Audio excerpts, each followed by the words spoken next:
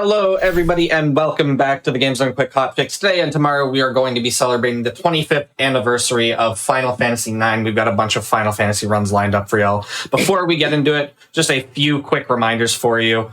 Black in a Flash is a community that uplifts and connects Black speedrunners of all levels, hosting special events throughout the year to raise money for charity and celebrate Black voices in the speedrunning scene. You can learn more or apply to get involved at gdq.gg/BAF and follow at blackinaflash.Blue Sky. She's also on Blue Sky for the latest updates. With all that said, we've got our first run here. I'll hand it over to our runner commentary. Let everybody introduce themselves. Cool. Hello, everyone. I'm Amart. I'm going to be speedrunning Final Fantasy IX on PlayStation. It's going to be the cutscene removed version. So it takes the run, cuts it pretty close to about in half, maybe a little bit less than half, but yeah, we're going to be running that today. I've got three wonderful commentators to join me if you all want to introduce yourselves. Hi, I'm Super Handy. I'm here to commentate and curse Amart's speedrun. Hi, I'm Mutsky. I write all the speedrun guides for this game. If you ever want to follow along, you can check them out as we do the run. Here to have some fun and watch Amart power through this fantastic game. And I am Zik. I am Amart's favorite friend who knows what the Final Fantasy TCG is. Shout out. All right. If we are good to go, I will go ahead and give us a countdown. We good? Yeah, whenever you're ready. All right. So I'll give you a countdown from 3, 2, 1. Let's go. Let's go. All right. So we're just going to pop right into the room. And so, of course, we're going to go for some blue screens. Of course, it's blue. Blue is the only way, the true blue. Correct. If you don't play with blue screens, I don't know what to tell you. You're cursed forever. Yeah. If you're unfamiliar with this game, there's a fantastic mechanic that we're going to take advantage of right now where we can steal items from these enemies. We're looking to steal a specific item called the Mage Masher. But if you're unfamiliar with this game and you want a good comparison, you could kind of think of it like the 2002 stealth platform video game developed by Sucker Punch Productions called Sly Cooper and the Thievius Raccoonus, which is an absolutely fantastic game that also involves thieving some fantastic treasure from enemies and making it your own. So the Mage Masher is what we're looking for here. Usually it takes, what, like 26 tries to get the Mage Masher?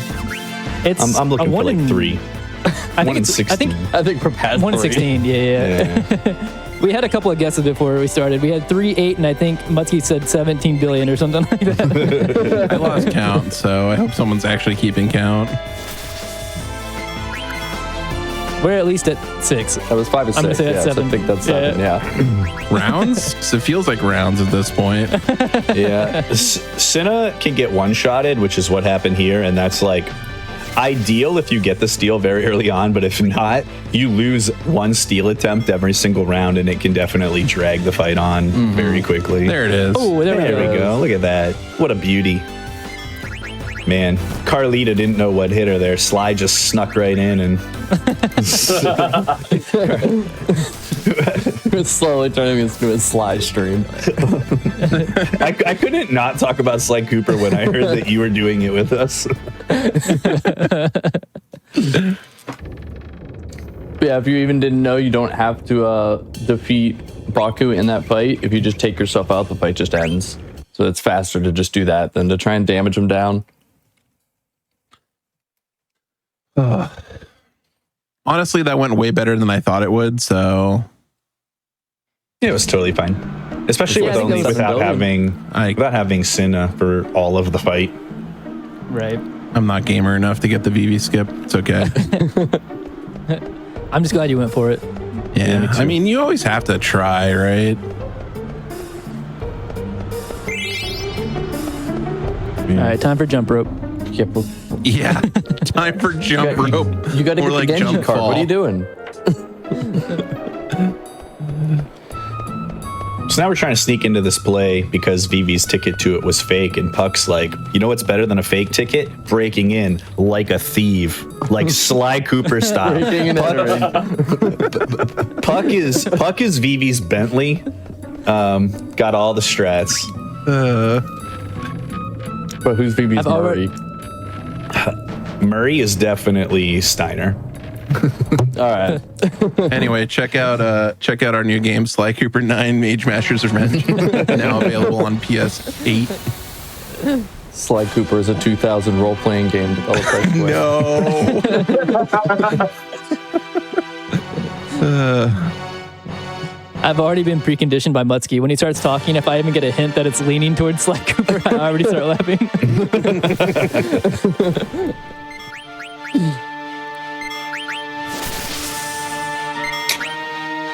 So this fight's kind of Ideally- interesting mechanic.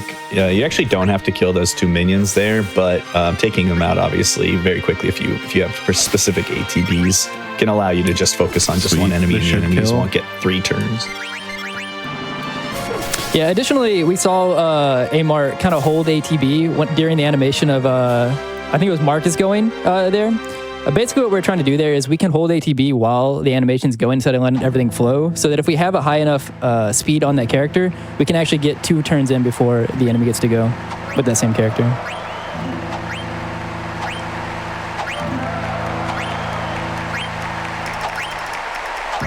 If we don't get 100 nobles and Queen Bronze impressed, we're just going to cut the stream. And switch to Sly Cooper. Oh, Yeah, we'll switch to Sly Cooper. Zick, you cursed me. I'm so sorry. I was like, we're all just gonna not talk, right? I mean, that's what I was hoping for, but whatever. No, now we're Man, talking. We're talking. We're talking. We're dancing. Dude, we're do you, sword dancing. I just want to say that everyone in here that doesn't play Final Fantasy trading card game didn't talk. All right. True. True.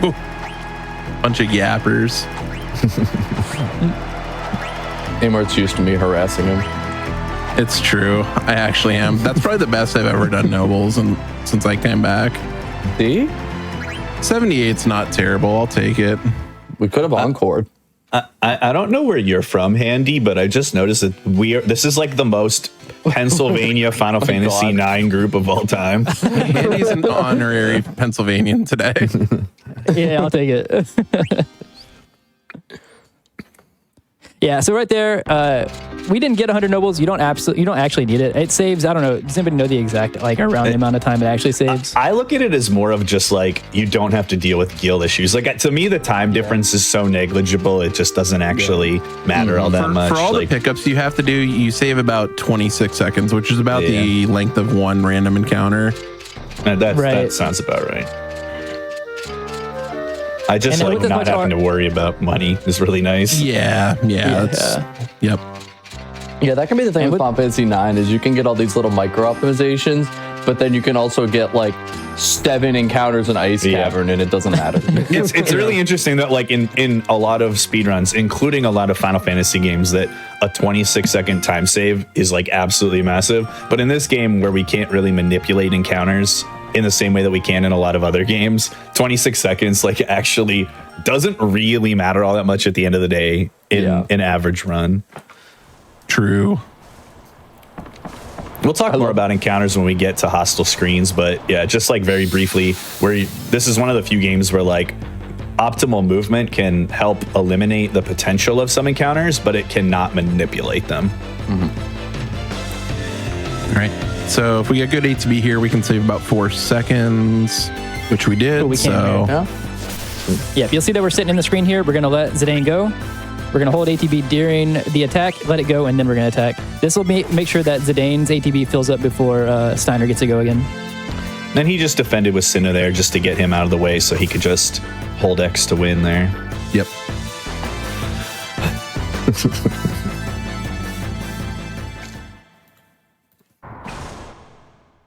Stay hydrated, my friends.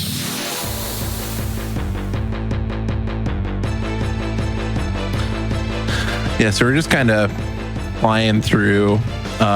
This one, we're just gonna knock out everyone that isn't Garnet here. So we're actually gonna use Garnet to. I should have taken out Vivi, but it's fine. We'll save Vivi for last. Vivi, the All-Star Magic the Gathering card. I was going to say the hero of Magic the Gathering. Yeah, the hero of Magic the Gathering. Man. And Final Fantasy IX is not the hero of Final Fantasy trading card game. No, we still don't even have Tantalus members in that game.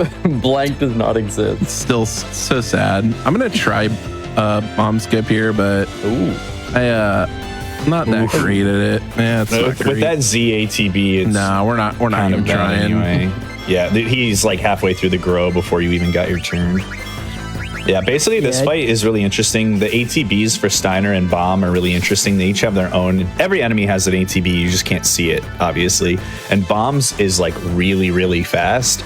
And so if you can hold ATBs, you can essentially allow the bomb to fill twice before one of Steiner's turns fills by holding during the bomb animations. And you're able to skip some Steiner dialogue and get to Bomb exploding more quickly. It's pretty cool.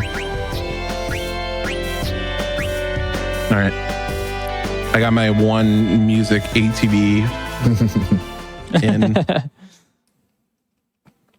Don't worry, Prison Cage is coming up. That's true. Yeah, but here with CSR, we just kind of now spawn in the Evil Forest, and we are now actually at our first hostile screen. There you go. That frog is pretty hostile. Frog is talking. Maybe I eat it. I just want you to know that I went instinctively to hit my plus button for the plus encounter. And Ooh, baby, we got that based preempt.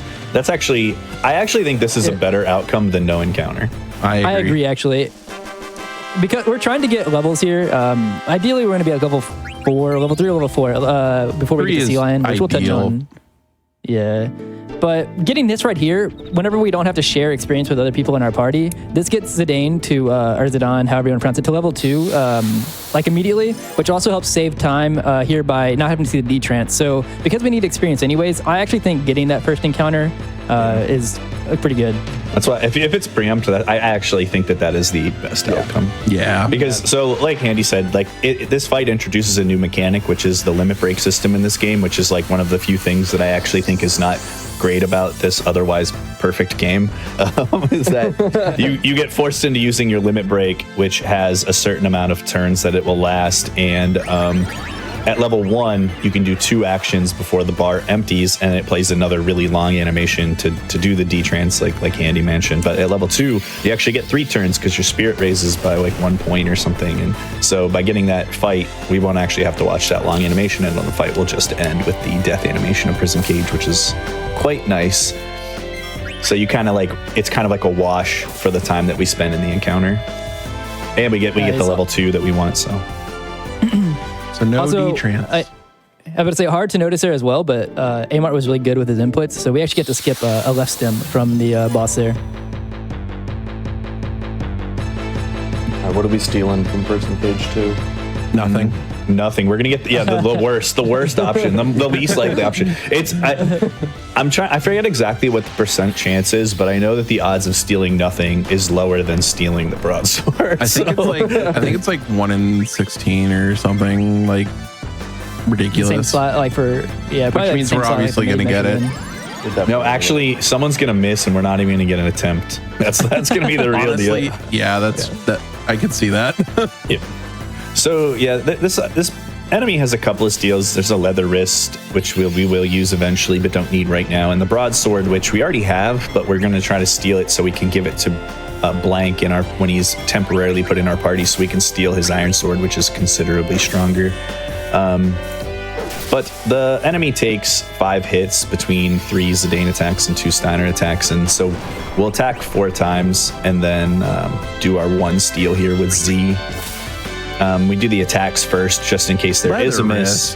And if there is a miss, then you can just do an additional attack and not lose any time to fight. Leather wrist is like not great, but at least you'll save a couple bucks, I guess. I don't know. We're putting it on, right? We're getting the Baku crit. Oh yeah, I'm putting it on.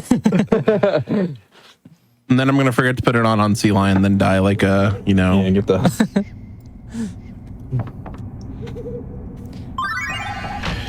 Yeah, so that's going to do a couple of things. We're going to have to buy a sword that we'd normally take off a Blank a little bit later. We're going to buy one in Dali. So it changes our menus up a little bit here because we didn't get the common one. But CSR just kind of flies through this whole area. It really does. Additionally, we're going to be picking up some chest here. We're picking up an ether here. Normally, there's going to be another one that we're going to pick up in the room after Baku here, but it is going to be one of the first places that changes based on whether or not we got nobles or not, which we didn't. So just going to be small pickups like that throughout the entire run. You can skip this third ether if you want. I'm not going to do it because marathon, but you can if you're PB attempts. Wow. No crit on the first one. I have faith. And wow. Don't want to miss. Yeah, we'll And get it on he the third missed? one where it doesn't matter. If I crit on the third one, I'm going to sob. It's going to be ugly. Sob. Speaking of sob, can we talk about Wellspring Ogre Pond? I was waiting for it.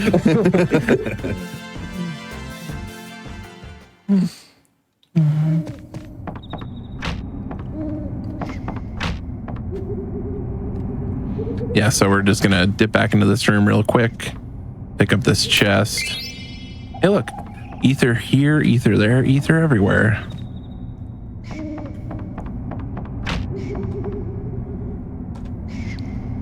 We got the best character in the game back. Now we're just gonna head out. Amaranth?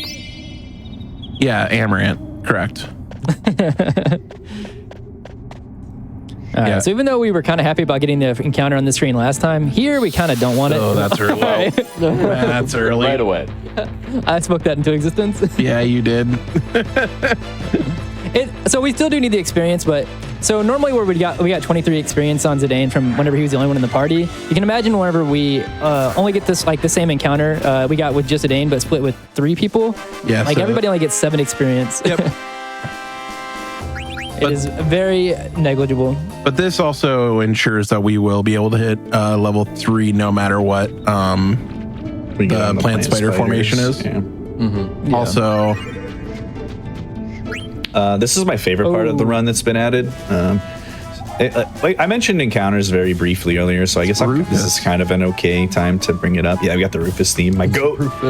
Encounters in this game don't operate on like a step route or like a threat that carries from screen to screen. Each screen is independent of itself and has an amount, like a value that increases after you take so much movement or so many steps on that screen. And each time you do that amount of movement, you get an encounter check where the game essentially rolls a die that basically determines whether you get an encounter on that check or not. And each subsequent check, that percentage goes up and up and up and up and up until you get to eventually like an inevitable encounter. And so he took that optional ATE there after the first encounter check, which allowed him to skip the last 2 checks on that screen. And then on the following screen, he dipped in and out of that little waterfall screen to do the same thing. And we try to take advantage of that as much as possible to keep the encounter percentage on any screen as low as possible. And sometimes you can get it down to like a single-digit percent. And so that's essentially how it works. So there's no way to actually remove or manipulate encounters, but you can use good movement and screen breaks and challenging people to cards, anything that changes the screen in order to try to eliminate as many counters as possible. It's kind of cool how that's developed over the years. all right, I have to remember I don't have the broadsword. The broadsword. The broadsword.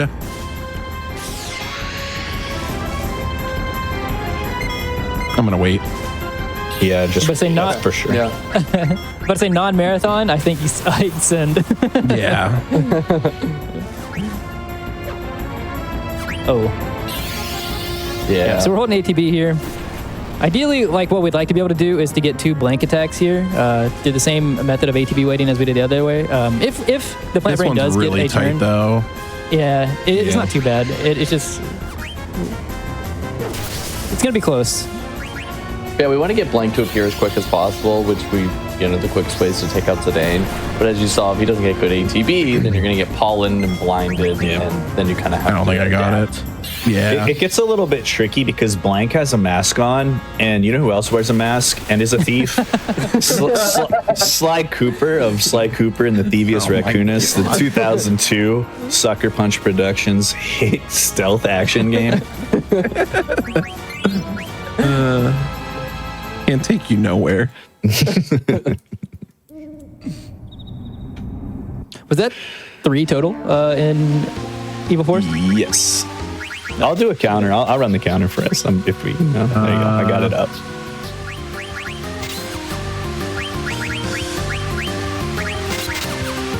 Yeah, so we did take off the leather wrist there. I mean, in PB attempts, something like that, non-marathon, I usually keep it on anyways, but we definitely don't want to risk it on Sea Lion in a marathon because what it does is instead of, without having it on at this early levels, I forget if it's like every other level, I don't exactly know the math behind it, but I know that you can't get crits on Sea Lion without it on. Ooh. But if we got bad crits on Sea Lion because of how the fight operates, which we can touch on in a little bit, it can be, you can just die. I don't know that Steiner actually kills one here. I don't think he does. Oh, he does. Cool. Let's just do this. The Murray never lets us down. The wheel man. Yeah, so we are killing off our other party members for the same reason we mentioned earlier. We don't want to share the experience. We're trying to get Zidane to at the highest level we can, the most experience. Yeah, you just want to siphon it onto him. Yeah, we had 3 really good ATB bars, which is the only reason why I went for that. Normally I wouldn't, but yeah, it was just. If you can get to level 4, it really does make the Sea Lion fight coming up much easier. Mm-hmm. Yeah, it is nice. We got to level 4 before even leaving the Evil Forest, so that is really nice. Now we don't really even need any encounters in here in the ice cave. So yeah, at this point, ideally we would go 0 the rest of disc 1. Honestly, true. Yeah. For those unfamiliar with the run or whatnot, on the world map, whenever you have those continent overlays on the screen, you can't actually get any encounters. You're able to just run freely on the world map. Which is really nice a couple of times. Exactly a couple of times, I suppose. Yeah. The third one you get kind of ripped off because you're on an airship that's autopiloting, so you can't actually take advantage of that one. The only time that's kind of different is on PC. PC, if you do that run the exact same way as I did, and you have the text overlay on the world map, it's bugged on PC so that you won't actually see, or so that you won't. What's the word? You still will get random encounters on PC with the text up beyond the first screen that you see it. It's just bugged for whatever reason.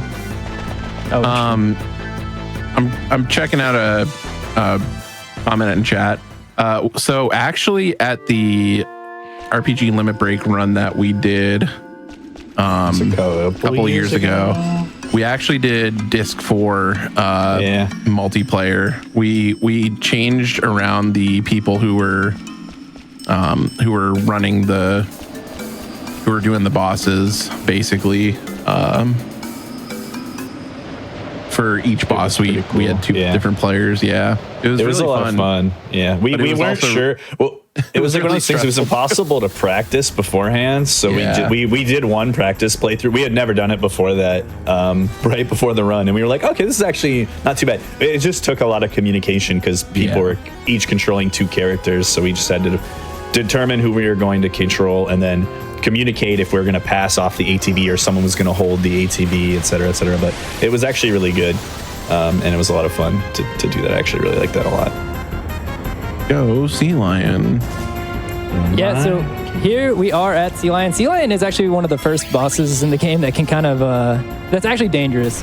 So here we need to kill the Black Waltz first. Unfortunately, we didn't get our first attack in beforehand, but being a level 4 makes this not as bad. Right. But basically, we're going to be doing 2 attacks. And every 2 attacks we do on Sea Lion, the Sea Lion's going to counter us with an attack. And that does not take its regular turn. So we had to account for the fact that we're going to get hit with a counter and a regular attack. So we're going to be counting damage.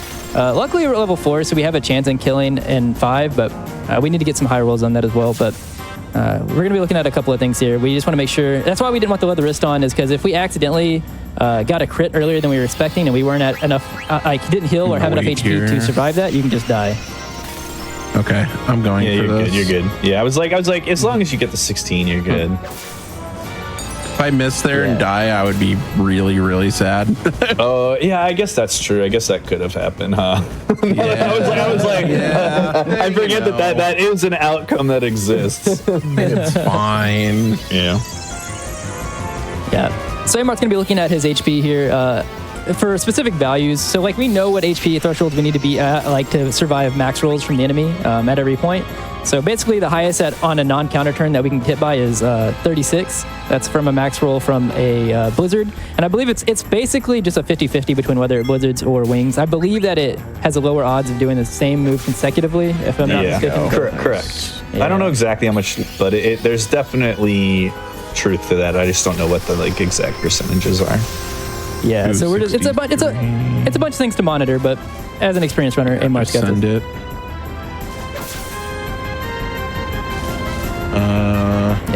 96 is a good roll. And okay. I forgot to actually look at the damage rolls because I forgot we're level 4, which is actually like not uncommon to get the 5 hit. Yeah, I'm gonna I didn't see the potion first here. one. Yeah. So I think it's a pretty good shot that we're gonna 5 hit. We're at 184 health left. Okay. Yeah. So yeah. Small thing to note here as well. That one didn't do very much, but I was monitoring our trance bar. You can trance on this fight, and it can change it. That's okay. You still got 50% chance. Yeah, it's 50-50. 50-50, baby. 50-50 never loses some. You guys play Pokemon cards, you know 50-50. Yeah, dude. Just win the coin flip. Easy. I also play FFTCG where it's 50-50 that your opponent has an Amot or a Mist Dragon. I was never in doubt. Never in doubt, dude. He was gonna Badoo lock you, but he didn't have the time. So. Yeah, more like, but don't lock me. Yeah. Oh, Got him. I'm so mad at myself for thinking that's funny.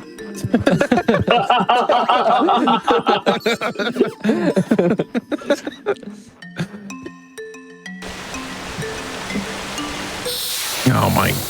Ooh. I deserve that encounter for that terrible joke.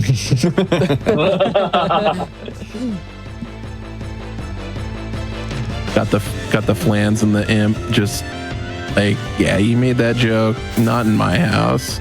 Not The in Flan this Mafia dojo. will not allow that. Show me the Amot and I'll scoop the card game.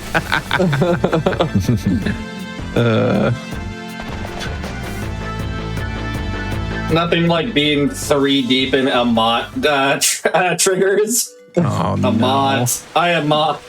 How would you like Miss to resolve your Dragon, Rockstar? What would you like to cancel with this Amot?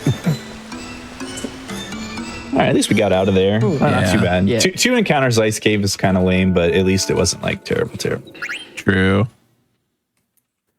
All right, now for Yeah, so we're about to see the introduction. If you've never seen it before, if you've never seen an FF9 run, it might look weird for the movement that we're doing on the overworld here, but this is basically, on the overworld, this is the only place that it acts like this. But this, I don't know if, does Turbo eliminate getting danger value at all, or does it just... It does not increase it? completely eliminate not it, but completely. it's like, it's pretty good.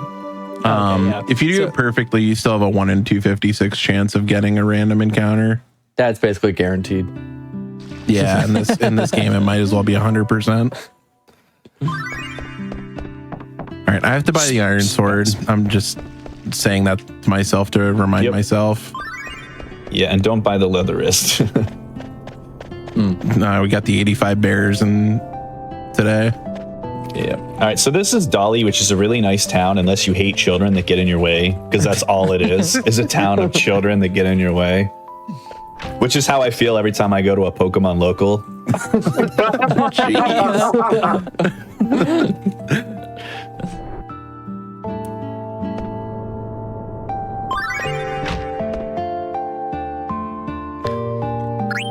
So CSR does eliminate most text. It does leave a couple of text boxes in here like this, and that's specifically because in like an actual run, and even here, Iron like it is faster to make certain choices. So like the CSR tries to, I think, mimic that. If you're like into this game and you know about the cotton robe trick, we do buy some stuff here in Dolly so that we can try to buy a couple of cotton robes and just maximize our gil early on, which allows us to kind of splurge on some nice things later. So bought some wrists, bought some feather hats. We can do all those, get some yellow scarves and whatnot, and then make a couple buccarinos.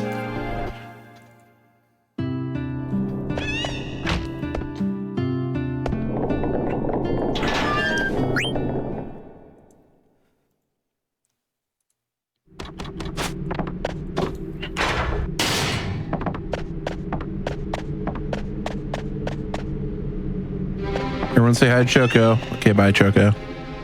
Bye, Choco. We'll see him later when you do Choco Hot and Cold. No, we're not.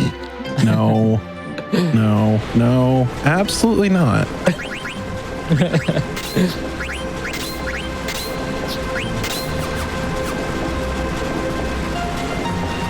All right, let's see if I can get this. Okay. Nice. I wanted to be a little bit closer so it didn't look like I took a step, but unfortunate. Another one of those hyper micro optimizations you can get in this game.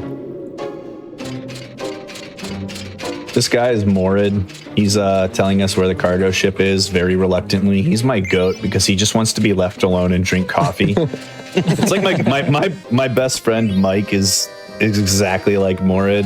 Just wants to have his coffee and everyone to leave him alone. And like I kind of feel that, you know. It's my guy.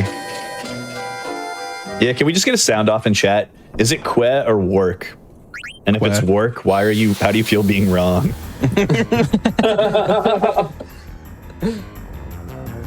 It is. Yep, so now we have our second Black Waltz fight here. This one actually is also kind of dangerous. It's actually probably one of the harder ones to initially learn in the game. Basically, Zidane had really bad ATB. Normally what we're trying to do here is there is a fire counter that hits the entire party that happens after we do 50% HP to the Black Waltz. But it is funnily skipped if the target that he last targeted, or whoever his current target is dead. So a lot of the strat revolves around like seeing who he targets, and unfortunately it was Steiner there, so we don't want to kill out Steiner. But if it was Vivi or Zidane, we would kill them off before we did the attack that would push over the 50% threshold to try to skip it. But it's just not worth it with Steiner. Yeah, actually, Mutsky has a really nice video out there that kind of talks about this fight and whatnot.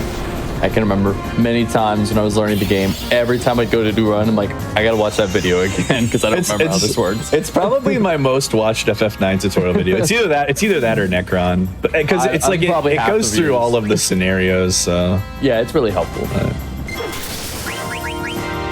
right. It's definitely a tricky fight.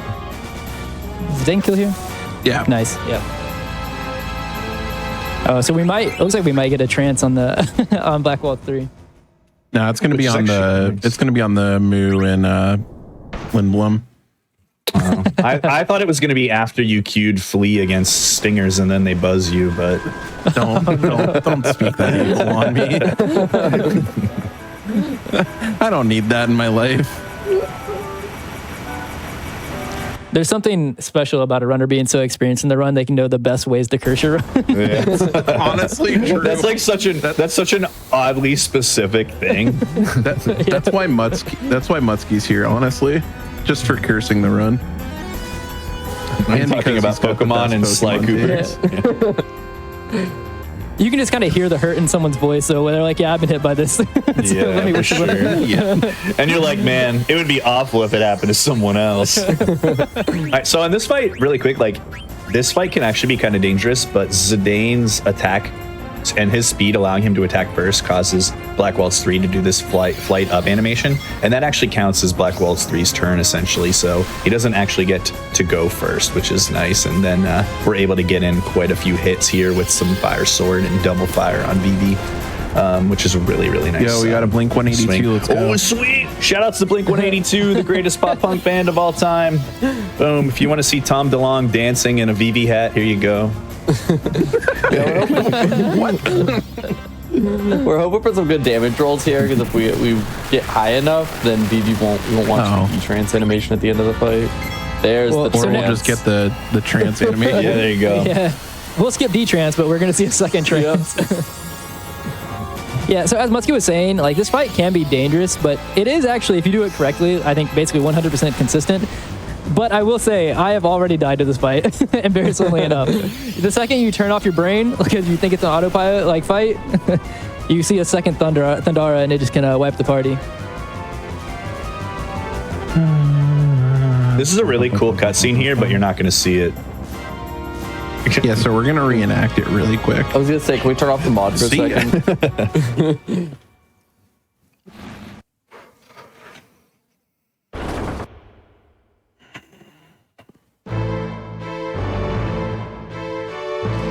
Yeah, there's a lot of these fights, especially when you're like starting out with the game, that like your instinct can kind of be like, oh, let me wait a second, see what they do, and then I'll adjust from there. But like things like Black Waltz 3, you just want to go and just input everything and just go. If you hesitate on Black Waltz 3, you will for sure get killed. Yep.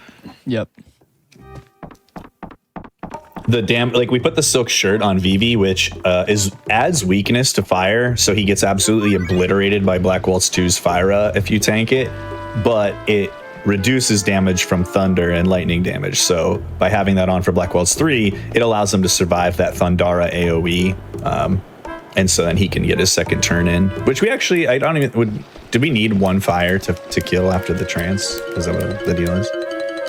No, we just did Thunder Sword. Oh, right. Cool. 1 5 1 1 1. I don't know why that felt wrong.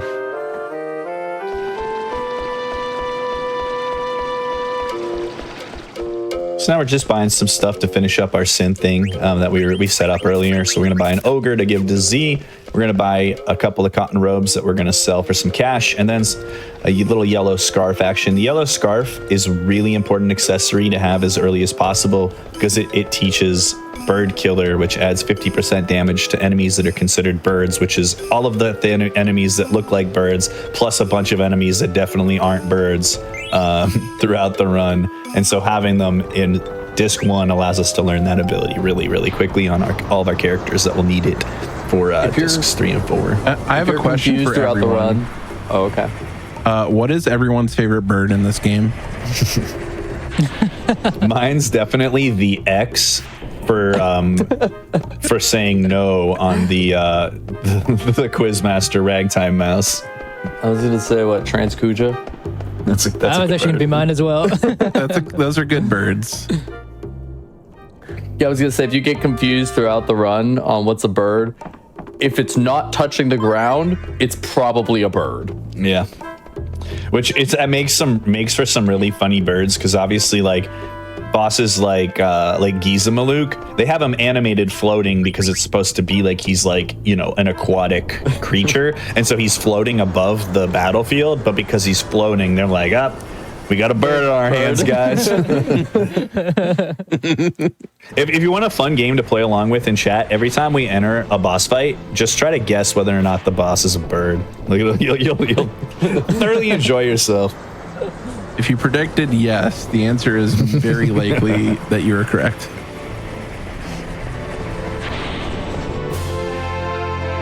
Just start running stream predictions. Is this boss a bird? Yes.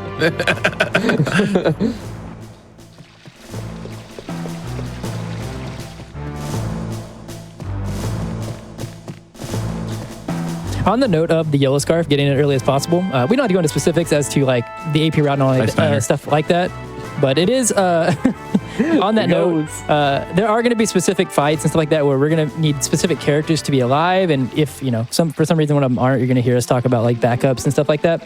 There are a couple places where learning or having certain characters alive in certain boss fights is for the AP route, and the main character that we're going to be watching out for that is kind of the tightest character to make sure everything goes well on is going to be Freya. She's just like really like kind of in and out of the party so much that it just becomes super, super tight for her in a lot of points. Because Steiner breaks away from the party for a long time, but there's enough of like the just Steiner and Garnet segment that you kind of get quite a few points there. All right. Which way do you all do your telescope game? Well, you're going to know my answer because you've disappointed me, Mart. I'm counterclockwise for sure. If you go clockwise for this game, I have many questions for you. As in, how are you okay? The answer is no.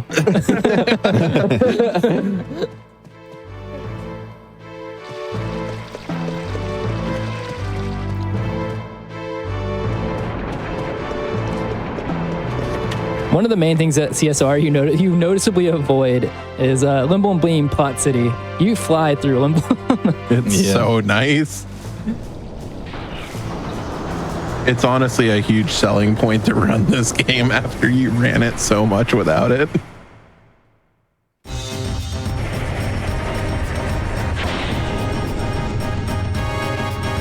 So this is the Festival of the Hunt. You get some pretty good gill rewards when you win it. Great. Let's see how far Amart goes.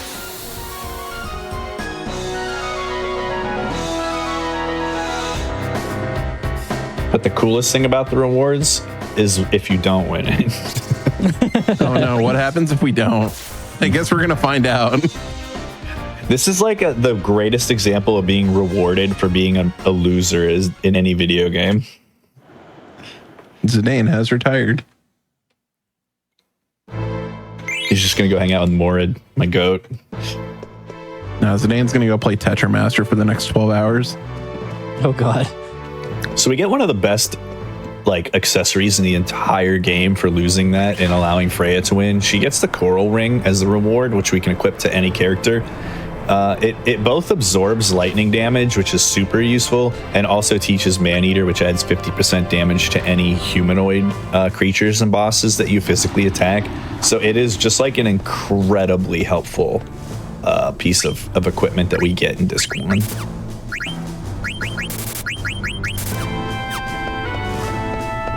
We're just gonna pick up a tent here for no specific reason, just to go on a trip later. I did see that we have a total of 2 tents, Amart. Yes. Not 3. Correct. Okay, we can just do a Saverino. And now for the stutter step that will destroy your thumbs if you don't have turbo. Wait, do you stutter step with your thumbs? When I didn't have turbo, yeah. What do you guys stutter step with? I use my index fingers.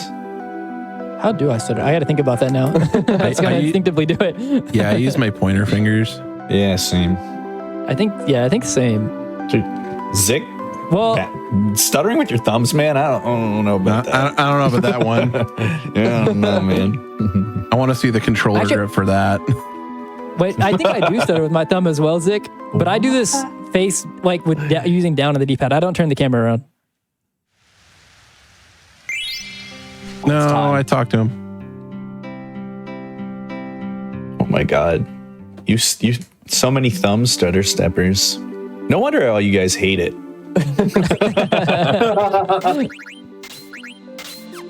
I need you to make a speedrun tutorial video. How to stutter stepping. My speedrun tutorial for how to stutter step would just be demonstrating how to buy a Kiwami on eBay. The stutter stepping there makes it so that we won't get random encounters on the world map as long as you execute it perfectly. It's very rare that you would get an encounter. I'm gonna make a save here because we could get a pretty dangerous random encounter that could kill the run if we're very unlucky. So we're just gonna do that.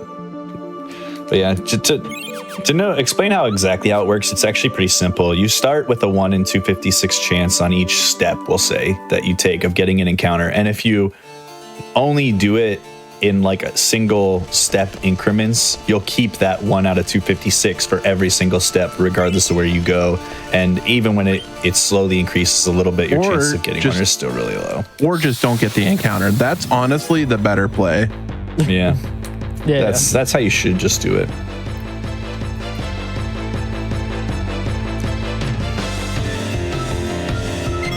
Yeah, so a thing to note here is that Zidane can't ATB weight these enemies. So yeah, we're going to hold it through here. And he should be able to fill before the other Black Waltz gets, or not Black Waltz, the other Black Mage gets his turn.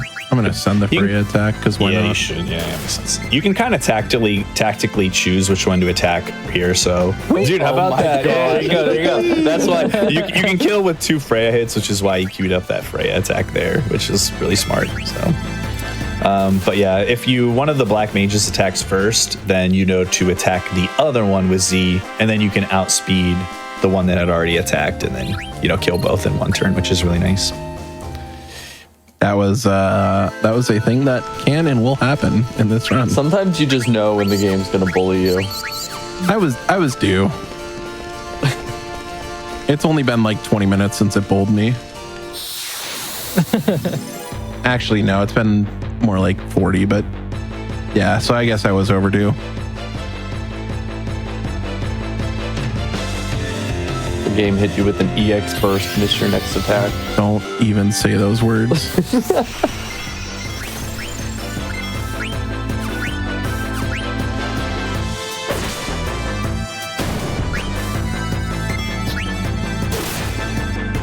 All right, Freya, you tried. Surely not again. Oh, Oh, no, we gotta crit that look time. at that. Perfect. Perfect. Amart made sure that Black Mage was like really dead. Sent him into the next Final Fantasy. Unfortunately, people in chat. there's no like reward for like FF10 where you overkill anything. Unfortunately, We already have people in chat playing the game. Is this monster a bird? Someone needs to find the captcha with like. I have it on my channel. Am I allowed to post a link in chat? Like, is that? I think I will have to. Okay, here, I'll send it to you. It's great. I'm It's- gonna kind of finagle the movement a little bit here. All right, who do I need to send it to? Church. Yeah, okay, I got you. There you go. It's just an image, and it's a nice little demonstration of what's So a the bird. reason why I kind of did some erratic movement there is because if you move perfectly and you get to that door, you can get an encounter check right at that door when you do the equipment menu. So to kind of get around that, I do a little bit of like suboptimal movement there to try to get the encounter check before the menu. Yeah, and the main reason that matters is because when we do that menu, we're taking off our ability to flee. So to put on something that does more damage here. Additionally, we are throwing tints. Tints have effectively a 50% chance. We're trying to land darkness and silence from the tint here. I didn't get the first one. Not good. Yeah. We do have a Surely backup won't if we don't get it. Yeah, But we the don't wanna have to second soul tent, blade. That's the backup. Looks like we're soul blading it. All right, So the thing about- So the reason this is so dangerous with just doing the Soul Blade backup is because Soul Blade will cast darkness, but it will not silence. So we cannot get rid of the water. So you just have to be kind of careful because he does have an AoE. He'll spread damage like a Phantom Dive from Dragapult right late in the fight. So you gotta be just careful and cautious to manage your AP values. We do have the glass armlet on Vivi, which halves water damage, which is really nice because he has the lowest HP, obviously. So if you're just smart about it and take your time and make sure you have enough HP to tank some hits and don't get hit Blind by is all a- these counters that apparently you're going to hit all of. Blind is a suggestion. Yeah. And to answer all the important questions in chat, yes, it is a bird.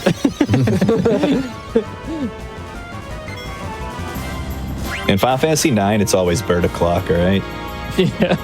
And look, it's floating. Yeah. It kind of has wings.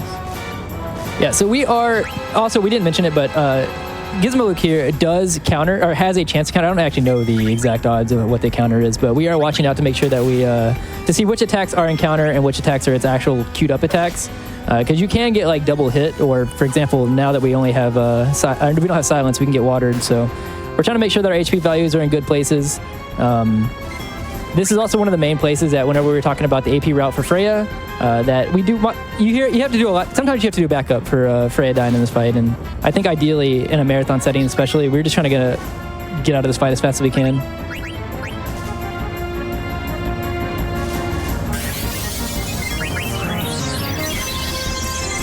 Gizamaluke being a bird reminds me of like the beginning of Jurassic Park when Alan Grant is trying to describe raptors as birds, and he's just like, it's got wings like a bird, backbone just like a bird.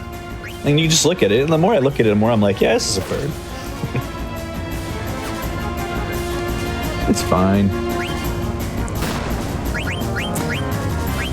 And also, just because Gizmaluke does have darkness, sometimes I think it increases the accuracy. Yeah. It is a suggestion. Thank you. That's very Okay. good. We definitely needed that because it was Yeah. going to get a Yeah. little dicey. Ugh. Oh, of course you Oh, crit at good the end. crit. Thanks, Nice. thanks, game. Thank you. Really love Vivi's that. the only one that doesn't need AP there. Vivi doesn't really need AP at any point in the run, so it's okay if he's KO'd. But Freya and Z are pretty important on that fight. We're going to save a marriage here. A marriage of a couple that aren't together yet, but they're going to be. Correct. This. Hey, She's guess going to go what? talk to him. They're facing each other. Oh, yeah. So that's Mary. Mary's going to encourage this guy, and he's going to become an engineer, and they're going to become a thing. It's actually the best love story in this game, to be honest. It's true. Well, Vivi and Quinn are definitely up there, but Yeah, you know. I was going to say, we do witness 2 weddings, but I don't think that either of them scratched the surface of how great that is. Vivi and Quinn is pretty good, though. Definitely close second. Is part-time Mary's child going to be FF9 too? Yes. So this stutter I'm going to do backwards. So there's a little trick I use. There's those 3 like kind of edges on that like back like dry area that you just saw. I line Zidane up with those, and then I just stutter down, and it'll take you to Burmecia every single time. Burmecia is one of my favorite places aesthetically, but one of my least favorite places in the speedrun. I really do find the rain like really soothing, and I like a lot of the static backgrounds. That's one thing I'll say about this game. If you're like, what is one of the reasons why this is my favorite game of all time? I love RPGs with static backgrounds that you can kind of like explore and move around on. I just think they're really, really cool, and it's like an art form that has been kind of fizzling out and is almost completely gone now. And I just think the backgrounds in this game are incredibly beautiful. And Burmecia is one such area that I really like.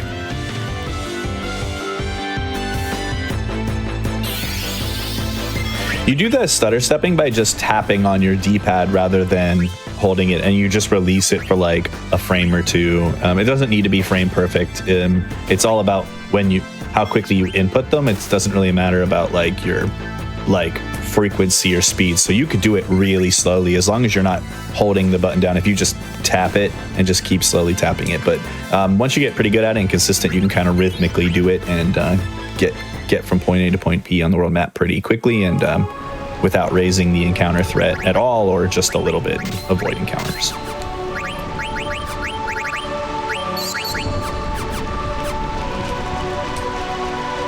Yeah, so we're gonna see some pretty specific movement in a couple of places in here. This is gonna be one of the key places we were talking about earlier, where you kind of do specific movement to ideally skip the last check in a couple of rooms.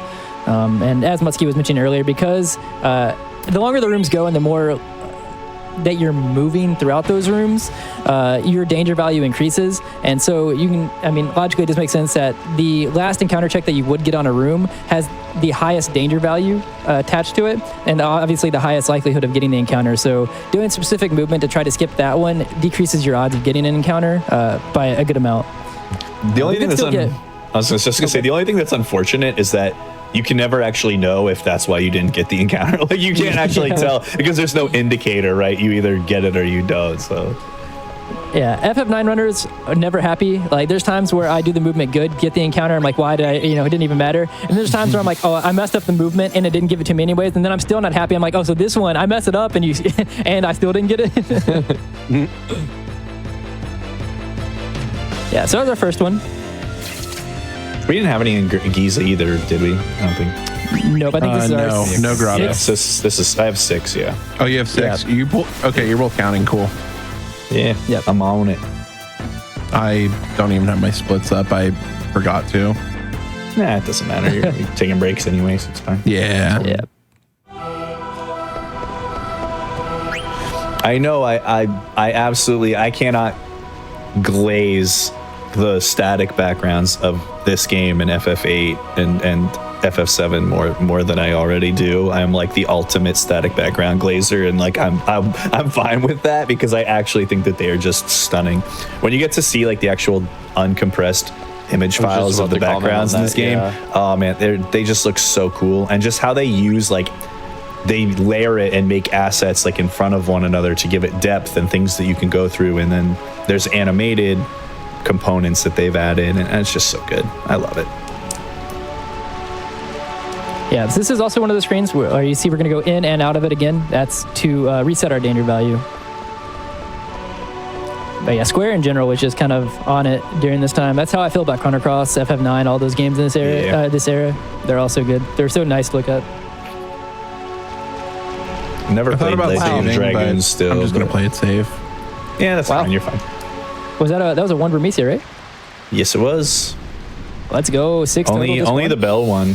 Bell bed. Yeah, I mean this is a really good disc one for an encounters. This is a very nice disc one. The only thing that wasn't like particularly great was the Giza fight, and other than boss fights have been really nice. Sea Lion was nice. Black Waltz 3 you got the trance, so it was like not a like time loss because of trance, which is nice. Yeah, here we are going to be waiting out the 10 turns from Beatrix. I don't know. Are you Marathon? Are you jump skipping? What are you just going for the safe way? I mean, we'll play it by vibes. I mean, that was 2. Gotcha. Yeah, 2. Oh, we're 3. vibe running now. 3. So far, she doesn't like Vivi. Hates Vivi. It's okay. She doesn't have her good arc until disc 2, so she just doesn't know better yet. That was 4. Right? 4. Yep. Yeah, 4. I love the panic. 5. Right?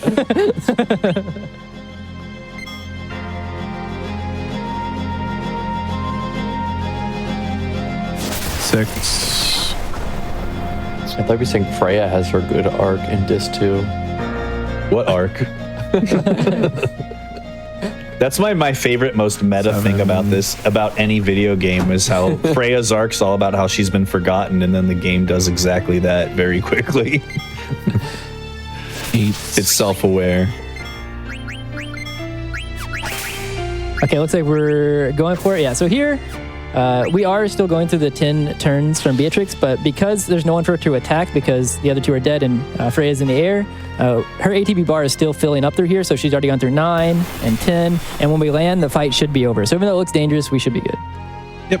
Nice. And if it doesn't end, then it's bad. It will end for a different reason. It will end on that turn. It's just so you know which way it's gonna end. All right. No. And then disc 2. That was a really nice disc 1. Then I don't know if we Also- are. Yeah. I mean, that was the change. So yeah, we're good to take we a can break still if you are. pause it there. Yeah.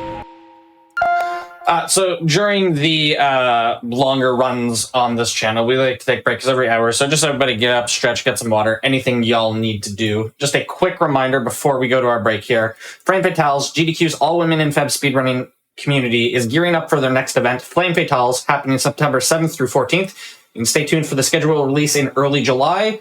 Also, speaking of July, if you are heading to SGDQ, be sure to visit the Frames Fatale table there. They'll be hosting a frame changer panel and organizing 2 community meetups. You can type !FF in chat to join the Discord and stay up to date with all things Frame Fatales. With all that said, we're going to take a quick break. Back in just a few minutes with more of the run.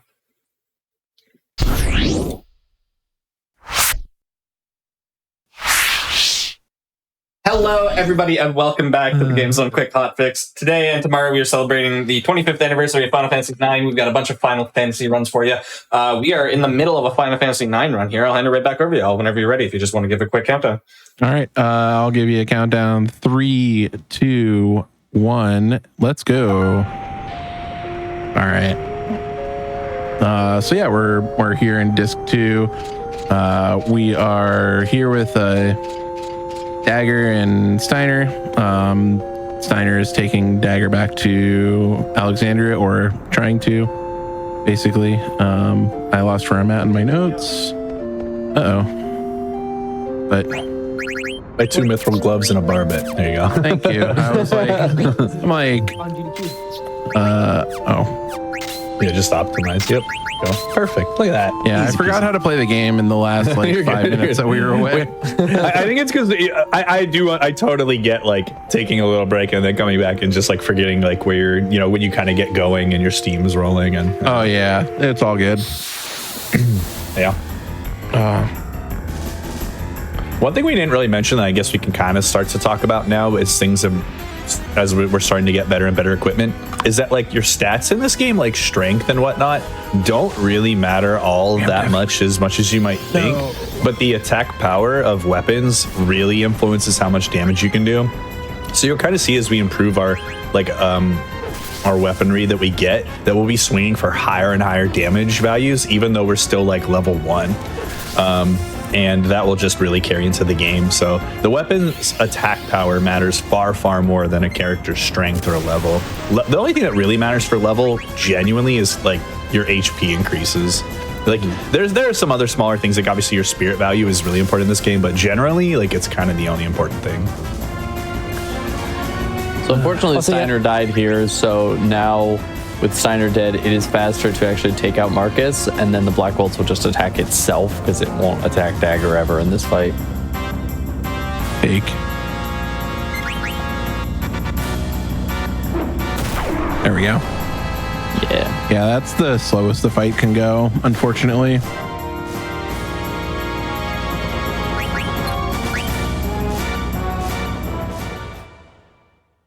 Is this a bird?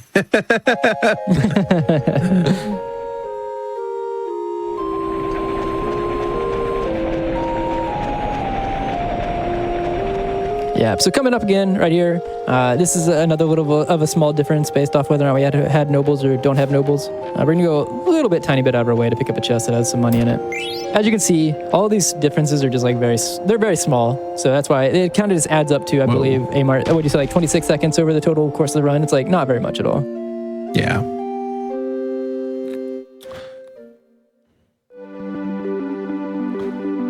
Yeah. Starting to head over to Trino, which is like one of my other. Again, this is another city that I'll glaze the static backgrounds for. It's also just got a really good theme. Love some piano jams. You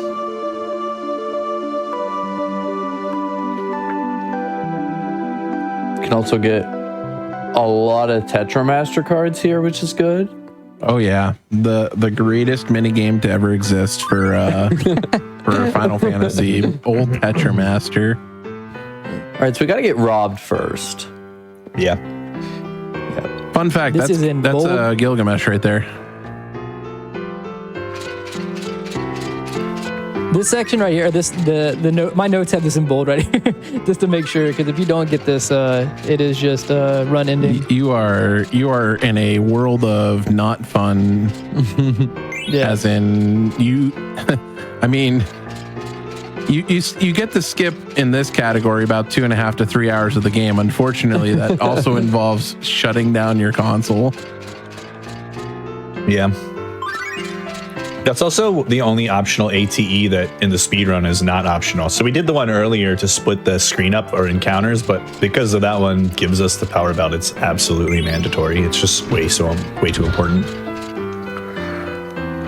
It gives us MP attack, which will add 50% damage at the expense of some percentage of MP for every single physical attack that character does, which stacks with any of the killer abilities. See how much gil we have here. We might be able to skip Mithril Dagger. We cannot. Actually, I have to sell a tent because we need to buy Mithril Sword, Ice Staff, Owner's Magus Hat, 2 Bandana, Chain Plate, and Chainmail. Yeah, unfortunately for that shop, we need 6,020 gil, and we were just like 50 short. Yeah. Yeah, so quickest thing to sell there is a tent. I could have probably also sold the eye drops there, but I was just thinking quickly. let me through.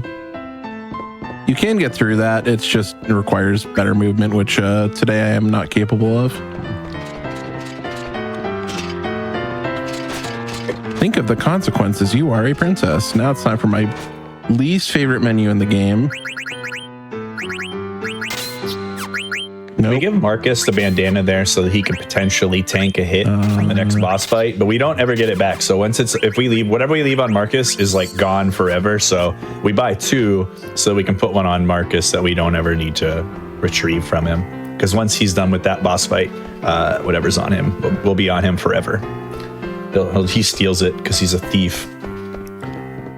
Like a certain raccoonus. Like clockwork. Speaking of clockwork, the main antagonist of Sly Cooper, a Thievius Raccoonus, who served as the leader of the Fiendish Five, if you know about him. People who just popped in, they're like, wait, what?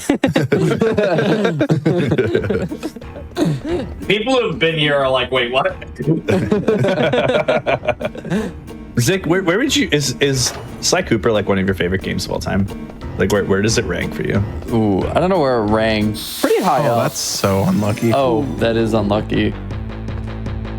It's okay. It's the game telling you not to do Ralvu at level 1. You know what? Fair. I'm still gonna hold Flea and hope. Yeah, at least it's a single.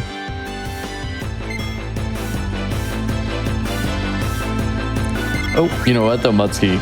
Clockwork is a bird. Oh, that's true. All right, everyone's getting experience here. Good day if you like so experience. Yeah, I really like when sorry, go ahead.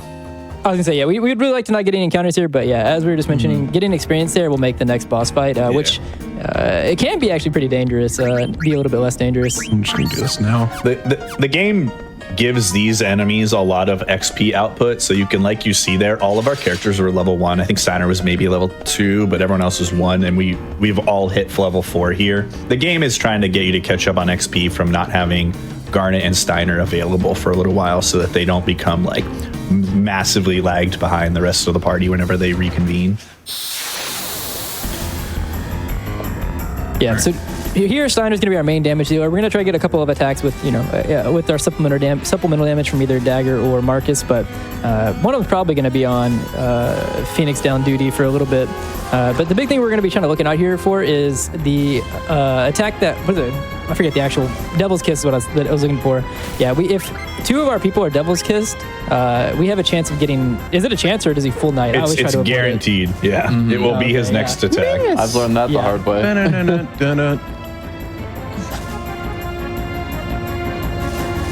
So speaking of, here we're gonna, luckily Marcus died. dead. Dude, that damage roll with the flea was perfect, by the way. He hit for 176. Well, this is This isn't this great. is a rough start. We kind of need to hope he gets like a string on Steiner or something. what is happening? I tried, all right?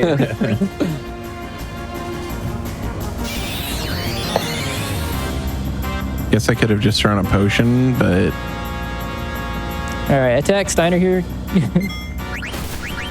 Okay. So this means that Steiner should be able to attack. Or I guess you could. So you could maybe, but I think just swing. We need to get damage out. there you go. That's how you hit. Whose dog was that?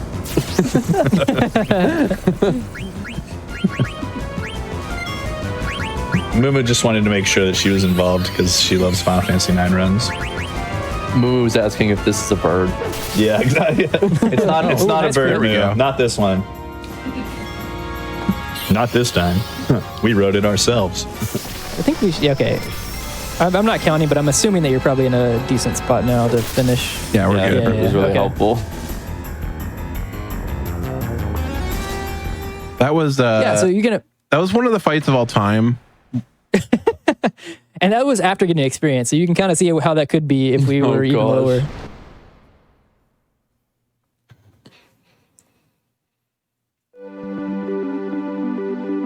All right, we're on our way to former world record holder Abomination 1212's favorite place of all time. I really miss that fella. Been wondering where he's been. I hope he's been doing well, but we're coming up on Clara. You know what? You're getting one total encounter. Just the one you need. That's my prediction. Hey, the game's been nice on encounters. Not so True. much boss fights today. Except Don't worry, for that, it's saving them for EFO when you're going to get 14. Oh, God. Anytime I've ever gone into EFA tree with like 14 encounters, I always leave with like 28. Doubles it. Ooh, okay. This is the one you need. It's not. But before we need It's it, not. Yeah. one encounter is really nice for both XP and AP here, but it can't be on this first screen. Any other screen is fine because we don't have the magician's shoes yet that we need to give to Vivi, which will boost his ice damage. Vivi is going to be like, if you're a Vivi fan, this part of Disc 2 is like your bread and butter. He quickly becomes easily the best attacker on the entire team, and will be kind of our main guy for a little while. Yeah, so here we're picking up the magician shoes, as Muskie was mentioning. Yeah, now we're going to do the menu, and that's why, because we haven't done the menu yet, that's why that other encounter did nothing. So we still do need one more, technically, for the AP that we're looking for here. You can't make it up, but... Yeah, it's not like if you don't get it, you have to like force an encounter or something. We can always work it later if we don't get one. Oh, there's the one. Whoever said one, by the way, I want you to know you're a public enemy number one right now. Yeah, who said that, man? Moo Moo. How could you say that? Moo. Yeah, Moo. You've upset Why would you do that? You've upset me. Why would you? She's cursed the run. Someone was like, Zick was like, I bet you're only going to get one encounter in Clara, and then he immediately got All right, two goodbye, bird. encounters. And then Amart was like, who said that? And Moo goes, Mark. And someone goes, it was Moo Moo. Not the bird. You're supposed to be crumpling, right? That poor bird Could you was just minding its own business and walked it's too home in far. that tree. Imagine that one's not a bird. Yeah, it's a stone.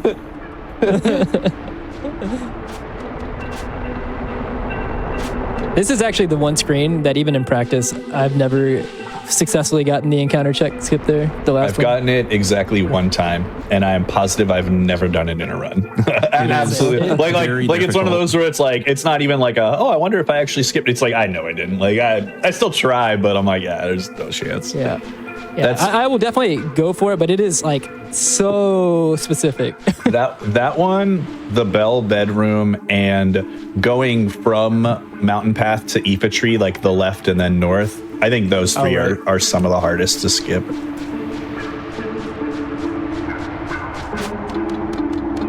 You got the one that you needed, right? That was it? Who said that, by the way? I don't know if that was you or Yeah. Zick. I'm blaming Zick. All right, it was you then. Whoa. All right, No, that was me. they're fighting. So yeah, So we're here's gonna, another- yeah, it's a little detour that we have to take since we didn't get nobles earlier. But just picking up the thunder gloves, we'll use those much later in the run. I'm afraid I Sneaky cannot let little you pass. Gasol Greens pickup. You can sneak behind that priest right there. There's a remedy on the screen if you need it for safety. I think I still have like 3 or something, so we're definitely not going to need more than that. Yep. And we're coming up on the antlion fight. Actually, someone else can explain it. I don't want to talk this into existence. Oh no, go ahead, Andy. Please go ahead. It's a pretty standard fight. The worst thing that can happen is an opening fire on Vivi. If it happens, surely- I swear, someone disconnect this person. This is probably one of my favorite birds in the game.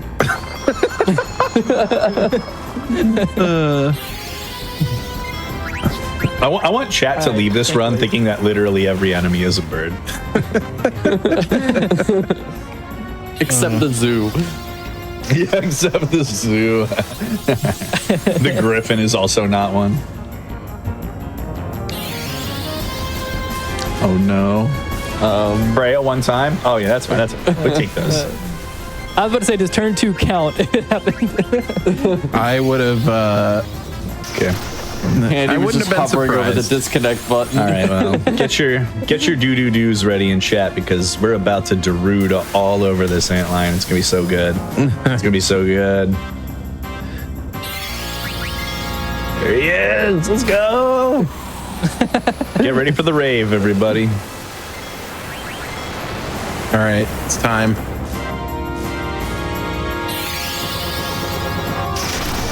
These were the only quests I had near me, so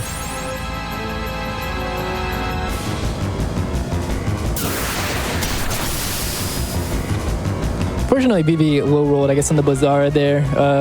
Sometimes you don't need that second Ooh, Lancer Ether from drop. Freya.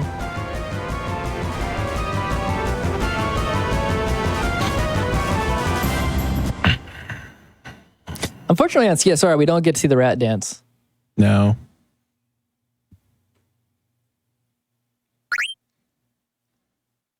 Yeah, so don't believe your mom ever. It just makes things faster.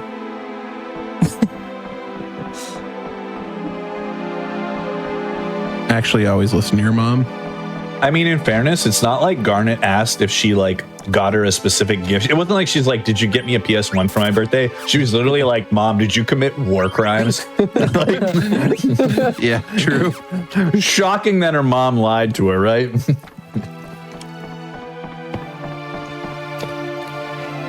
Because at this point in the story, just to kind of recap where we're at, Garnet's mom, who is not actually her biological mother, but is the queen of Alexandria, she's trying to conquer the other great kingdoms of this Mist-Continent and take their like special jewels in order to gain the power to summon Eidolons. And so she's conquered Bermesia. The Bermesians have fled here to Clara, and she wants to invade Clara and steal their gem. All right, we didn't get punished. With optimal movement, grabbing that second glacial green is it's like a 1 in 5 chance you'll get a random encounter there. Yeah, save some time so we don't have to go back like through 3 extra screens way later on in the game. Also, we are watching our levels here. We are sending Vivi because the damage that Vivi does will help. I can't believe he got there between, or she got there between. But Yeah, me neither. But it guarantees that until Zidane is level 9, he could technically low roll. And if you hit, and I don't even think they have to fill up their turn, they'll just immediately escape. Yeah, they just And we do want, yeah, and so we want that experience in the AP.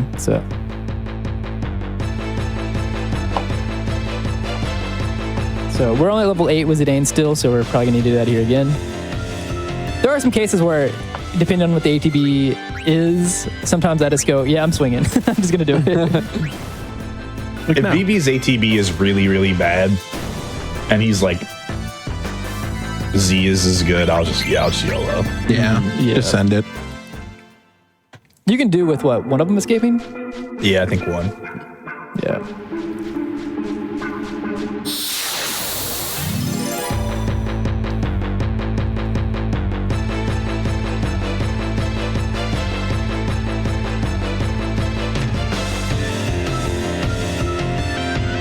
Ooh. Lovely ATBs. What if no one went first?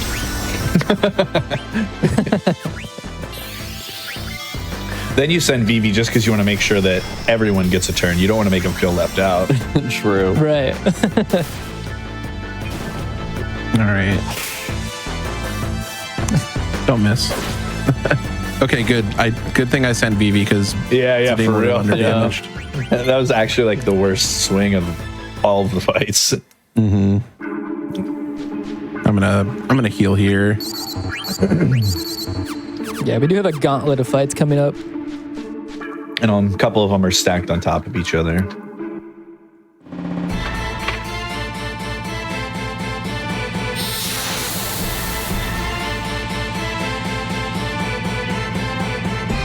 So now as Claire is being invaded, we discovered on our way down, we've gone back up to kind of help try to defend Clara from the invasion of the Black Mages and the Alexandrian soldiers. So now we're gonna try to help the Clarin residents get to safety, and by choosing options, you can avoid combat or initiate combat based on directions that you send rats.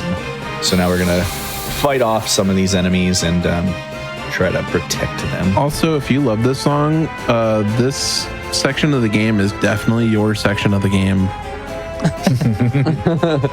True. I don't hate this song, but I will say, especially in the speedrun, like the non-CSR speedrun, it wears towards the end of it. It does, yeah. I think because the loop of it is also really short, and so it feels like you've heard it a bunch of times. It's not like a longer song loop. Unfortunately, at this point, now that we've gotten our levels in AP, like everyone can one-shot either the Black Mages or the soldiers. So we're kind of just sending whoever has the best ATB when the fight starts. We don't have to worry about turn timing now.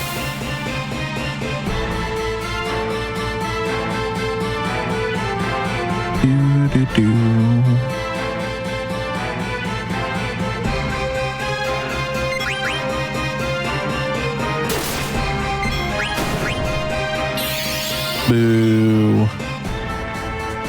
That guy cheated.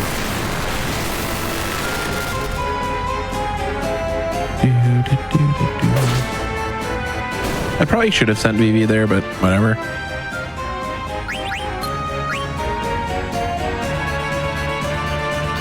All right, now we have some dialogue options that we have to choose. So we're gonna go second option here. This option, we're gonna go first.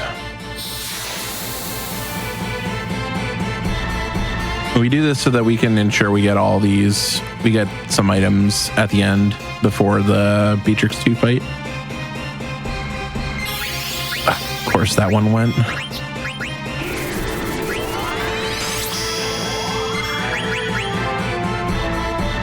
Yeah, so this is our last triple here.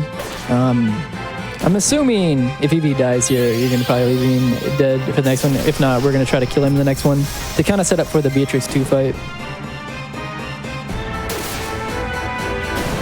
Actually, what is the range for cover, HP wise?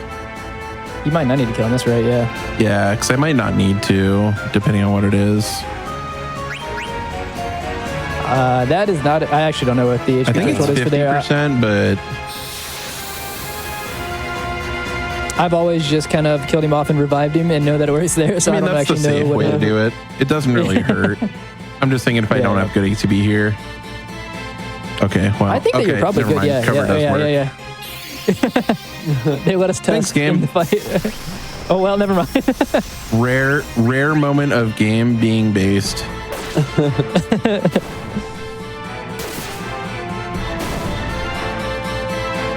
Yeah. So what we're talking about here is coming up the next fight. We're gonna do the Beatrix 2 fight, and to skip the cure from Beatrix 2, it's kind of RNG dependent, but it's also like some very specific stuff needs to happen, and to kind of increase our odds there, we want VV to be covered. Ideally, we don't want to see shocks, but we want to be able to like turn one. We want to be able to do. You're good. A Blizzard, I was gonna say a Blizzard into 2 physical attacks from both from Zidane and Freya, and then on the next 2 turns we want to be able to do Blizzard with Freya or Zidane, and specifically it lines up Are you to gonna basically not heal VV? No. How much HP does he have? You put VV there for a cover. Right. Yeah. One thing to note is that you can deplete Beatrix HP on all 3 fights. The only reason we don't really try to on the first fight is because it requires an extra menu, and Zidane has to be in trance to be able to make it worthwhile. So we just wait the 10 turns, but all of the fights work the same way. She just gets more HP every single fight. Well, that was really rude. That was rude. That was. I want to see, how much does she have on this fight? Like 47, 36? 47, 36, yep. Yeah. Right on the money. Yeah, good. I had my chat quiz me one time. I let them just name bosses, and I would try to tell them how much HP the boss had. It was pretty fun. Yeah, so because of the start there, we're likely to see the cure. You can technically, I think, accidentally, or maybe not accidentally, but you can like find yourself still hitting it. It depends on like how the ATB flows, I think, as well. But I think if I do it like this, we'll actually skip cure. oh, you did. I guess you did the turns reversed, right? Yeah. Ooh. Yeah. Okay. That's a Yeah, good cover. nice. Yep. Lovely. I'm just gonna cue that. Actually, Yeah, it's fine. yeah. Okay. I didn't know if it ended the fight if it would have queued the Blizzara if I sent it. I think I wasn't actually CSR. sure either. CSR. I think like all of those. It'll just end the fight regardless. I think okay. like with the escape on Ralph, and then also Yeah. Interesting. those as well. Interesting. That's good to know. I definitely did not know that. Oh, important distinction. That was not a bird. Right, right. Beatrix, definitely not a bird. All right. Who's ready? I'm ready. I'm gonna let you focus Sure. through the guard skill. There you Yeah, go. so these guards that Amarth's about to have to try to dodge, they do spawn in random locations and like are randomly like spread at like or the distance are between them. You can dodge them with specific movement. It is hard, so I'm gonna let Amart kind of focus through it. There you go. There you go. The other way. There you go. There you go. Oh, thank you. Shout outs to wife Mark, who just brought me a ham and cheese sandwich. Press left or right to shift your gravity. There you Let's go. go. There you go.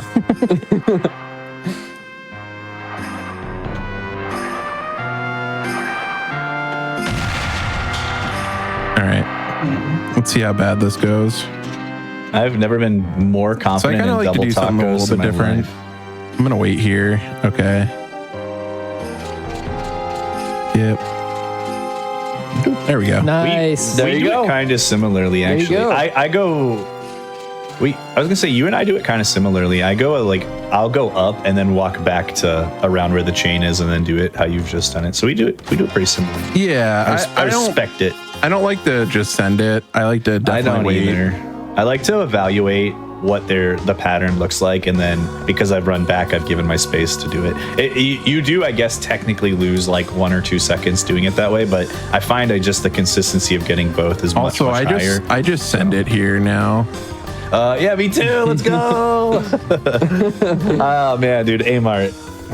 You're the only person that plays this game right, in my opinion. Blue text boxes, just sending it on that screen. Yeah. Oh my god. Dude. I move a little bit right there just to try to avoid that guard, because if it does go right for you, you can get caught. I'm so sorry that I said all Reggie Drago B-Star players are bad now. Yeah, I cannot believe this, actually. Yeah, so we have 30 minutes here. I'm gonna try to make it. I don't know. Just keep an eye on the estimate. It might change. Oh, I really I thought I didn't got think you were caught getting there. on it. I was like, I am not positive you're getting back on the bridge. After making a joke about not having enough time, I was like, that's so funny. So this is one of the best examples of what I mentioned earlier about a weapon attack, a power mattering, and your strength stat not really having that much difference. Steiner was just hitting for like 500 with MP attack on earlier whenever we fought Ralvu. I want you to just note what Steiner's attack damage rolls are here on the Zorn and Thorn fight now that we've grabbed the Ice brand. the answer is a lot. It's a lot. Yeah, it's a lot. It's a lot of numbers. We made it only with 28 minutes to spare. Yeah, That was close. it Yeah. was a nail biter. You can go fight a book there. I don't do it, but you can go fight a book if you don't like books. I like books. This I is Zorn and respect Thorn books. fight. You only have to defeat one of them to end the fight, and Thorn Yeah. is just who we're gonna bully here. The sweet gonna thing wait. is that Steiner's hitting for 1575, and that's legitimately like his lowest damage roll.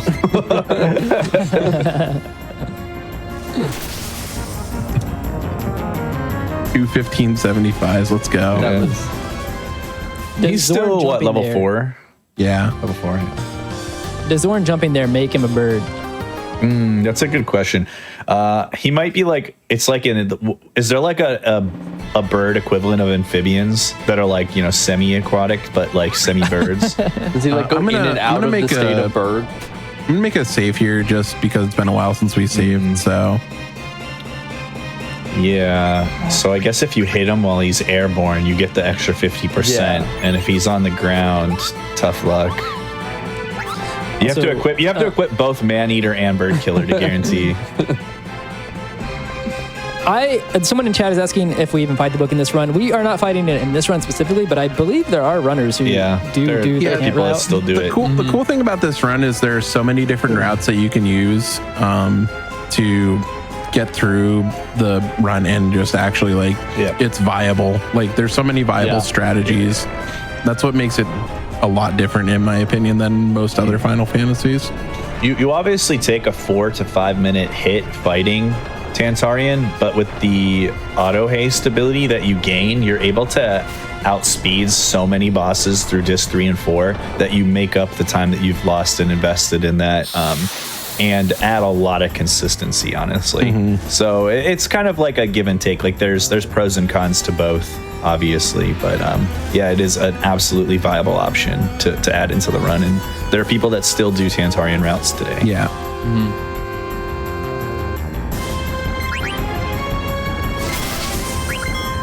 Goodness, let's go.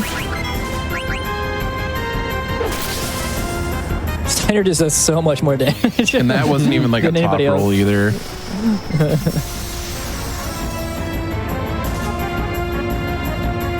Yeah, so we should be able to skip Kira here as long as Steiner doesn't get killed. Why did I say anything? I knew as soon as I saw Shock. I'm like, I know what I said. Yep.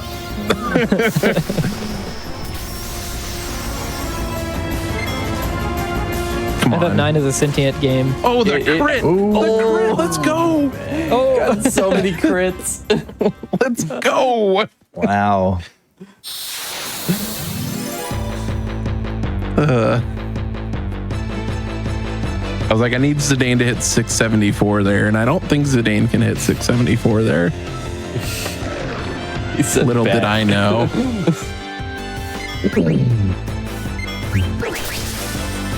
He heard us talking up the Steiner's damage rolls and he got a little jealous. yeah, so with Beatrix in the party there, normally we do Clem Hazard, but because the enemy got to go first anyways, it's just faster to do 2 physical attacks. But we will be using Clem Hazard in a couple of fights with Beatrix.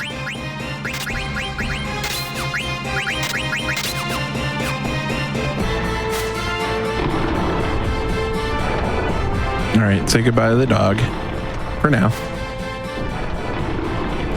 Also, you can tell that we have a gauntlet of fights coming up because of the music playing. We also have to get the power belt off Steiner before we lose him for a while. We really need that for disc 2. Managing equipment is one of the most interesting parts of routing for this game because of the way that characters dip in and out of the party. And unlike FF7 and 8, where when characters are not with your party, you can still take materia and or like junctions off of characters in 7 and 8, even if they're not with you. In 9, if you have equipment on a character and they leave the party, that equipment goes with them, and you can't take it off of them and replace it on currently with like a character currently in your party unless you've already taken it off. So you kind of have to play around how to manage equipment in that way for that reason. Yeah, so even without the power belt, Steiner's still hitting for 1,000 damage here. My king.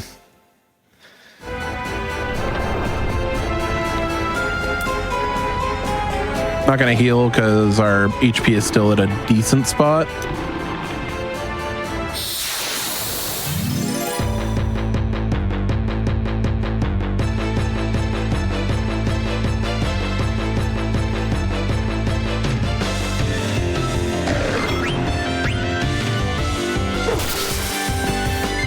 The damage rolls add up really nicely here so that you can knock out one of the pooches with a garnet and a Steiner swing, and the other one you can one-shot with Z if you're lucky, and if you get a low damage roll, VV makes up for the damage that you need to KO it. So a nice little pairs and tandems there for these fights. Yeah, you also could kill one with a solo VV Blizzara. It's a 60% chance to kill, but it's The more cast time's just not worth it. The animation time. I think if it was in the one where Steiner's gone, and like this fight, and you had a good VV and thought you would outspeed me. Here I could have gone for it. Yeah, you could have done it, but I still think you're better off just waiting. Because if they use rush, it's probably faster to just let them have their turn and wait for Z. For sure. This is probably the most dangerous fight of all of these fights coming up. Yeah, I literally died in my last run to this fight, so. I'm glad that when y'all said it, I was being quiet because I almost brought this up and I was like, I actually believe in the power of my words. Handy's starting to believe in himself. I've cursed one too many runners. I got destroyed in my last run here so that this run could thrive, okay? Yeah. Yeah. So they have the ability to put your characters to sleep, and if they get good ATBs and yours are poor, they can put both Beatrix and Freya to sleep, and it's just an absolute disaster because you just chill there and pray that you get another turn. It's not a good time. You can only be woken up by a physical attack hit, so if they just start spamming Thundaras while you're asleep, you don't actually wake up until the sleep naturally wears off, which takes quite a while. Yeah. Ooh, that is great ATB. Yeah, except theirs was better. I don't know if that's gonna come back to haunt me. I think you might need to just farm something for him later. How much is it? 2? It's 2. Yeah, it's just 2. I'm trying to think where you can just farm 2 AP farm somewhere easily if we need to. So this is one of those scenarios we were talking about the AP route. I can check the HP chart too. Just somebody remind me when we have the next break too. Yeah, you finished just 2. We can do it. Because he goes to, you know what? No, I was gonna say because he goes to Desert Palace, but you could kill a Drakon, but that's still kind of annoying because you'd have to menu it on. I mean, we can definitely back it up if there's a big problem, but yeah, we'll see what the deal is. Yeah, we'll worry about it when we need to. Worst case. All right. Sweet. Oh, the miss. Let's go. Oh my goodness. That's go. actually sweet. That's okay. So if you're familiar with the mini status effect in this series, it causes your damage of physical attacks of characters to get absolutely nerfed when they attack if they have mini. But in this game, it also reduces the damage of magic, which is like really, really unfortunate because Vivi again is our main attacker here. And so that miss was really nice. Fortunately, we carry a remedy and you can take it off, but yeah, it is kind of annoying. And that's where if you didn't have any remedies, you would want to grab one in Clara from that one screen where you're on with the shop and whatnot. Just for this fight specifically.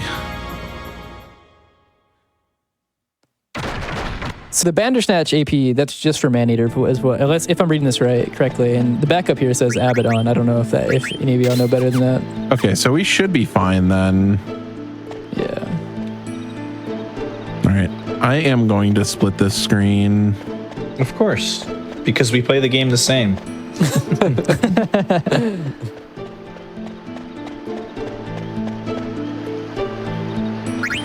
There are certain encounters checks to get that hurt me mentally more than the other ones.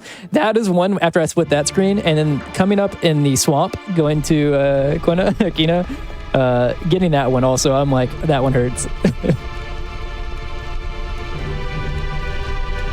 Yeah, actually, I forgot to mention this is actually just a Mutsky bot. I'm not actually playing the game. Yeah. We're actually, I'm just running Raging Bolt against Amart right now. Oh, okay, yeah. Just running some Pokemon.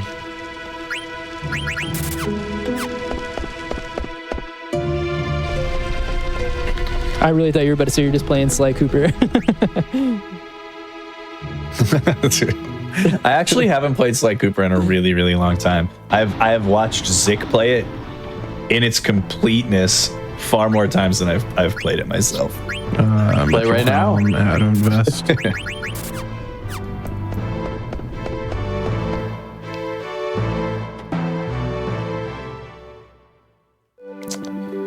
So now we skipped past the marsh earlier because you don't really need Quina for anything specifically. And if you get Quina in disc 1, you have to run through 2 hostile screens, both in and out. So it's kind of a waste of time unless you're planning to get some blue magics that you can use, which they will do in the segmented run. But in an RTA attempt, it's just not a particularly viable strat. So we'll meet Quina here in disc 2 because we have to go this way.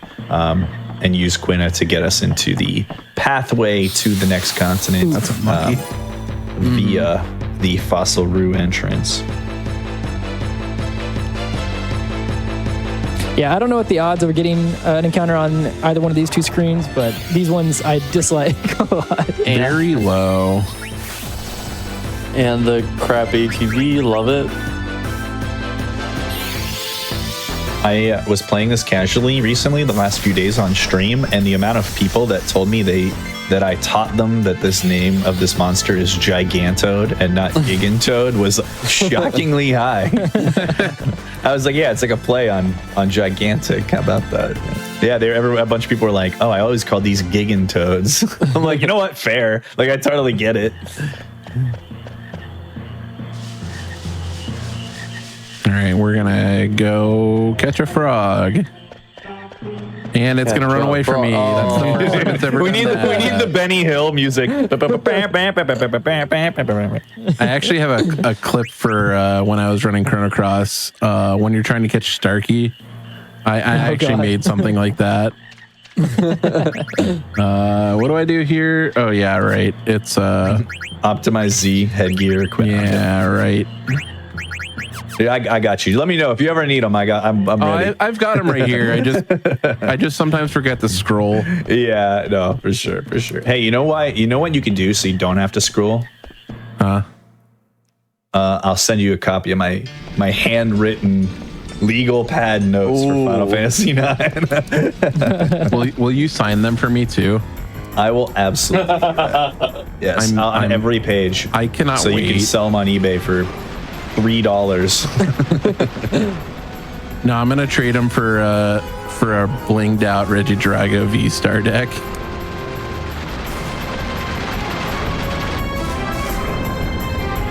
All right. What do we think? Lucky 7s or no? Oh, come on. Yeah, one try for sure. It's happening. You're gonna get it on one of the 2 fights, so you might as well just commit now.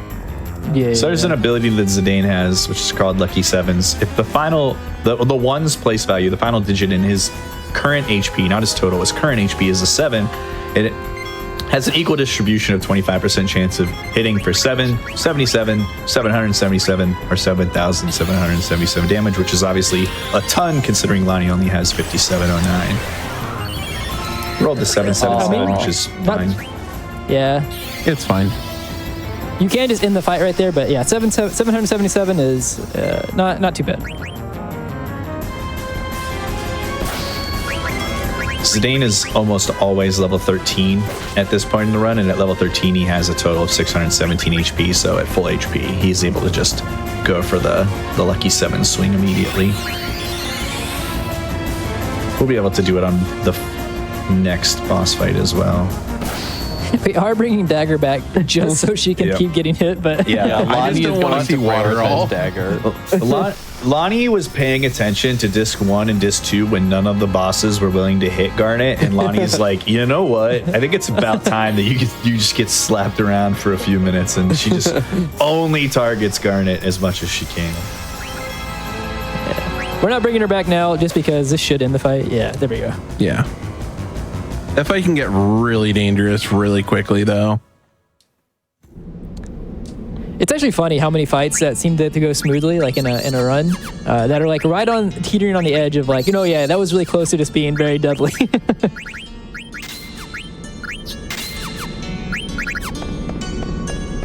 So we're going to give Zidane this ability as much as we can that he gets from this the Germanus boots called Alert. It just prevents back attacks, which makes it so that you are unlikely to have a crappy random encounter. I don't want to say it gets rid of them because you certainly still get them, but avoiding the back attack mechanic at least mitigates some of the time loss as much as we can. That's one of the big differences that you'll see between this run and the run tomorrow is that there's going to be far more encounters in today's run than tomorrow's run, very likely. And so that's why we use Alert to try and make it so that we don't get back attacks. Typically on PC, if you get a bad encounter, you can just close the game and reload the autosave, but we don't have that on this, unfortunately. And that was the instance in which I mentioned earlier on when we were talking about doing things like the ATE or splitting the screen to break up the encounter and reset the encounter checks on the screen to 0. He challenged that little miner there to cards and then just quit because by going to the card game screen, it's reset the threat to 0. So then he'll only get 1 check going in, and then if his movement is correct, he'll get 0 checks leaving the screen. And then we'll be able to do it on the way back when we have to go through that screen again as well and get 1 and 1. Each of those 1, I think, is like 3.5 or 4.5% chance of the encounter. So effectively eliminating the encounter for the most part. Now we're gonna get the 4% encounter because I've mentioned the stats. No, we're not. we're not getting that. There's like a pro and con to knowing the percent chances of encounters, because like now, like whenever I get one that's like 3.5%, like I just feel absolutely terrible, and I'm like, I wish I thought this was a 70% chance of happening. Like, all right, we're getting night, correct? Might as well. Yeah. Memories. No, actually, we're getting absorbed 3 times. My goodness. Yeah. I don't know all the specifics about... Oh, good. No, you're good. I was gonna say, I don't know all the specifics about all the different routes. I know that there is the Tant route, and I know that there is also night. This is one of the differences between the night route and not getting night. You would get it in here, but the problem is with the night route, a lot of times you would have to force an encounter in here, and it could be a pain. Yeah, so this screen, and there's also there's another screen. If I say for like when I'm doing PB attempts, if I go 2 for 4 on like those screens, I'm pretty happy about. I'm usually pretty happy. Like I consider these to be like 50% chance to get like a random encounter on these screens. So yeah, currently we are 2 for 3. So if I get through the next screen without an encounter, I'll consider that like a pretty good like section there. Yeah, I would say my expected encounter total at this point of Bossler is like 1.7, like somewhere between 1 and 2, but closer to 2. So that's fine. That long screen, getting 1 both in and out is very likely. All right, 2 for 4. Yeah, this is the screen that I'm talking about. Yeah, this one, man, it's brutal. Yeah, so it's like misleadingly long. Yeah, it is.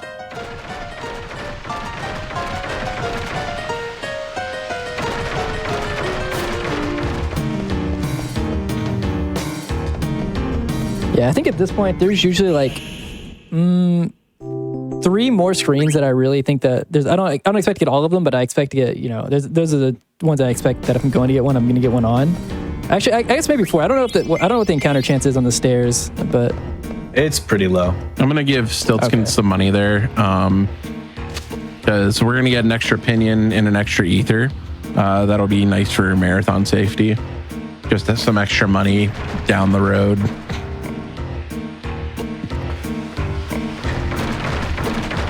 The eye encounter checks likelihood are the final flower screen and then the exit screen. Mm-hmm. I actually meant so the stairs encounter is 100%. Yeah.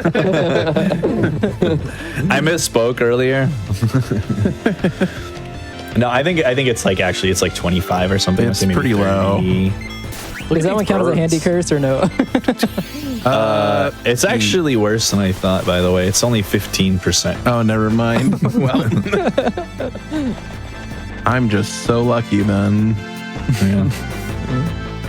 Yeah, I'm also I see we're talking about the all cards run. I'm also currently All cards. I'm also currently working on learning all cards as well. I have to do it for a charity event that I ran. It's actually very fun. I believe it. I don't know if I'm going to be able to do it in one sitting though. That's a bit too long for my liking. Fair enough. We'll see. Yeah, it took me about 18-ish hours to all cards and Excalibur 2 beat the game. I kind of want to learn FF10 all celestial weapons, but then again, I also don't.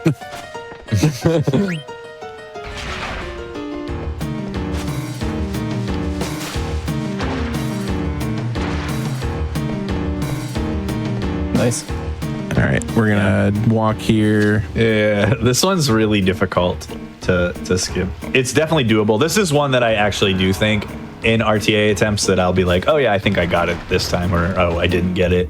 But it is definitely really tight. Yeah. Yeah, I'm also learning all bosses as well, so. Okay, that wasn't Nice. that wasn't terrible. Was that 3? I think so, yeah.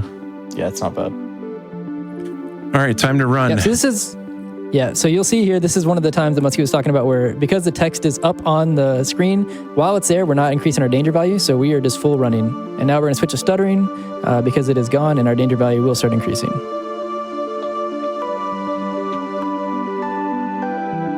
One thing to note is that it doesn't, that's going to come up, is it doesn't impact the ability to avoid like the ragtime mouse encounter in the woods. And so if you're trying to farm the ragtimers or the friendly monsters for like an achievement or something, just go to the woods and stutter step around because you'll likely only get those encounters if you're trying to get them all. Very recently, I was so confused. Man, also this. Where I got off of the Chocobo when we were going into the Black Mage Village, took one step to stutter to get closer to it, away from the Chocobo, and got the ragtime. That do be how it goes, huh? I was like, what?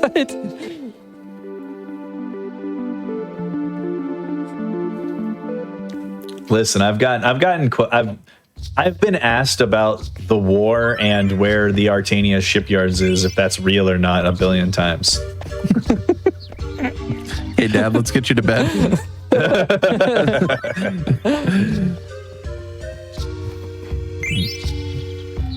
Listen, if you don't know what century the Alexandrian War was in, are you even trying?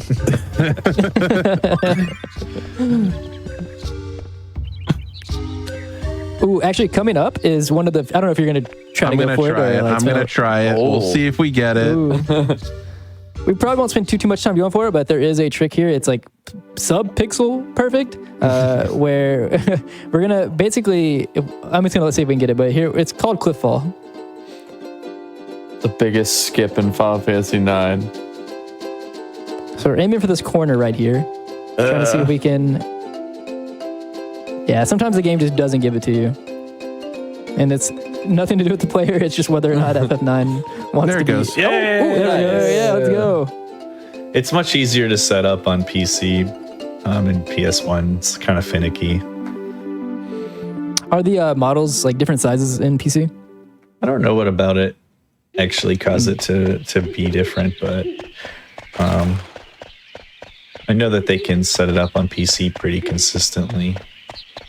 I would have laughed if we would have got a ragtimer mouse. In this I was really hoping for it. I thought if I said something that we wouldn't. I just wanted to see a trivia question. Listen, some of us Final Fantasy unks just like trivia, okay? I was going to say, don't say anything. Don't say anything.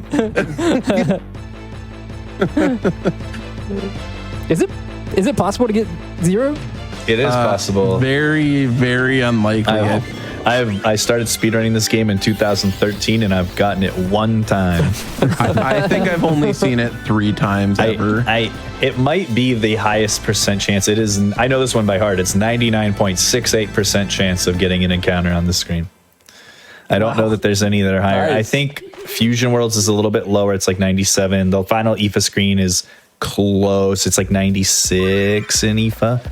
I think it's like 99 on the long. Or range the going long into one FIFA, is right? the long one's 99.5. Yeah, and then the last Yep, one yeah. is like 98. Yeah, but yeah, so that's the highest chance of encountering the entire game. And There you go. minions, the ogre, iron sword, javelin, mithril sword. The lightning, 1, 3, 1. Just for all my people that like math in the chat, you know. Listen, I don't know how you could like the turn-based Final Fantasy games and not enjoy math when literally it's just math, but you get to see characters throw numbers at each other. Like it literally is just math the game. Good stuff. Love it. There is a bit of ignorance is bliss versus knowledge is power dynamic that goes on. The second that sometimes I learn about something that's like could be dangerous or like I learn new information, I'm like, oh, I've never been hit by that before. I didn't know that was even a possibility. But now that I know about it, it just happens over and over. Yeah, you're like, I've just been pressing attack. People are like, if you do that, there's a 2% chance you could die. You're like, oh, great. Now I'm going to die every time now. True. Like I've always thought that the Hilgigar's fight was like super free, and then I saw Aiko get punched in the face, turn 1 and die, and I was like, wait. Yeah. Dad, can we watch Vivi and Quinna get married? I don't know. Have you been? Has my commentator team been good? Chat. Have they been nice? I was going to say, Hellgigers isn't free if you're Amart and you get Vivi making soup. Let me ask mom chat real quick. Chat, have they been nice?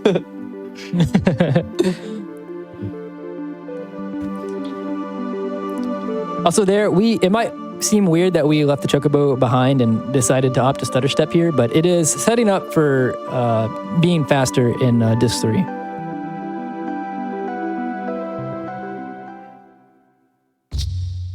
Yeah, it's funny that you can leaving a chocobo halfway and stutter stepping is faster than stutter stepping to get another chocobo later.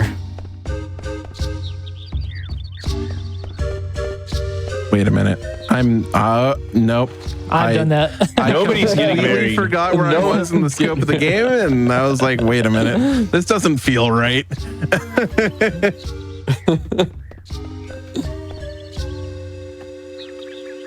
So unfortunately, we don't even have the chance to see them get married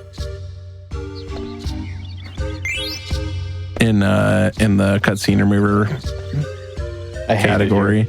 It just takes it out. I would have if Man. we had the chance, but Oh, so you wouldn't have done it? Is what you're saying? You would no, have skipped I it? would have. Wow. I would have. You You've all been nice. Also, You're speaking gonna- of nice, Oh, are we? Yep. actually, L. We'll just name Aiko L. L. Well, that was the plot twist, dude. I thought it was good, and then I was like, expecting nah, them to we're gonna go. go with L. Dude, like, I genuinely think The Sixth Sense was more predictable than what just happened.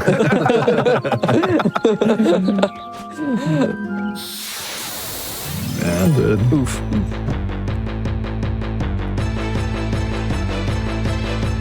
This screen also has an encounter check skip on it as well, but honestly, I don't know that I ever get it. I'm not very practiced on the screen either. Yeah, it's pretty. I mean, You just need to can grab the skip a ladder check. from far away. It's very tough, though. Yeah, if you just grab the ladder from kind of far away and then you use analog and kind of hug the wall. It almost feels like your movement is bad because you're running into the wall, but you really do cut the check. It's kind of strange. Yeah, I gotta do this menu here. Optimize desert boots. Optimize desert boots. And then we go empty tech, undead, and let's go. All right, so you're set up to steal the fairy flute. Yeah, Yep, we're gonna let's go. steal the fairy flute.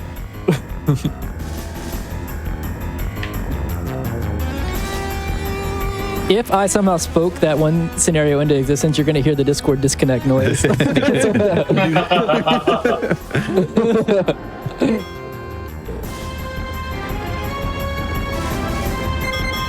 Okay. All right, let's go. I love Vivi's dodge animation. Yeah, it's so good. Oh, we're lucky 17? Of course. Boom! Let's go! Oh my God, let's go, dude. Let's go, man. We call that the vicious voodoo, which is also consequently the name of episode 3 in Sly Cooper and the Thievius Raccoonus. The vicious voodoo, baby. So we actually got the 7777, which is awesome. I told you we would get it on one of them. I felt confident. Alternatively, we could have done it for 1 damage 7,777 times. In the one video guide I made with A-Bomb, I demonstrated how to do it 8,106 times for all of the damage on Hilgagars. So you can kill him if you use Lucky Sevens 8,106 times in a row. I hope someone clipped that, by the way, when I put the glasses on. I'm going to need that for later. No reason. All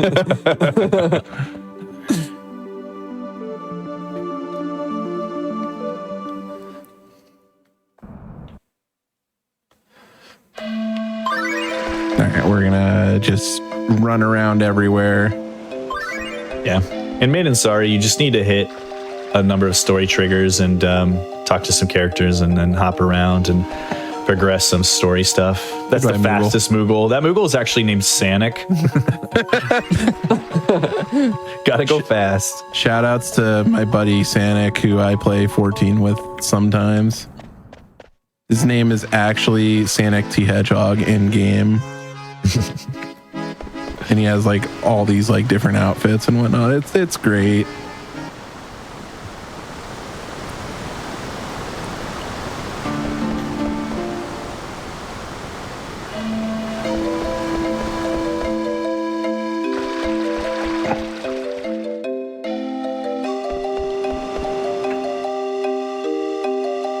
It's kind of a shame. The CSR, when you come here and the beginning of the game and at this point, you miss out on one of the greatest characters in Final Fantasy IX, who goes by the name of Jane.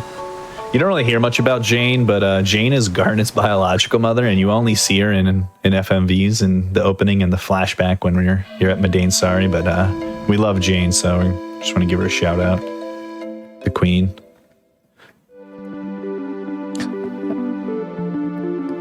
Also, Amar, I don't know when we want to do the next break. I don't know if you want to do it. We're going to do it before we go into Aephitry. I'm just going to get through Mountain Path really quick, and then we'll stop before Aephitry. Get through Mountain Path really quick is like the biggest commentator's curse I've ever heard. I know exactly what I just said. Or open solution on Z. I swear, Muskie, if this is 2 trolls, I'm throwing my controller. Troll. Oh my! Let's go! No. Hit him with the solution. That's Okay. Hit him with the solution. No. Do it.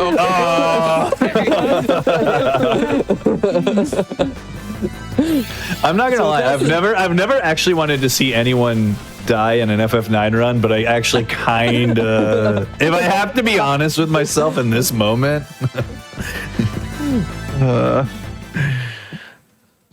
I actually have a recent clip where I had that happen to me. I got solution 9'd as Zidane, and the Zidane went on to miss his next 2 attacks.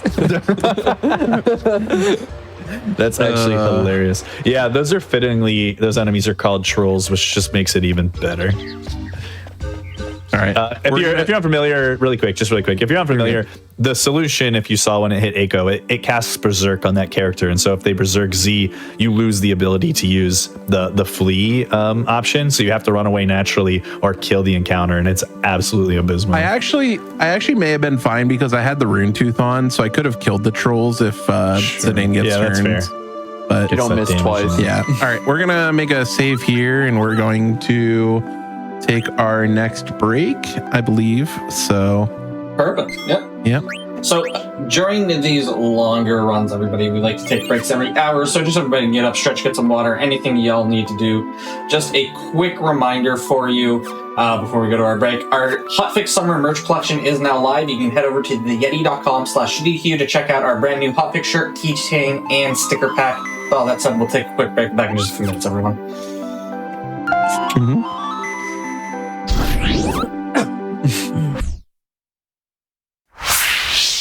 Hello, everybody. Welcome back to the Games Done Quick Hotfix. Today and tomorrow, we are celebrating the 25th anniversary of Final Fantasy IX. We've got a bunch of Final Fantasy runs lined up for you. We are in the middle of a Final Fantasy IX speedrun. I will hand it right back over to you whenever y'all are ready. All right. Yeah, thank you. So yeah, we're about to go into the Aoife tree, and I'm hoping that this works, but I'm gonna close this out. Oh, never mind. It did not work. Maybe I'll give it one more try. Nope, never mind. It didn't work. Okay, so if you keep calling the Moogle on the world map screen, you don't do anything, it'll eventually say I'm sharpening my knife, Kupo, and it's great. But yeah, we're at the worst place you possibly could ever be that isn't Desert Palace. Welcome to the Aoife tree. This is by far the highest set of encounter rate screens in the entire run up to this point. Wait a minute.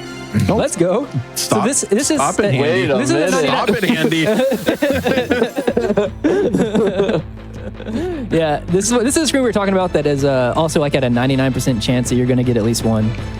Which is fine. We actually do want a little XP here so we can get Zidane to level 16. The next boss that we're going to fight has level 5 death, which instantly kills any character whose level is divisible by 5. And if we don't kill 2 Stropers, or like a Stroper and a Draco zombie or something, Z will often get there at level 15, which makes the fight a little bit annoying to deal with. You just have to be a little cautious. So we try to kill 2 things to get him to 16, as well as farm some AP for the ability to protect girls for later, and basically make all of that just a non-issue. Yeah, they are not birds, they are rocks. Honestly, 2 to the interior is incredible. Yeah. Yep. Yeah, that's really good. Surely you're not getting 12 underneath. Don't say that. Yeah. The screen chances are only 66, 55, 46, and 96%, but who's counting, right? Yeah, if we can just mute Handy for the next 2.5 hours. Just kidding. Don't actually. Look, I've been cursed with this ability to curse, and I'm just exercising it. Well, the nice thing is that, like, even if the interior is really bad, it will still be like an average Aoife tree overall. True. Because of how good the exterior was. Yeah. So we take those. Ask L. Yeah. Every episode of Death Note just got quoted there.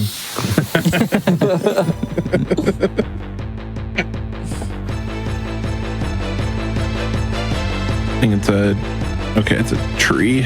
Beautiful. That's really good. So now we can kill this one, and then we should be all good to go on XP and AP. Good stuff. Yeah, because these things are rocks, we can just throw soft at them and they just become too soft to live and die immediately. Yeah, just go throw a soft at your local tree. I mean, don't actually do that. I don't think you should be throwing things in general, but I'm not here to tell you what to do, Amor. Yeah, once the no throwing items speedrun SMH.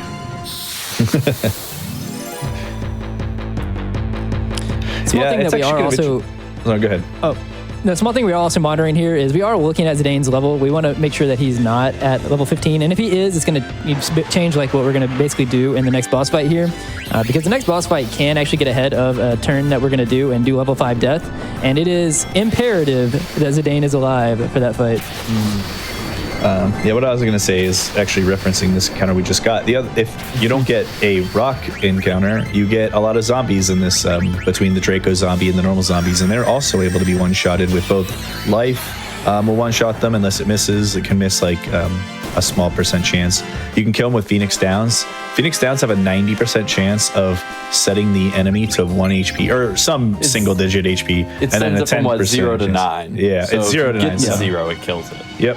So you can put it at any of those single digits. And so you have a 10% chance of killing it outright with a Phoenix Down. You can also kill them with an elixir, but that's just like kind of a waste of elixir on a random encounter. It's a lot more useful on the Mistodons later. Yeah. Yeah, we use the actually, I don't Phoenix know- down a lot, so you usually always try and follow it up with like swinging with anybody because Yeah. it'll always kill, but you could kill it with the Phoenix down. You know, we always life this one or Phoenix down this one, so I don't actually know the answer to this one. But someone in chat did ask, bird? Question mark. You know, it looks like a Is it- bird, but it's on the Is it not? ground. I actually So don't I believe it's an Oh, yeah, okay. undead dragon. yeah, I think it's undead and dragon. So no bird. Sag. Yeah. Was that number 3 underneath? That is 3 underneath. We got 1 Stroper, 2 Draco zombies. I'm going to check Up something top, really you quick. We're good. You should be Gucci. So that was 5 total. Yeah, that's really good. That's really good, actually, for PSX. Yeah, it is.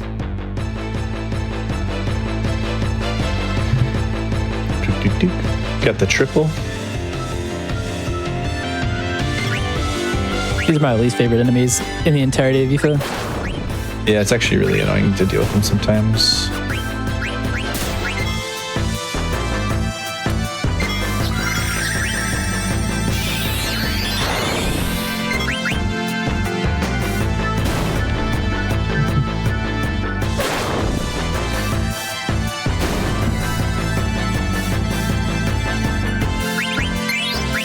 Should get the 16. Still level 15. Yeah, but Yeah, it should be you'll after get this it. one. You'll get it on the Draco zombie, yeah. Yeah. Unless you get zombied and kill it because you didn't cure it, but don't do that. Okay. That's not going to happen. We're not. No, that's not going to happen.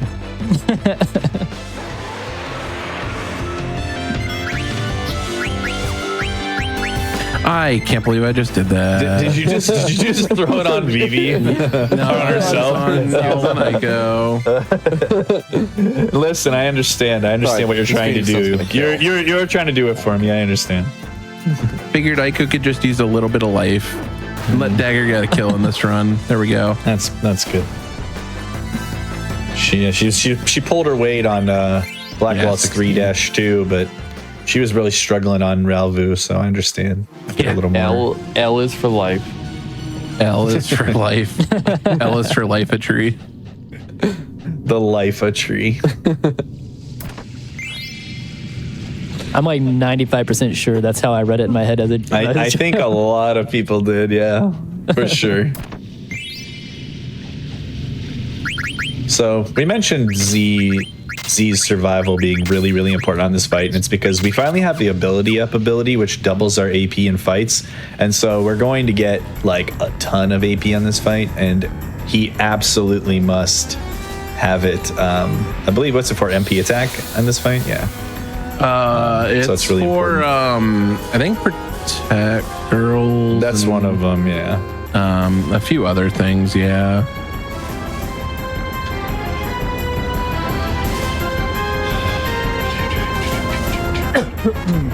So this is weak to fire. But it's also undead, so yeah, like I said, we can just throw an elixir on this guy.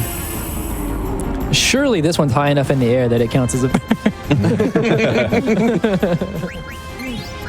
Aiko didn't even give you a chance to do life that time. No. She was so disgusted with what you did last time.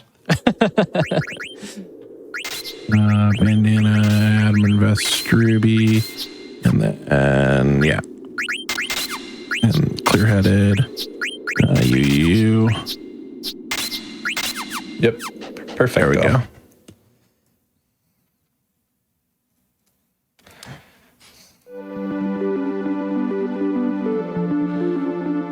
All right, time to go fight myself.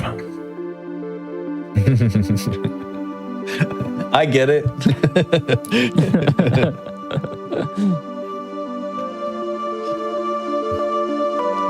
Glad somebody did. I got You know what time it is, guys, right? Troll Patrol. Troll Patrol number 2. Troll the sequel. Why is it that like when you said you know what time it is, I instantly like Limp Bizkit's Rollin' just started like going through my head? Why is that a thing that just happened? Dude, I think I got my next song ready. It's gonna be called Patrollin'. Oh my god. You know what time it is.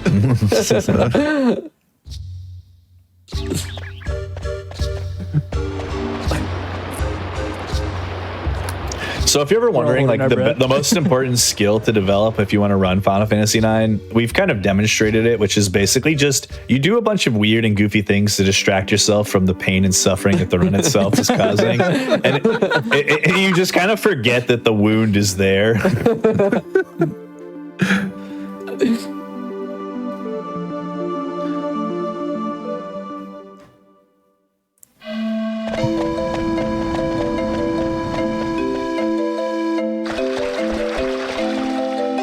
YouTube.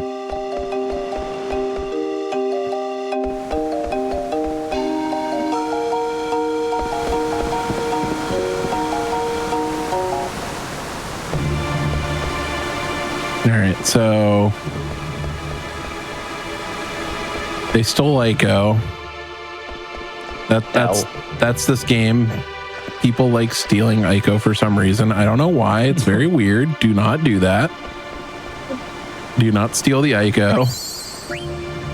Or actually, don't steal L. It's actually L, not Ico. Right. Don't steal L.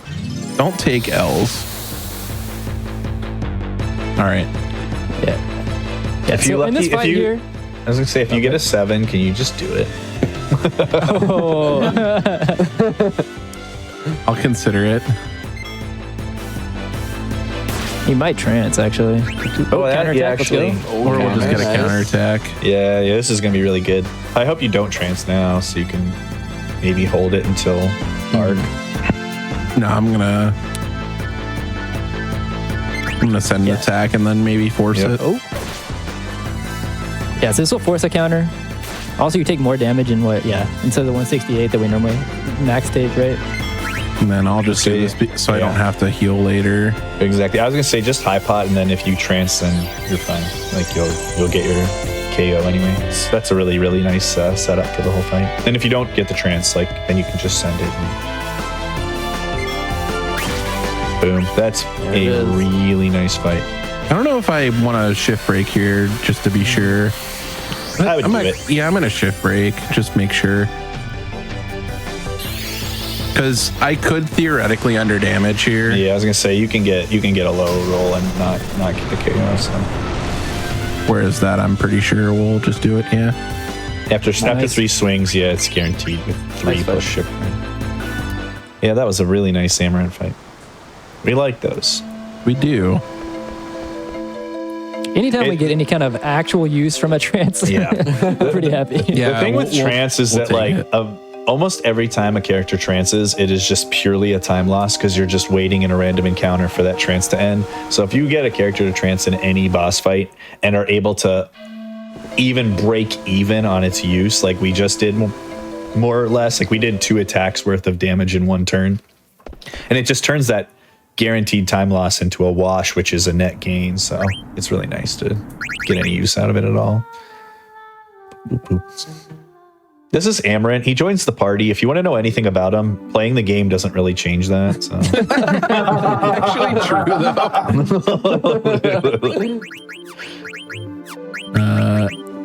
though. L cure. And yeah, it's like Eureka in FF14. Cure L. We could still get the sequel here. Don't. Troll Patrol? Don't. The solution boogaloo. You know what time it is. Keep rolling. I wonder if Fred Durst has ever played FF9. Yo, Someone call up Uncle Fred and see if he wants to learn the speed run to FF9. That might be a sentence that's the first time anybody had ever said. I'm pretty sure I've said it at least twice.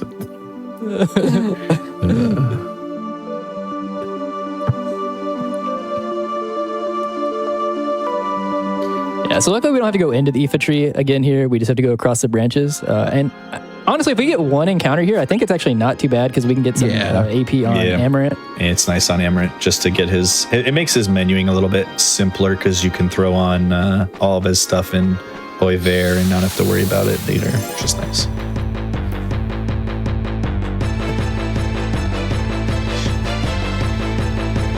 Yeah, this is actually the encounter we want. With a good ATB too, which is very good ATB. We'll take that. ATB. Or also as we know him in the game, elite trainer boxes. You down with ATB? Yeah, you know me. These really station wagons is crazy.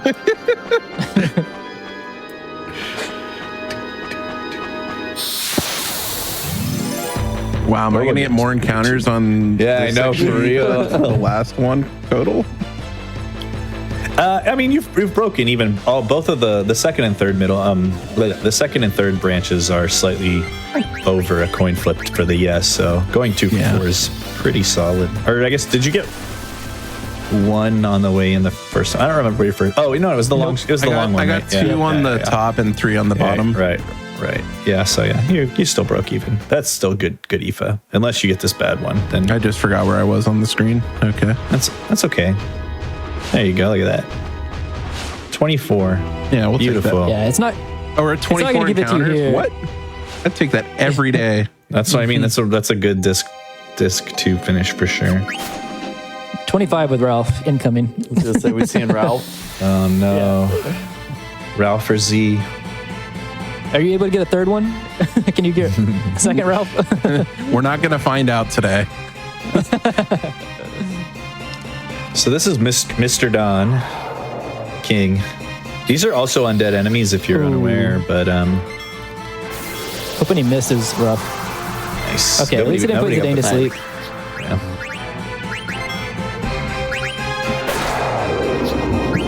I'm just gonna do this just to ensure Guarantee in that case she whiffs. okay, we're good. One of my worst clips of any run is, as any of you know, that I hate on Aiko all the time, just jokingly. And she got a quick ATB on Soul Cage because I was like, Aiko, you can win my respect right now. And she got an immediate ATB, and I was like, I respect you now. And then her life missed, and I was like, never mind. JK.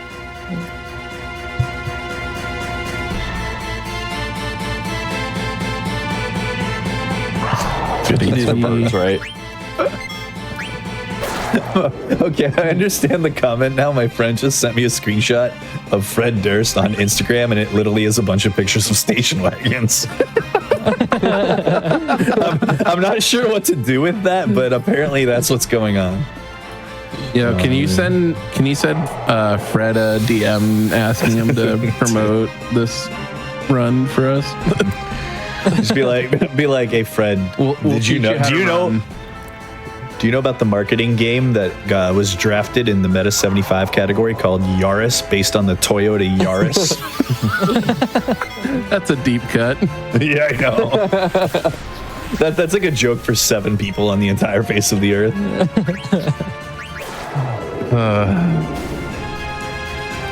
Yeah, so we basically almost always get one encounter here on this screen.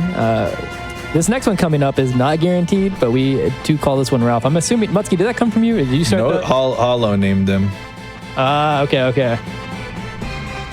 Ralph, so, the lonely Mastodon. Ralph question mark? I think we're good. Yeah, I was gonna say. Hey. I feel like after you do it so many times, you kind of know like the last point at which Ralph will come, so you kind of know when you get there, but you just kind of hold your breath. On the Japanese version, you almost always get both encounters. It's like the opposite of the NA version. Yeah, it's kind of interesting. What's the time currently? I don't have the stream up right now, but 24 encounters. I mean, like time, like for the run. 2:19:30. That was really good. All right, so cool thing here. If you actually run this game, you actually can take a break. But we're just going to continue the run because we've taken many breaks already. Yeah. So if you do want to learn, we do have that available. Because the breaks out of the FMVs of the full version, obviously, which are removed, so there's not really an opportunity to like stretch your legs or run to the bathroom or get a drink. So at the CSR, they've added a 5-minute timer stopping break that you can use if you'd like, as much or as little of. Most difficult movement in the game. There it is. There you go. Just executed to perfection. Also, a really nice thing about that, just to be very clear about it, is like that 5-minute time. You don't lose time based off of it. It's accounted for whenever you do it on the leaderboard. All right, hey, there's a chat question. I actually want to know, what's your guys' favorite OST track in FF9? Mine's basic. You're Not Alone is like that whole section is. That's like a great moment too, right? Like the song is enhanced by the moment. I feel. Yeah. That's going on. I think I have to go with Village of Dolly. Okay, that's very good. Good. Mine is probably. Are we talking zone or are we talking like boss? Because I have one for each. For zone, I would definitely say Terra. Like I love the music of Terra so much. And then for boss, it's definitely Grand Cross, which is the theme for Necron. Nice. I think Terra's mine too. So the Black Mage's version of Grand Cross is absolutely incredible. It is sweet. I like that. I could go on about a bunch of them, but yeah, Black Mage Village is also, I think, like up at the top for me. Yeah, it's and then also Esto Gaza, like the vibe of Esto Gaza is just so good. Right. Dark Messenger, Twin Jesters are both really good. Messenger's a good shout. I think I've said this ad nauseum on my stream when people ask, but one of my favorite references that 9 makes, obviously if you've played 9 or if you've not, 9 makes a ton of references to 1 through 8. Like it's kind of like the callback to the original Final Fantasy games. One of my favorite songs is the Pandemonium song, which is just the song called Pandemonium Castle from Final Fantasy 2, but it's played at half of the tempo, so it feels like its own song. But if you like put it on YouTube and put it at 2x, it's literally the same melody as Pandemonium Castle. And I just really like that a lot. It's a really cool little, same little thing. There's so many choices that you can just go with, and like honestly, you could justify probably any of them. I mean, any of them you could, but. All right. I mentioned that that one song earlier does kind of wear on a little bit, but honestly, I don't think there's a bad song in FF9. Like there are some that I like more than others for sure, but that's okay. Hey, you got the free top left corner. Yeah, hell yeah. Let's play, right? Let's go. Yeah, so for anybody who maybe is watching and has not seen an FF9 before, you might think that maybe runners somehow have figured out a way to manipulate this or something to make it better, but that is not the case. We have ways of playing that just give us statistically better odds, but we are still at the mercy of FF9. This is a get good section. Yeah. And sometimes it's just like this. It is not always just skill check from FF9 here. It's skill check and a little bit of and a lot of get lucky. The first 2 of the 3 games are must-win games. The third one you don't have to win. Unfortunately, the first 2 games are considerably more difficult to win than the third game. The third game, which is the optional win, you get a nice little reward of the Rebirth Ring if you do win. It's definitely the easiest because your opponent's cards are all bad. The second game, the opponent's cards are way better than ours on average. The first game is pretty even, I feel, but game 2 is kind of rough. Yeah. I mean, and honestly, I would just put it in the blank. Yeah, right there. I would. Well, no, then I draw. Win. That's the problem. Yeah, draw. Yeah. Take the wired and just pray. Yeah. That's fine. That's fine. It's the same outcome. So. Yeah. I'm going to take one with more arrows. I think I need more arrows. Also, the one thing that's the one thing with Final Fantasy trading card games in the both 8 and 9 and in 7 Rebirth is that going first or second definitely is a distinct advantage or disadvantage. And in this game, going first in Tetramaster is so bad it's not even funny. Like going first is objectively like your chances of winning just tank when you go first. Free spot. I also think that, if I'm not mistaken, whenever there's like an attacker's disadvantage like built in, correct? Like if two people are even, I think that the person attacking has a lower odds chance of winning. Right. Also, Tetramaster is not being kind right now. No, it's not. Yeah, you win there, right? Yeah, I do. 6-4. Yeah, 6-4. Nice.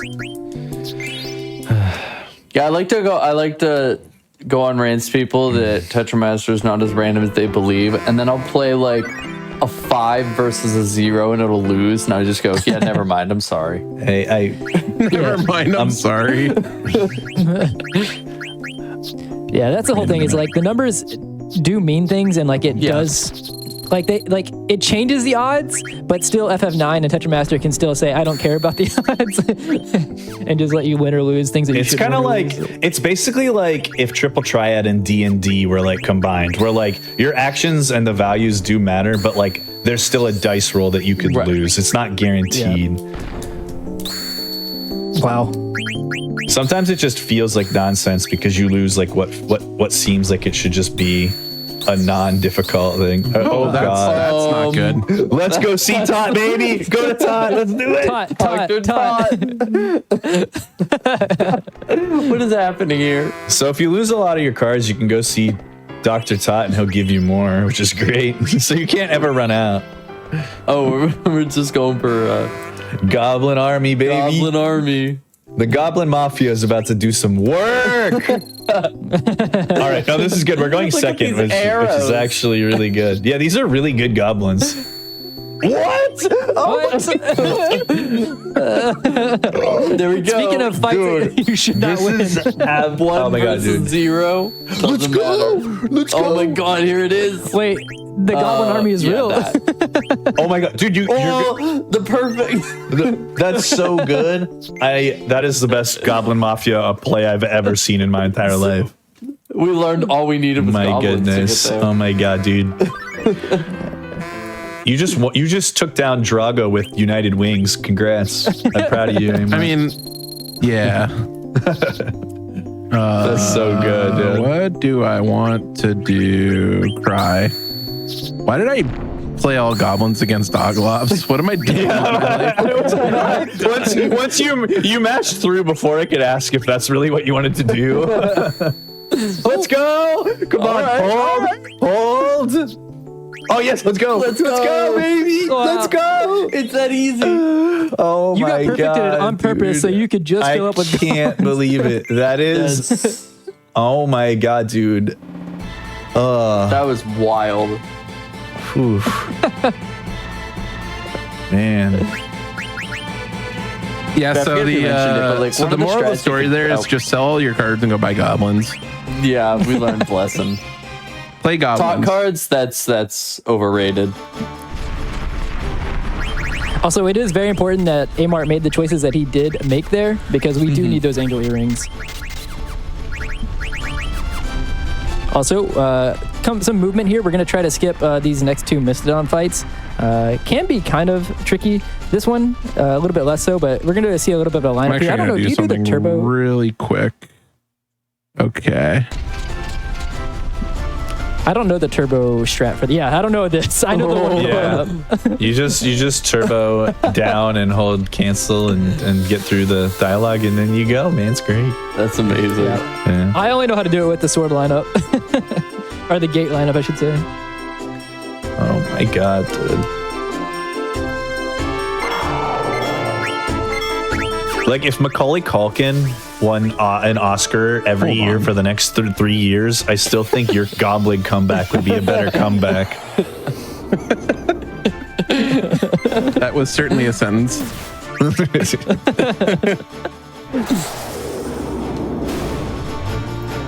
Durstodons. Okay, that one got me.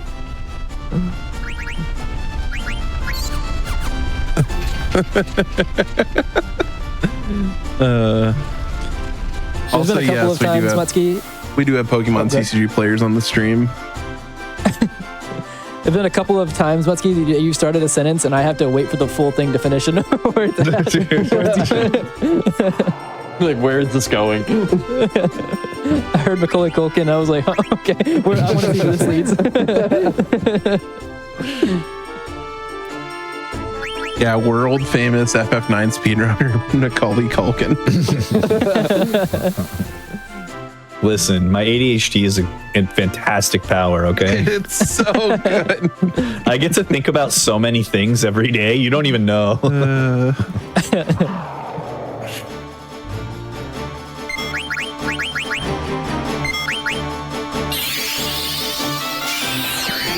So we There either we go. attack here or life our way through all these fights. This next fight actually has set ATBs, so it basically goes the exact same way every time, except I'm going to speak it into existence. You could get misted and someone could sleep, but surely not.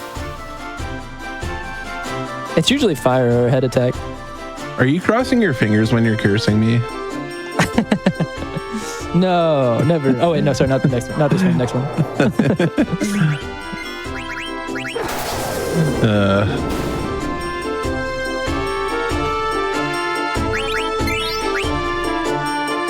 I'm assuming mist is the least likely of the attacks, right? What's that? Is mist the least likely of the attacks? I don't From the actually stones? know. I don't know if it's like the least likely or if it's an even distribution of 1 out of 3 between Fyra, the head bash, and okay, Mist. okay. I'm not actually sure.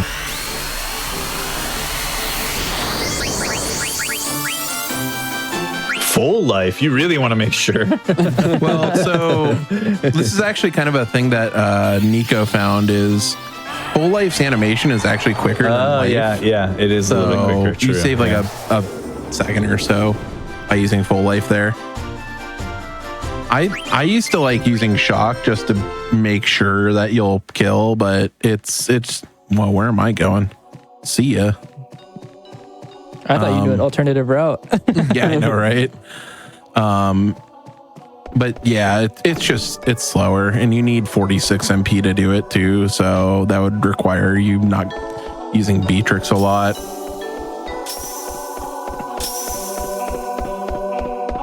Emart didn't want to summon Alexander. He was going to summon Doom Train.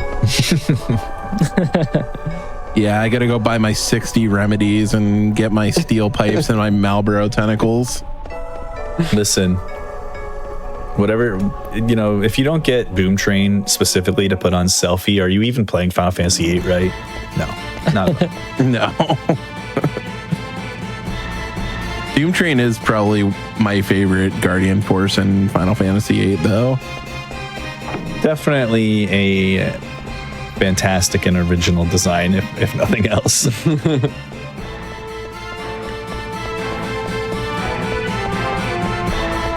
All right, so we're just kind of running. We're going to save Dagger and Aiko from getting wrecked, getting Eld. And then we skip through all these scenes and boom, it was all a fever dream, and you got to pick up this chest I was over about here. to say, yeah. It was all a fever dream. You actually just woke up. It's the plot of FF8. It was all a dream. Garnet is Necron. No, she's Biggie. It was all a dream. Thank you. You got you, dude. Listen, what would this run be without Fred Durst and Biggie Smalls?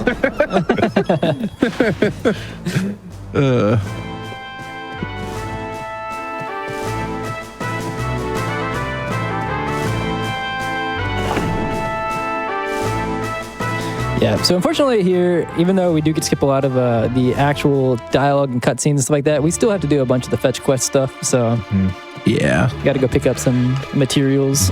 I would be remiss not to mention the fact that the first time Final Fantasy IX was on a Games Done Quick, Spike Vegeta skipped one of the potions that we're about to gather and had to wander around and figure out which one he didn't grab. and got to spend some bonus time in Plot City. You got to really explore Limblom. So shout outs to our guy Spike. Poor Spike. I hate when that happens. It's actually like so one- easy to accidentally skip something. Yeah, here. for sure. I was gonna say it's like not hard to do because it's all dialogue with NPCs, so just kind of autopilot. Yeah. I have definitely done that before myself. I've also I've also dropped the bridge before getting the Germinus boots in a marathon style run before. Oh no! And I had to go all the way back to Gizmaluk or before Grotto to pick the run back up. It was in the relay. I was about to actually ask. I didn't know what the backup would or could be for that. You can synth a pair of Germinus boots in Trino. Trino, but I didn't know that at the time. No. I was definitely on the panic train. I just shut the console off and reloaded my save. I heard doggo. I heard no dogs. I didn't hear a single dog.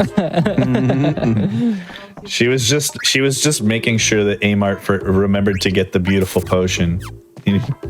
True. She's like, what if he forgets this time? Actually, this is me right here. Bow wow. Yeah, that would. Yeah, don't worry, Moo. You talk to the dog. It's fine. Yeah, and talk to your best friend. It's okay. Half of the people that watch my channel watch for my dog and not me anyway. So it's, now everyone gets to If anyone's experience a sub to Mutt, please share your favorite Moo emote. there are a few. My favorite is Mutt High Five. Oh, yeah, that's so good. Yeah, I'll give you one here. There it is. It's so precious. No, what a sweetie.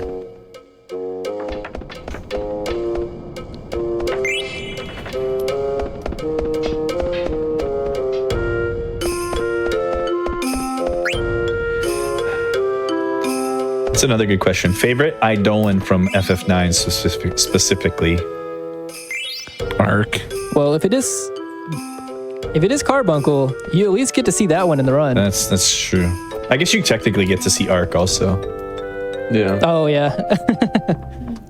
I don't actually love a lot of the FF9 Eidolon design. FF8 has my favorite summon animations and designs. I think I really like. But I will say that I think the Bahamut design is really good in 9, and the Bahamut Alexander FMVs are my favorite FMVs in all of Final Fantasy. So I'm just gonna say both of them. I'm gonna give it a cheap answer and say both Alexander and Bahamut. I do enjoy Atomos. So good. Oh yeah, dude, that's another good one too. Yeah. And he comes and just absolutely obliterates Limblum. It's a good one. I don't really care for Medine, which we also get to see, but You mean Kirby? Or Atomos? Thomas is Kirby. Yeah. Sorry, I saw what Hobbit said, and I was like, you mean Kirby? Fenrir is a good. FF9 Fenrir is pretty good too. That's a cool animation. I've been slowly collecting all the FF9 full arts for Final Fantasy TCG, and They're so good. yeah, all the summon ones, especially the recent ones that have come out, are so good. I go base, right? Yeah. Hey, I hear you have a sweet mat with Leviathan on it because you're going to Nationals. Yeah, I hear you do too, because you're also going nationals. Wait, Zick, you didn't mention that part to me. I feel betrayed.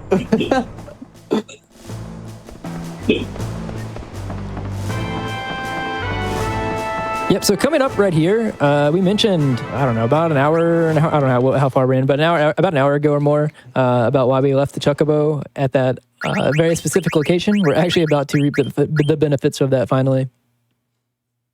And take Vivi, Quina, and L. Everyone's favorite L.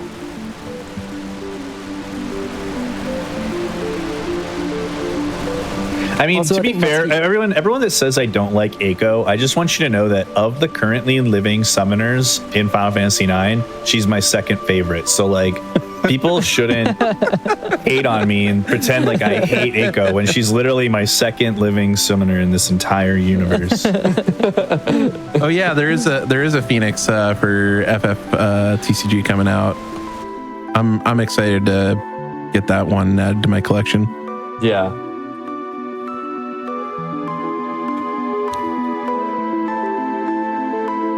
All right, So we left the Chocobo here earlier, so we have a nice little. You might as well. Yeah, you know, I'll just get it When in ready. doubt, swag it out.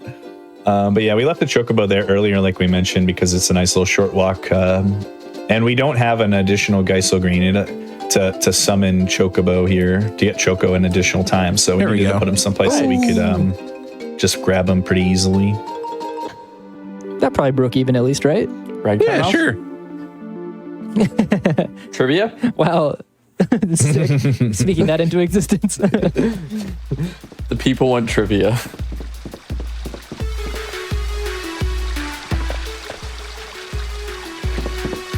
All right, hey Zick, Wait, let me what's ask you that? something. Here, I'm gonna ask you each one of the trivia questions, and you just have to say true or false. All right? Okay. All right, Oh, Zick, no. you're first. Okay, I'm ready. Limblum Castle is larger than Alexandria Castle. True. Yeah, that's absolutely true. It's huge. It's huge. It's huge. It's huge. All right, Handy. Oh god. Only one desert exists in the entire world of Gaia. False? That is false. All right, Amart. Everybody's not disappointed us yet, so. Okay, well, here I am, ready to disappoint. Here's Amar. All right. The theater ship Prima Vista was built in Artania shipyards. True? That's so false. I can't believe. Oh my god. Dude. Oh my goodness. Shut it Get the down. rundown. Yep, Oh my god. it's over. Am I even a speedrunner? I just want to say that there. That should tell you all in chat how few times I've actually gotten the rag timer, though. Nope, you're getting 3 in Desert Palace just for that now. Don't you say that? That's messed up. But they'll be quick. Ish.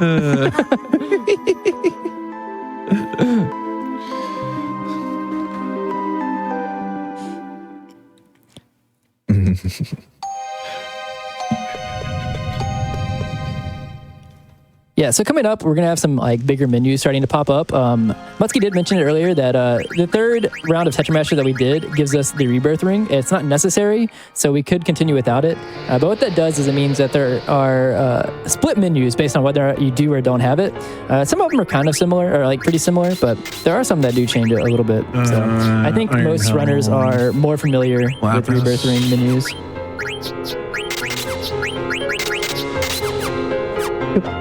Perfecto. Yeah, I'll say my disc 4 rebirthless menus still need work. I am like, people are always asking me, and they're like, whenever I lose the card game, and I'm always like, well, I never practice these, so we'll see how they go. Like, I just never practice the rebirthless. I'm just like, yeah, whatever, it's fine. Most of them are the same. There's only actually like 2 menus that are different in disc 3, but then every menu in disc 4 is different. Right. Also, we are not running from this fight, you'll see. We do want single ogres. We would like 3 single ogres at specific times. Like here, we're already getting 1, so we're getting our AP that we want. We're going to do a menu here going into Oilvert. And after that, then we want to potentially get another one at some point before we switch parties. Or sorry, not before we switch parties. Before we come back to the screen, then we want a third one. So now we've just found the Hildegard 2, which is the steamless, or a mistless rather, and steam engine airship that Sid had built before he was turned into an Oglop by Hilda. Nice. It's named after her. And then Kuja kidnapped her and stole the ship. And so now we found it. And we got to ride it to this continent here. I'm surprised I so only had only getting- one there. Yeah, that's nice. You average, I think, 2. It might be a little bit over 2, but I think usually you average exactly 2 on that screen.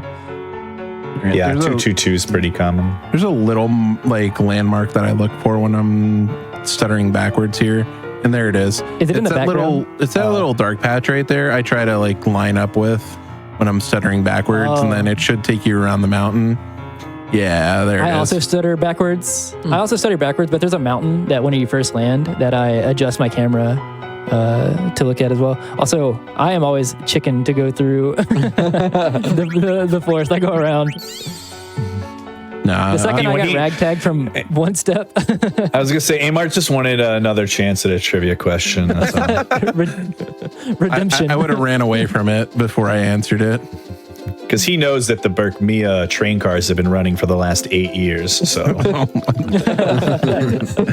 That's false. some of the trivia questions are actually like hilarious. Like it's essentially all things that you can find the answer to somewhere in the game through dialogue or like interacting with like things. There's a lot of things like items you can interact with that have some like random pieces of lore and history of the country or the city that you're in.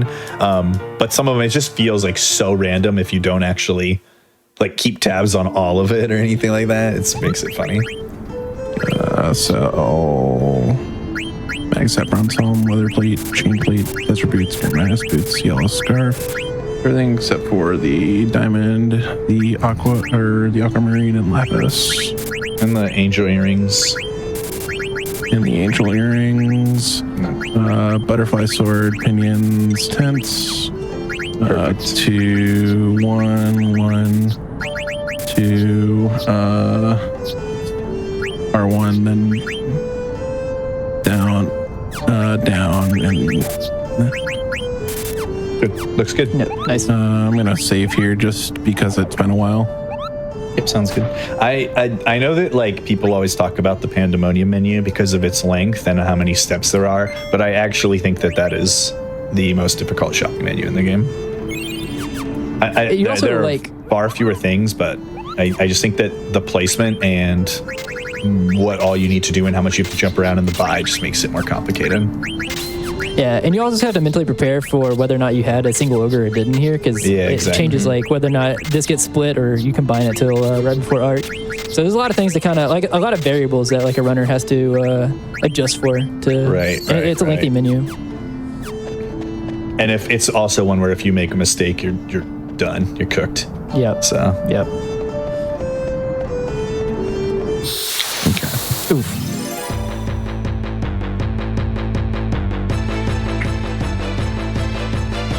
Yeah, it's been a while since I like actually practiced that, so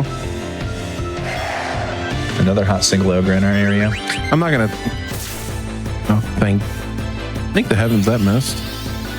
I don't need to be losing all my high potions.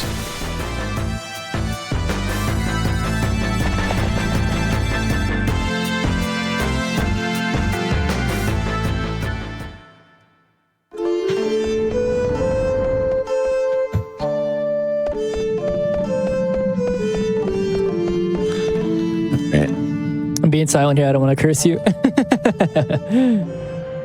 I don't actually know the average here. I'm gonna take this elixir just for safety.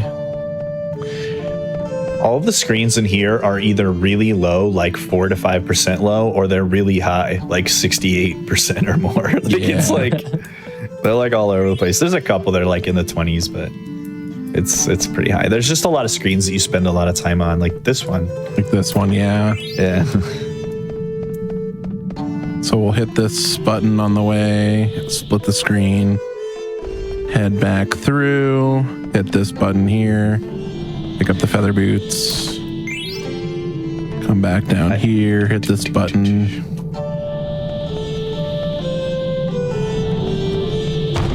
Nice. Yeah, not too bad. Shield armor. I also, this is like one of the instances of one of my favorite things that this game does, which it uses the title screen song, which is called The Place I'll Return to Someday. And it plays at all of the locations that kind of like hint at the existence of the world that Zidane is from. And so Oiver, which has a lot of the explanation of stuff from Terra, and the first time that you actually learn about the attempt of the fusion of and taking of Gaia into Terra to fuel its life force is really cool. And I just like that they use different versions of that song in all those different locations, like here, Ibsen's castle, and then obviously Terra itself is cool.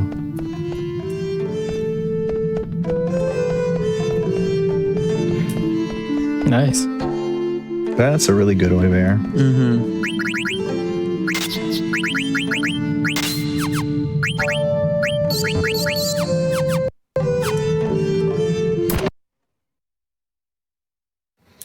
She does have sadness on, by the way. So you should get rid of it. Oh, trouble. I mean, yeah, I keep saying sadness because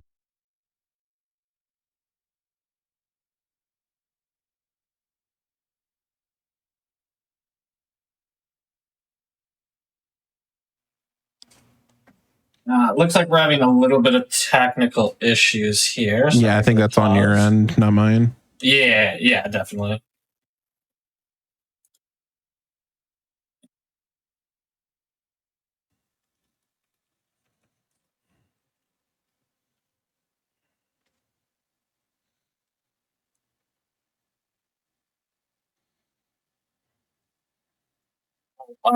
Thanks for pausing. It's a little bit of technical issue. We're in the studio, just trying to get. I think we're good. okay. And we're good.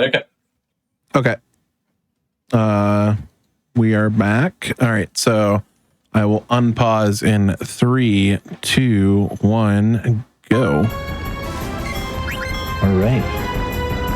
So this is Final Fantasy IX, an RPG from 2000. So, Sly This is Sly Cooper. yeah, you can steal items like Sly Cooper does. There's also some trivia questions if you're curious.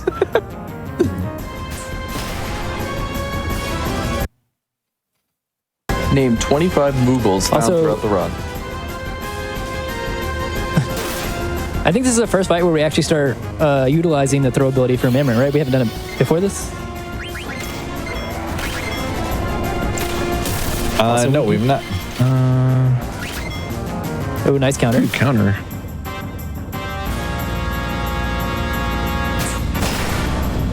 I was going to explain more about this fight, but then I also didn't want to curse. So I was waiting. We are looking at a bird. All right. We are looking at a bird. This one definitely looks like a bird because it has a beak and it flies. It has 2 bird elements. This looks like, honestly, it's like Cresselia, but with a sword, a gunblade. Gunblade Cresselia. Nice, not too bad. Yeah, no, I was Yeah, gonna say really we didn't solid. want to see Boomerang there. I actually had a run where I got Boomerang 3 times in a row. And It happened to me very recently, actually, and I was like, huh, okay. Oh, okay. Yeah, I exactly. feel you. It's a bummer. You get to the point, I think, as an FM runner, you're just like, all right, and you shake the game's hand whenever it doesn't like Yeah, it. exactly. Like, it's the only way to just take it in stride and just be like, oh, so you can do that. Got it. Cool. Yeah. That's good. We're doing that now. Okay. Yeah, for real. Frog is moving. Maybe I eat it. Oh, yeah, we did throw it. We threw an explode out at the first ogre because we got it early. 1. So we are losing here on purpose. It does get rid of the 2. quick turnaround from the enemy, which ends up being more consistent. I'm assuming, I don't actually 3. know the numbers on it. I'm assuming you could possibly be faster by doing it and getting it successfully the first time, right? 4. Yeah, you yeah. definitely can, but if you mess up at all or get caught on the first attempt, it is way slower. Like, so Right, it's yeah. if you get it first try on the first attempt, it is a little bit faster. But if you mess it up, it's considerably slower than just doing the fit, if that makes sense. So like, Right. you just need to be really, really certain you're going to do it. And there, some of the top runners will do it first try because they're very confident. But even like I don't do it. I still just do the fails because it's like impossible to lose it unless you're really trying to not pay attention. Yeah. Wait a minute. Huh? Oh, there we go. Yeah, there you go. Okay. I was like, Yeah. what is going on? You got hit with another trivia question. Yeah, Amar's struggling with the trivia even whenever the trivia is just, do you want to climb this or not? It's a tough game. The game said, do you want to continue? And he was like, well, do you want to Actually, do you want to do this mini game over again? Honestly. So this is the worst place Ooh, no in the split. entire game, honestly. The encounter rate is relatively high on every screen in this location, and we don't have Zidane with us for the first time, so we actually can't use the flee ability. So you either have to run away naturally, which this game's built-in like R1, L1 flee is painfully difficult to do to proc, or you have to kill the enemy that you're faced with. And so encounters can be really, really difficult to get away from and really lengthy in time.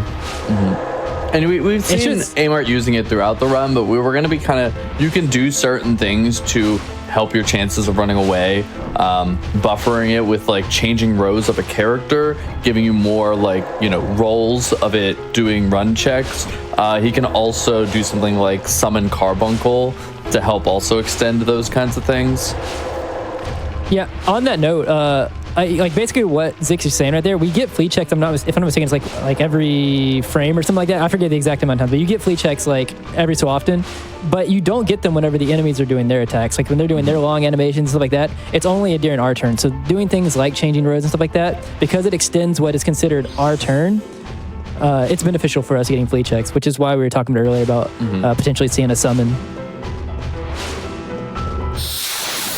Well, I mean, yeah. all right. There are definitely worse formations than others. Oh, okay. Nice. Yeah, preemptive.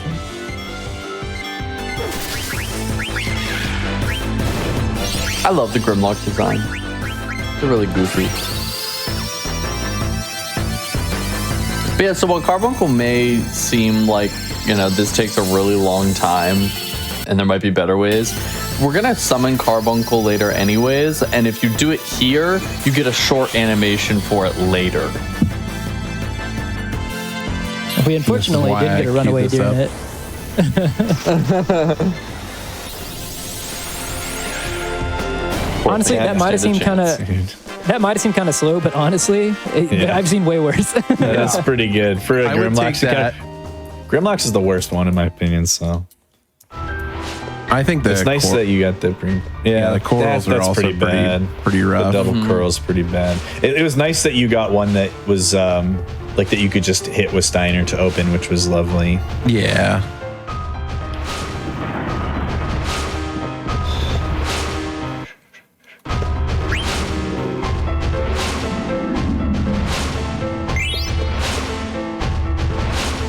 VB just doing a casual 8.8K also. Like, Just gone. Just deleted. While its back was turned. Nice.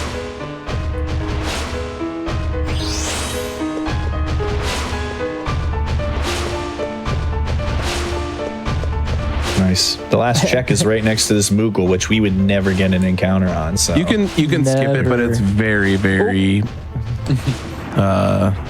I mean the last screen. You can skip the final check, but it's tight movement. doesn't Every matter. F9 runner's just kind of watching the steps. I would take that every day. So the best way to not lose a bunch of time here is to just not Is to get encounters. actually go to the right screens, right? That's good too. That is a completely reasonable option to consider. Sorry. Go ahead. I was just gonna say, just don't get encounters. Like you. just Okay, did. yeah. You got one, and it was a preempt. Like that's good. Yeah. If you want to stay in the Desert Palace, you can backtrack some more. Optimize leather wrist and He didn't see any of the kitties, so he need to go back. Yeah. Optimize aquamarine, HP ability, auto, gear, all, and let's go. Unfortunately, we don't get to see it in CSR, but the Valley Up Here essaying emote is one of my favorite ones I've seen It's a good one. since I've started running. But since we summon Carbuncle and then encounter, this one will be pretty quick, which is nice because it looks like we're gonna get turn Nice priority. ATB, yeah. And a quick one. Let's go. Nice.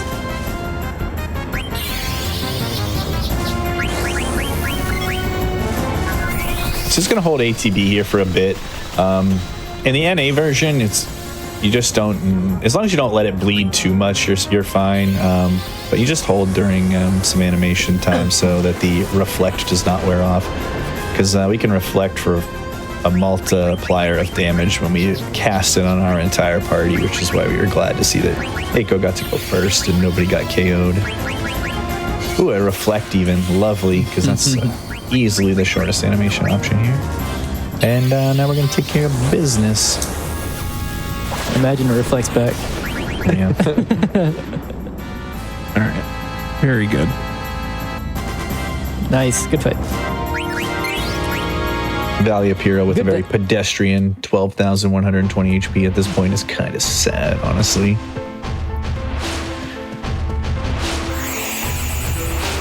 All right. How many encounters we're getting on these screens? Probably like 7. I mean, at this point, you're like due to have like 7 somewhere where you deserve I one, really so. am. I really am. Do we need to kill 2 ogres still? Is that Yeah, the we deal? do. Yeah, okay. So fine. We're gonna these kill one encounters are here. actually All right. good. Okay, perfect. Nice. So now... Amar, you're just gonna.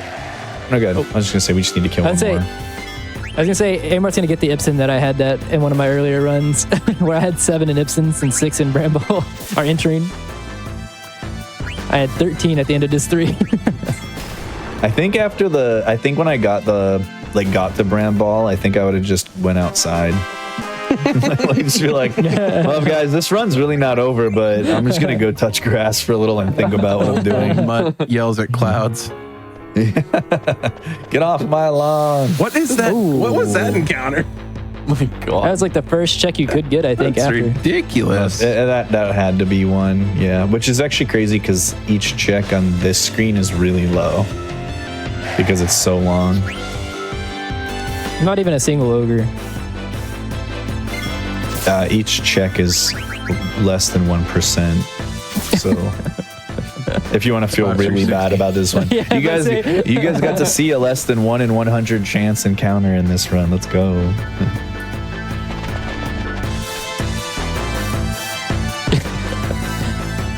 Just to kind of keep rubbing it in Amart's face. He's like, yeah, that's a 1%. That's also a 1 out of 100, in case you're wondering. I mean, if you want to feel any better, it could have been the second check, which would have made it a 2.7% chance, you know? Yeah, well, Slightly less bad, but 1% still might really as well be bad. 141 and 2/3% chance for me. You did nice. All right, well, average 2 across all of them now, unless somehow you get a 4th one here. All right, I'm gonna do something that's probably not recommended, but I think Quinna's a little hungry, so Oh yeah, let's do it. we're gonna feed Quinna an ogre here for no reason. This actually doesn't do anything for the run, but I think Quinna's just hungry and needs to eat. Delicious. So Quinna's gonna eat the ogre and learn Matcher Magic for no reason. Actually, no reason, I promise. Love that for them. Yeah, same.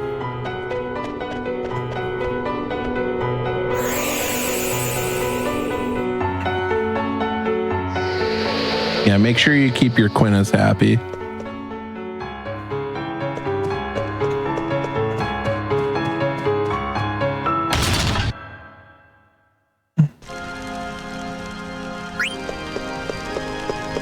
I thought we might have gotten that encounter too.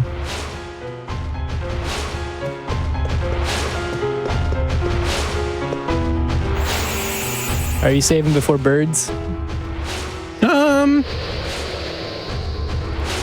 Yeah, I probably should. I've seen some cursed birds. Yeah, I really should. I mean, I thought you meant like before I go into Estogaza. Oh. Before Red Dragons, yeah, absolutely. Yeah, before the Well, Dargos. Actually, both birds, honestly. Yeah, sure.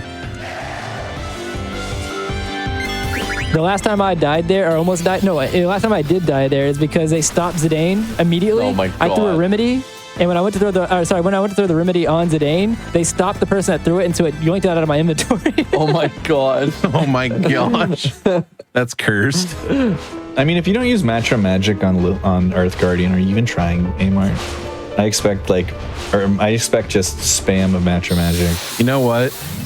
I might go for it one turn. I mean, you shouldn't, but I shouldn't, but since you've put me up to it.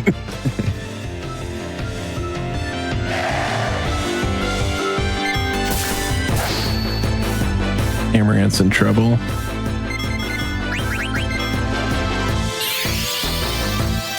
Amart's in trouble. if you had to guess, who would Amart's emergency contact be? What? Who would Amaranth's? Does Amaranth? I have a does question. he know? What relevance does this have to the speed run?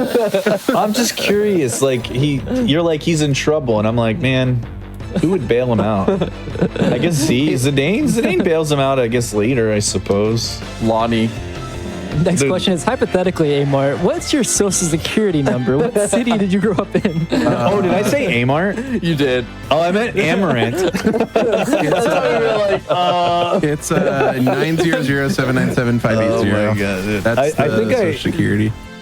That's also the HP numbers of Zidane for Anquina. I didn't totally just make that up. Hey, Amart, if you had a pet, what would your pet's name be? What's your mom's maiden name? If you had to include a special character and a number and a password.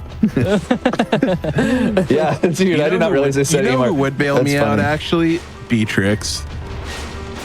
You know what? That's actually fair. Beatrix would 100% bail me out. Not just because I'm a Knights player in FFTCG. Gross. Gross. I blame you for making the joke about you being Amaranth earlier and me being like, oh yeah, that's a good joke. And then you actually are the same. You've become one. We need to get Amart a giant red wig.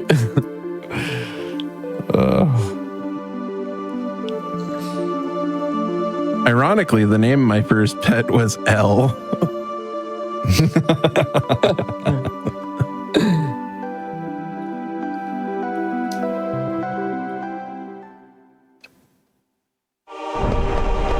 Yeah, we've been talking a lot about FFTCG today. By the way, if none of you knew, Final Fantasy actually does have a card game. And we're not talking about Magic the Gathering. Yeah.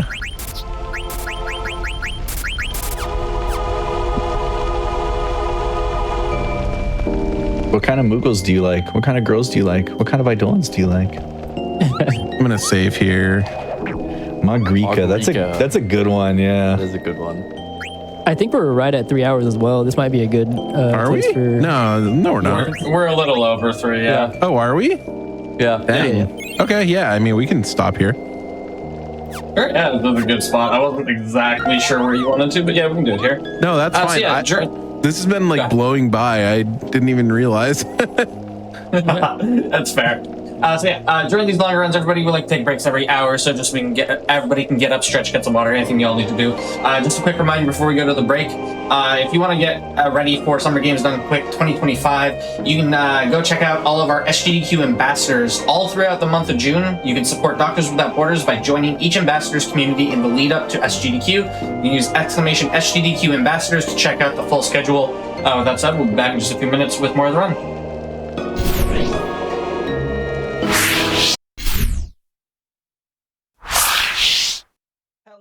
And welcome back to the Games Done Quick Hotfix. Today and tomorrow we are celebrating the 25th anniversary of Final Fantasy IX. We've got a bunch of FF speedruns lined up for you.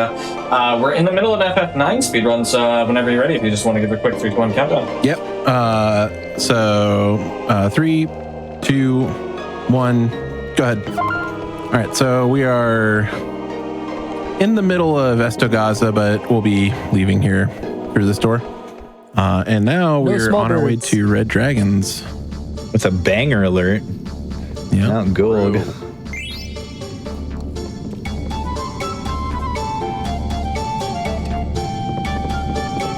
I heard somebody singing. That was me. Yeah. I was like, I heard 1 second of somebody singing. Such a good song. I do it instinctively, and then I realized I was like, wait, I'm commentating. Yeah. I did a lot set for your Chrono Cross run, so I set up my noise gate on stream to filter out my whistling so that like it doesn't annoy people. Octagon Magic. Optimize thunder, bronze, iron, coral, and optimize. No, it's this. And take distract. Distract, right? Yeah.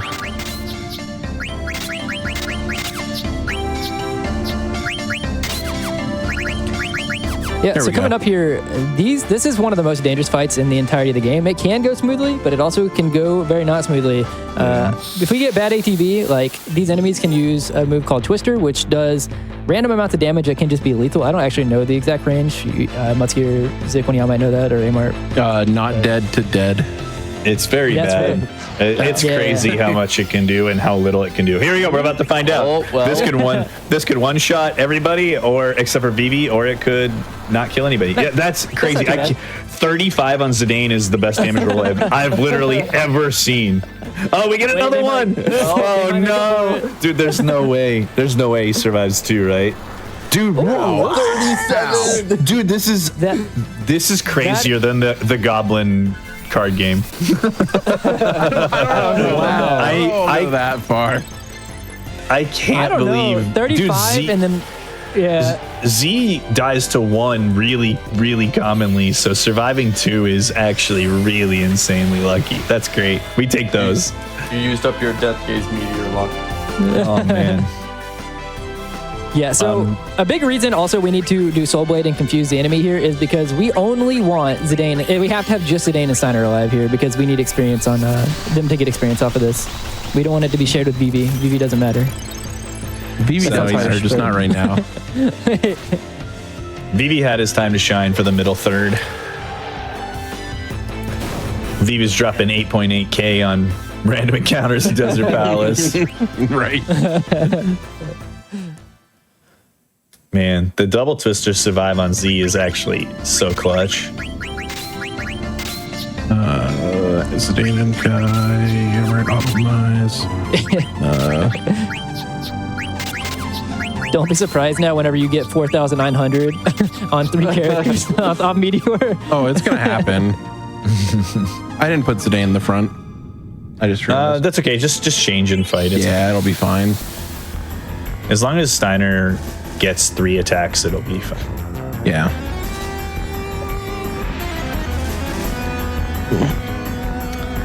If Melty opens with smoke, use Amaranth to heal Steiner instead of attacking, though. Yeah.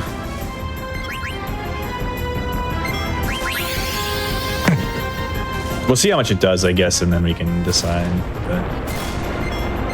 No, actually, no, just do it normal. Z got the first turn, so it actually doesn't really matter, I don't think. You can just do it normal. Should be fine. Yeah.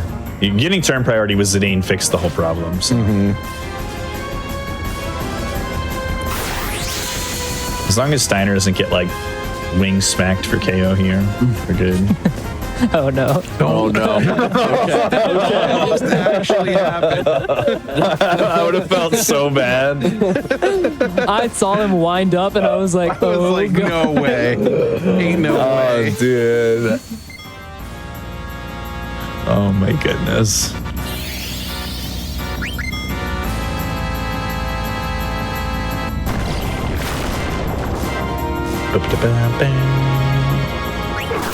All right. Let's go. That was a nice fight. Like, honestly, like the preemptive Z was perfect and fight went really well. So good stuff.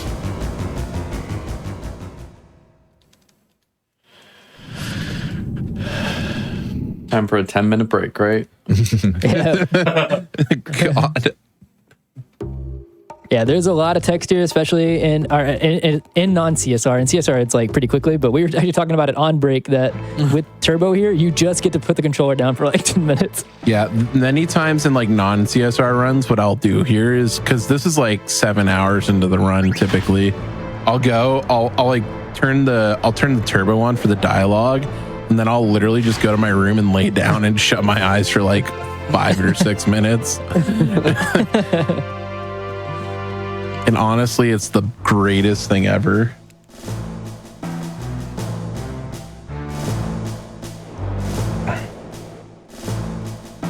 Yeah, Venom is really rough.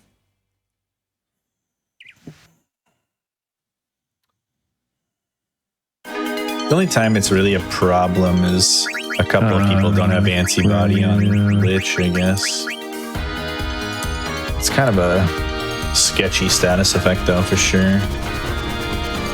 right, we're gonna see if I can actually stick the landing.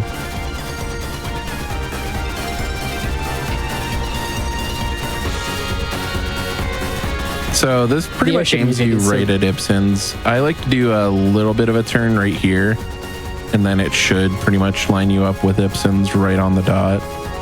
Yeah. Stick? Nope, I didn't. Oh, Almost. And then just spam X here, and it'll put you right in. Oh, interesting. I actually didn't know that. I thought you had to take a two steps away or something. No.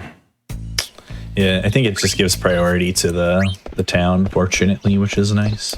It's easier to park, which is why a lot of people go a little bit to the right. It's easier to just park on the fly because of the hitbox of the town. That's a sweet encounter. I did say 7, and if that happens, I will leave the Discord call.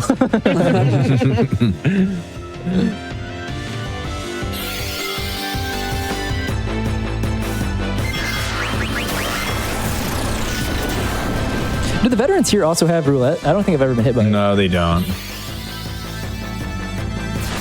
I think they have Doom is what they have. Oh, right. and I think they have roulette when you get when it's Zidane and Amaranth. Okay, didn't know that. Yeah, I've only ever seen. It's rare, but it does happen. Need to buy golden hairpin, diamond helm, Gaia gear, jade, Venetia, red. The red 13 hat, my favorite hat. The red 13 hat. Gotta support our guy.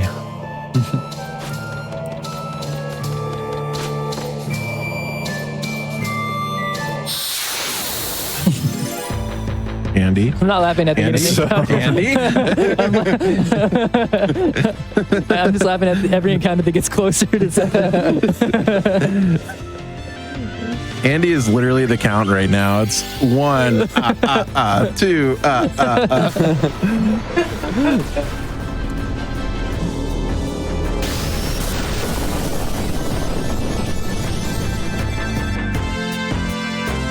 All right. I hope Steiner survives this. Yeah, me too.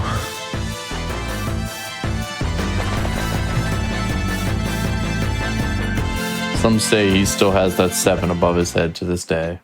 You turn the 7 upside down, it looks like an L almost.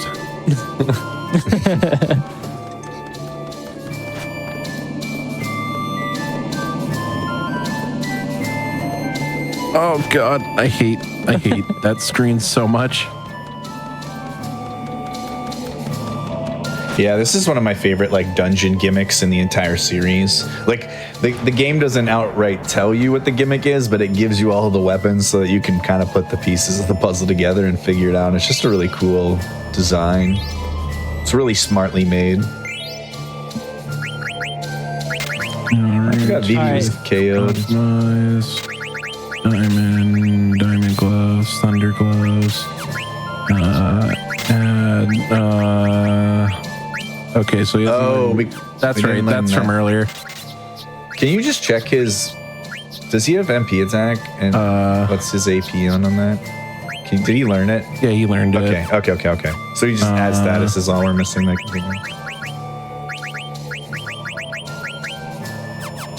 wait, stop.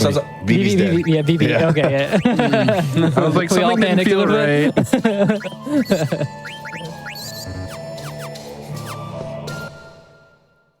All right, I predicted 7 encounters, but I'll give you a good one. You're gonna get heat. Yeah, second actually, try. you should have just left Vivi dead because you Oh don't wait, you need can't him. get heat. Oh yeah, you can't. Dang it! We don't have ad status, so we have. Never mind. Abort that. Wait, we have ad status.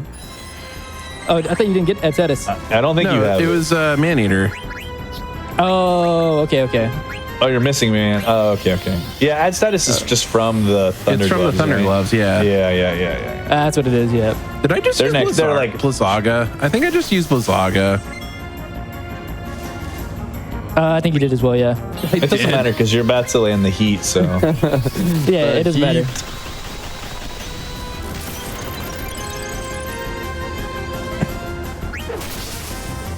Man, I believe. Oh, nice. That's a nice second turn. Compact.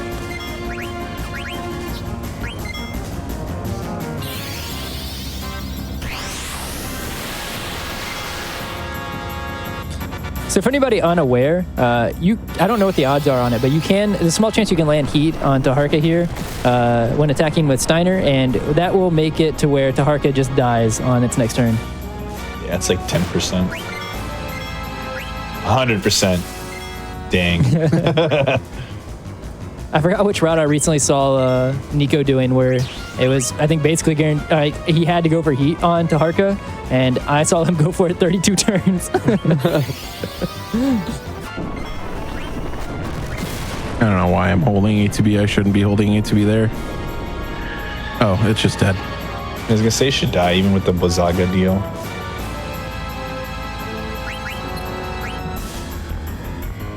All right, so I need to put. I'm gonna just remember to do this now, because I'll get to the menu and I won't remember, and then I'll get to Earth Guardian, I won't remember, and it will just not be a fun time.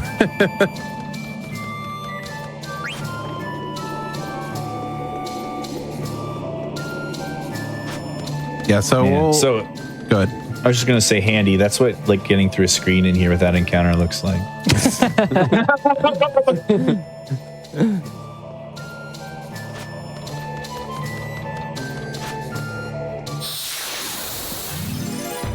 If you do steal the Orichalcon on that fight, the nicest thing about the Orichalcon there is it makes the Earth Guardian fight considerably faster. Oh yeah.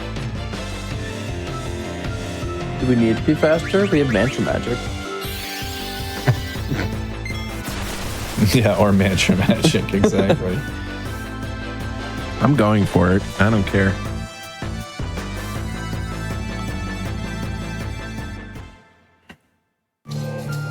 Some people like to defend first turn with Quina on Earth Guardian. And then there's people like me who like to use Mantra Magic.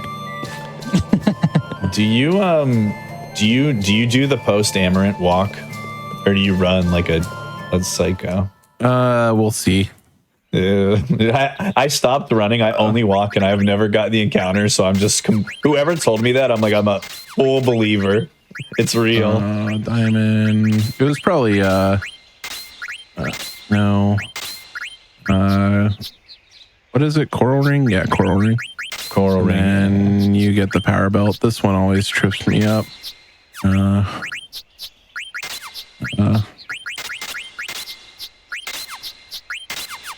Perfect. Yep. There we go. Yeah. Some of that menuing is a little tricky because, like the Coral Ring and the power belt. Dude, why do I keep getting this? Dude, yeah, I know. Like, actually. Like, come on, man. Well, if you're only at 4, there's no way you get 3 more before you leave. I get 3 more. No way. Okay, that was a little scary. Oh my actually. goodness. Yeah. Yeah, we don't love that.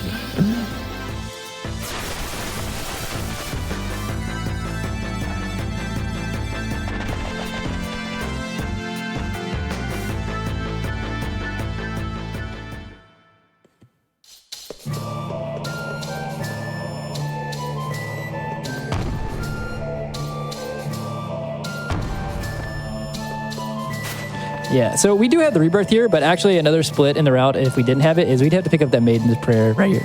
Oh, the walk tech. Yeah, my king. If you don't get the encounter, I'm switching. You even hugged the wall there. It doesn't matter. Yeah, dude, I'm telling you, the walk is so real. It's so real. I get that encounter so often. You know when I used to get it all the time, and then I started walking, and I've literally never gotten it a single time in like, I don't know, 20 runs or something. So I'm just like, I'm in it for the long haul. Look, at this point, even if it's not real, as long as I believe it's real, it helps fill up my mental there. It's real to me. Yeah, exactly.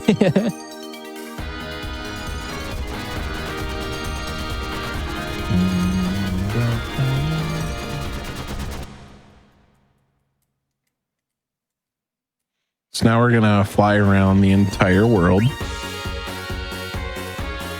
Around the world. around the world, around the world.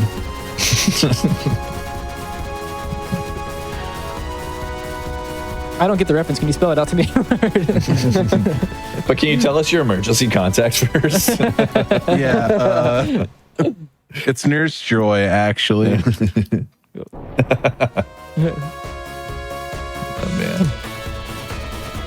No love for Officer Jenny. Oh, I am also a fan of Officer Jenny.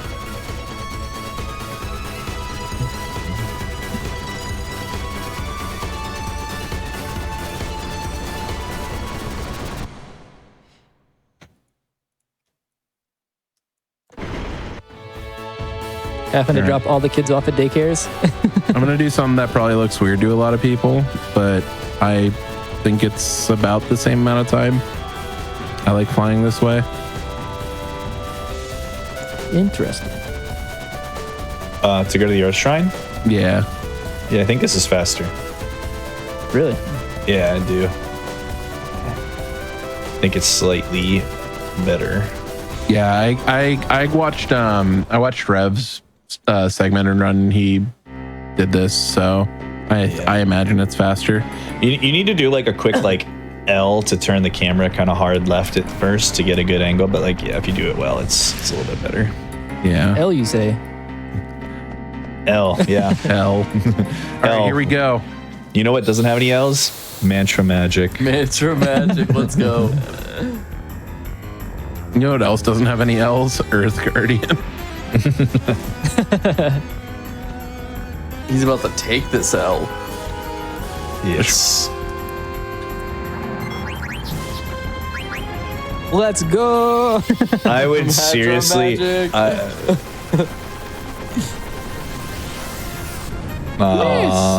Sad.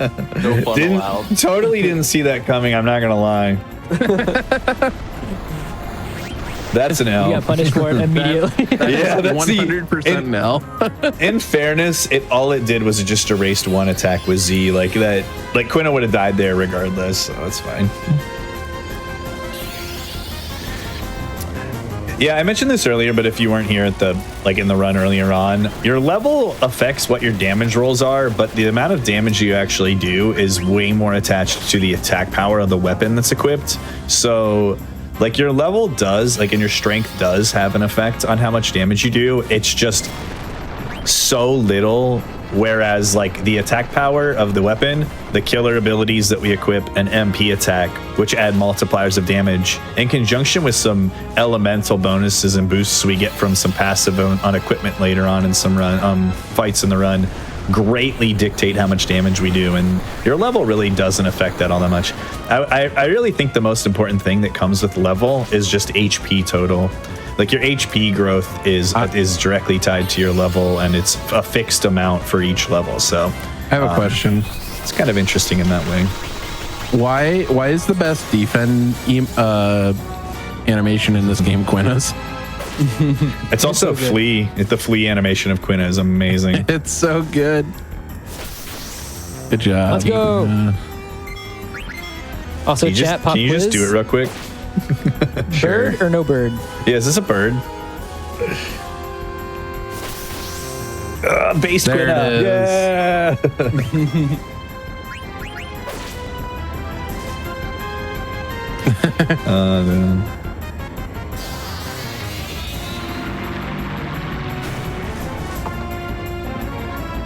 All right.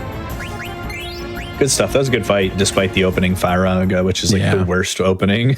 I guess you could get one-shotted on a double slash, but Fire is like a guaranteed KO. Mm-hmm. I don't know. That's the best answer.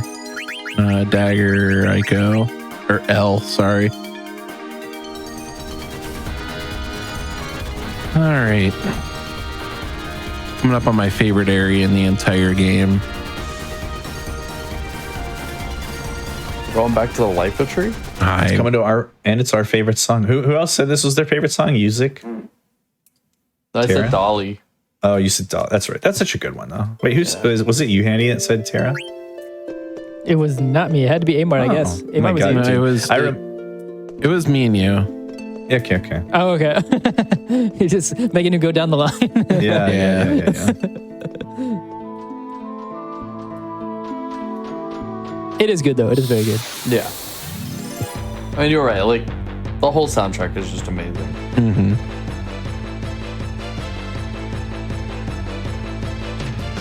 Oh I'd no, say- not these guys. I'd say Terra, Brandwall, Bermesia.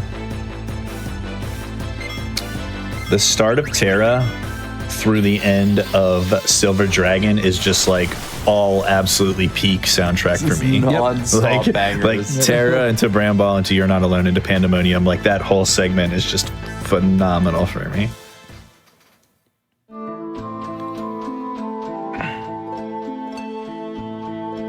I was holding my breath. Didn't I? Think we were gonna do the second encounter there.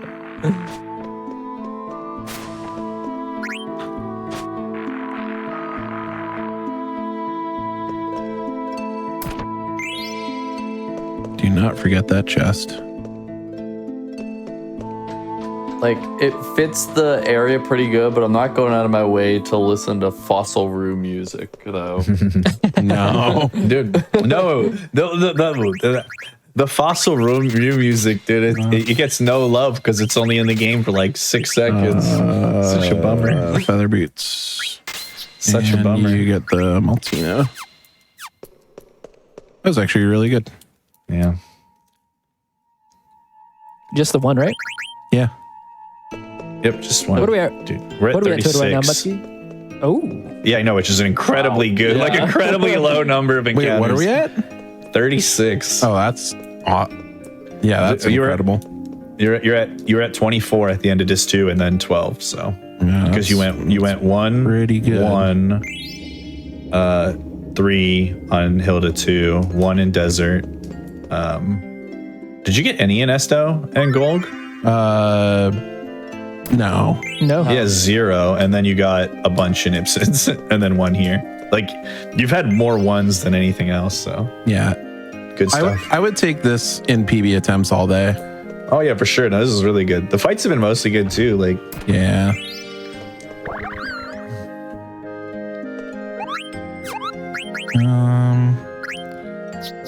Magician shoes, angel earrings, worry.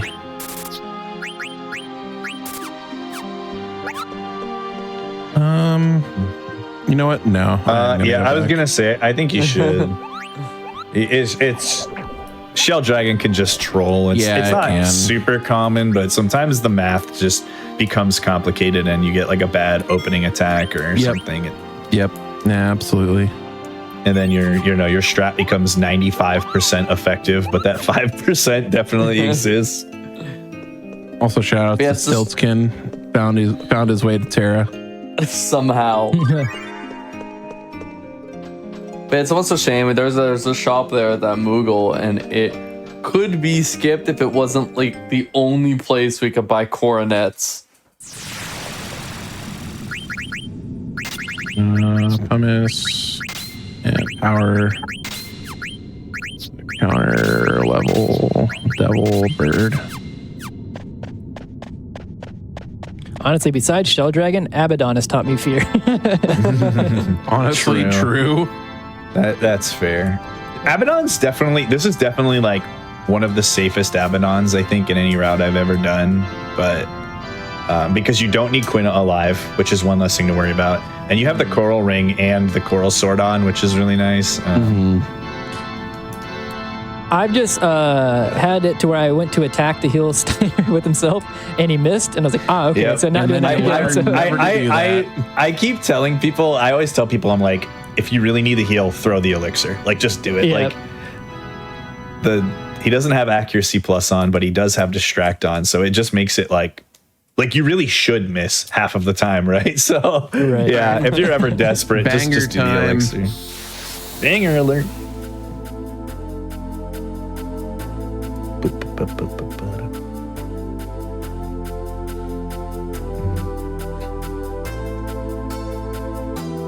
I think my favorite Final Fantasy twist is Lightning's Blitz in Final Fantasy 13.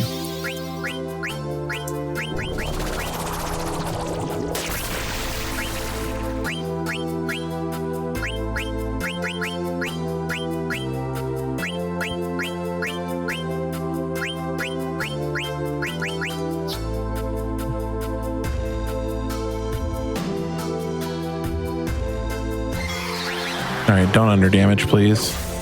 Okay. Phew. All right. Be a Yo, good bird. Amart's here. All right, you can hit Zidane. That'd be great. No, okay, that's also fine. Where are you? I almost threw the Rune Tooth. Wing Edge.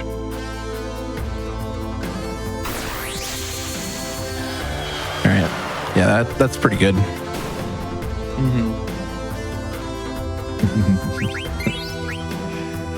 I can't get over calling him Amart for real. We're still on this. Dude, I think I have to live with that for the rest of my life. That's okay.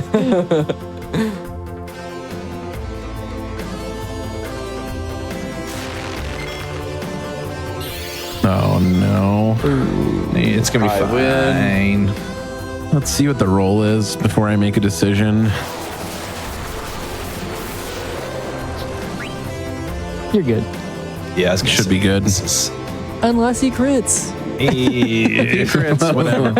Secrets, I swear, Andy. All right. I'll just do this now. Okay. Yep, there you go. That's correct.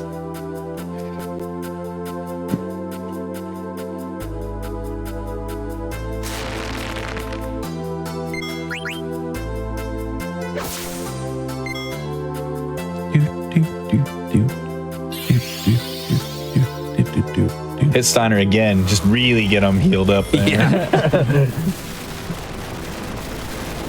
Yeah, so Steiner's wearing the Pendragon sigil. That's a deep cut. Dragon sigil. Shout out Chrono Cross. the Venn diagram of people who understood that. 80% of that centerpiece of the Venn diagram are in this chat right now.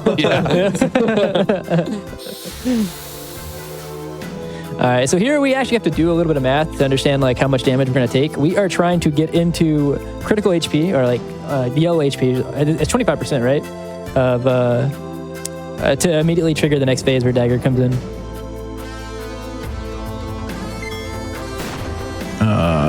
That's awkward. That's pretty good. I think that's good. You'll get another tick, and then he'll use Earth Shake, and we're gonna be clutch. Just wait. Or that. Lovely. 54. Okay. Not 54. close at all. Speaking of Final Fantasy 13, oh my goodness. I feel bad for mentioning Final Fantasy 13 because now someone in chat's going to talk about how they don't like it and how it's bad even though they're wrong. And I hate when I do that. I think I procced the FF13 hater in chat for sure. I'm gonna play this a little safe here. Just Nope, protect this the is main. good. Yep, this is good. In PB attempts, I'd probably go for a Berserk earlier, but here I'm just gonna protect.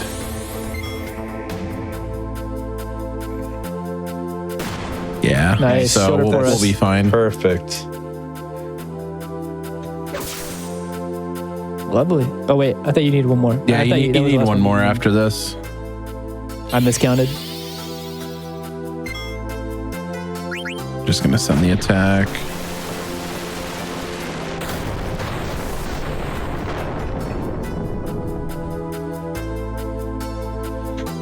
Yeah. Really good, Yana. That is a really good segment for sure. Dude, this whole disc 3 has honestly been like cracked, by the way. Yeah, it's been solid. All right, time for the big menu. Yeah, let's see how bad I butcher it. I haven't practiced I have this in faith. like over a week, so Do you want to save first, just in case? yeah, that's Yeah, probably not a bad idea. I mean, you can just take your time, but just in case you don't want to. You wanna No, do it's speed. not a bad idea. I usually take it pretty slow, but Yeah, no, that's fair. Take your time. Accuracy over speed for sure. yeah. All right. Besides, this is one of my favorite songs, so. It was all a ploy. A bit longer. Ego, optimize broadsword. Rhea front row, arranged inventory. Let's see.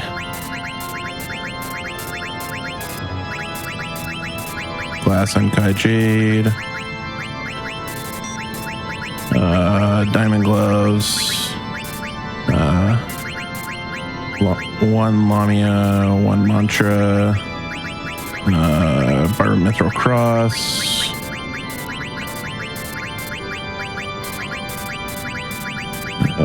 Power Belt, Rebirth Ring. Diamond. And holy, not that. I have made that mistake before, and let me tell you, it is not fun to recover.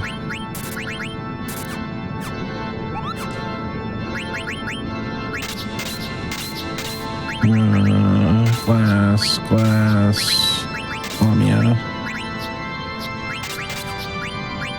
Accuracy counter.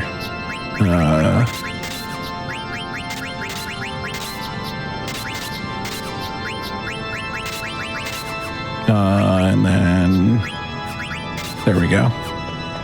Nice. Nice. Yeah. Do you always sell your stuff like that in that menu? Because that made me so uneasy the entire time. I was literally thinking about how earlier I was like, oh, me and Amart do a lot of things very, very much the same. Yeah, and then I I watched always you do do it that like that. selling, and I was just like, dude, I don't know how you do that. I always do, because I just like talk to myself while I'm doing the menu, just tell Yeah, myself sure. what not to sell. Sure. I think just it was works. both. I go up and then down each column, and you were going left, right, and then you started doing one row at a time on the moving down, and I was just like having a heart attack watching it. Yeah, I mean it's probably not like the most like efficient way to do it, but it's definitely like it works for me. Also, you can definitely get that platform from way farther than most runners do, and save like on a check or two or whatever. Oh God. I mean, All right. Well, at least you're getting that one regardless.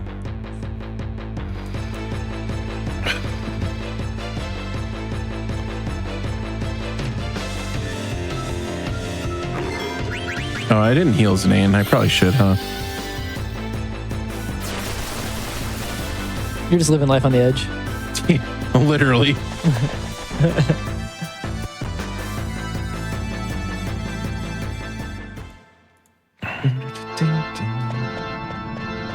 I'm just gonna do it now. You have a ton of high potions, by the way, I know. which is lovely. Yeah, it'll be perfect. You know, Go I ahead. don't know if this is a commonly held opinion. I hate this screen right here. This is so hard to move correctly to not get the extra check.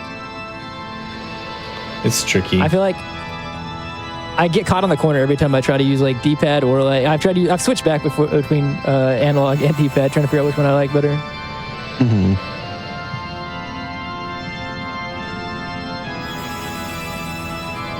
I don't know. Can we see what this Moogle's name is? Just go Sure. Just curious. Moz me. My If I queen got an Mosby. encounter off through that, I would have been like, Motsky. That would have been like worth. Immediately get high wind from. I'd have been like, so all those high potions I mentioned, eh? Brit, back road. She looks front row. She looks lined up with Steiner, so Okay. we'll find out very quickly, I guess. True. But I'm pretty sure she's. No counters there is kind of a Steiner's bummer. hitting. I've never Yeah, seen that so roll if I on Steiner. That was a high roll for him, yeah. Call him Link. Get it? High no. roll. High roll. I should have just sent the attack earlier. Yeah, I was greedy. Okay, Freya's fine. Yeah, that's good. As long as Freya doesn't die. Well, even if she does die, at least she still has to Oh, block of course. The Going crit. back to disc 1. Yeah, so that was a bird. That was a bird. Can you guess if this is a bird? Is Garland a bird? No, this is Mr. No, he's a Swanzig. man. Sorry.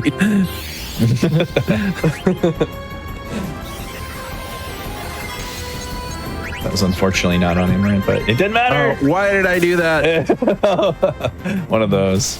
Probably because It's okay, I'm so now- used to it hitting. Yeah, for sure. You just see it doesn't target Amaranth and just immediately throw it.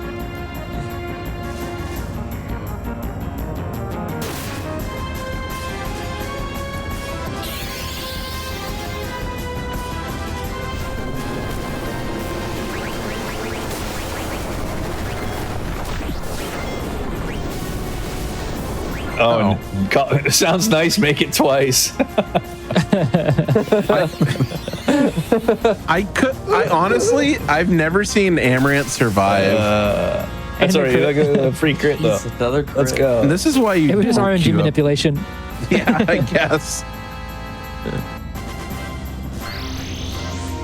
That's fine. Show auto life. That's right. You were gonna do it, weren't you? I'm going to do it.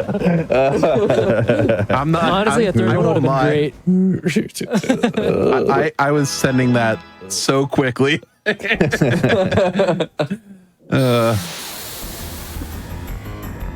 Also, big shout outs to the calculator. If you ever want to speedrun this game, I do highly recommend maybe go to your dollar store or your local eBay to go get a calculator. I'll show you my favorite here in just a moment. After I use it to do some math, because that's what calculators are for.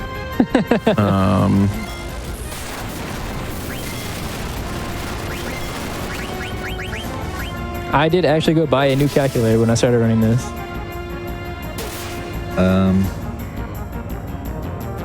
Shout out Yeah. to Tunu. Tunu bought me a blue MS 80B. We love the Casios in this house.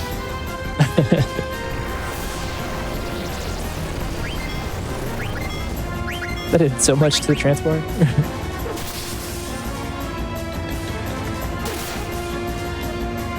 Crit. Another crit. A useful crit though. Yep. Let's go. So, yeah, shout outs to the Canon MP21D. It has carried me through my Final Fantasy 9 journey. Yeah, huge shout outs to Canon. They make incredible calculators.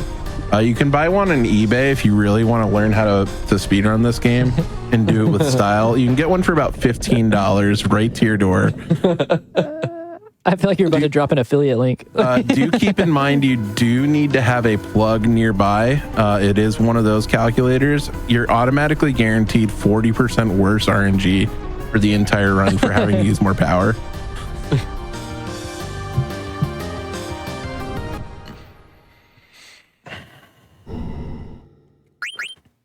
It is objectively better at addition and subtraction than smaller calculators. So Correct. there's that. Also, I have Also, two chat, that- coming up. I have 2 of 3 of the commentators have signed this calculator. Unfortunately, I've not met Handy in person yet. That's true. Chat, this is the time. Put your Prage emotes in chat. You're gonna save before. I will. I think we definitely save, right? Oh, easily. assuming. I have seen too many times, even with Luna, the amount of times I've gotten aerial slash into Luna into Shockwave, please die. Yeah, Like, yeah, it's pretty rough. I mean, skill issue, honestly. But You could put Quinn in the party and use Knight. how about we don't do that? What is this, 2018? Yeah, we use Matcha Magic in this house now. This is 2025. We use Matcha Magic. Magic. That went so well the last time. It really did, though. All right. So All right, let's see if we get. if we get the right Tidal wave or opener, aerial slash? then I'm going to disappear off the screen for a moment.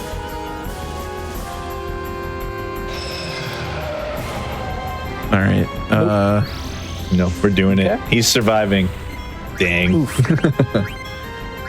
He was quite a bit short, actually.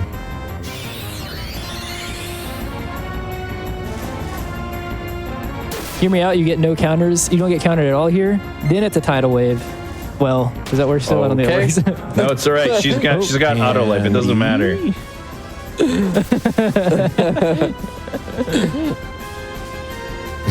All right. All right. We're still fine.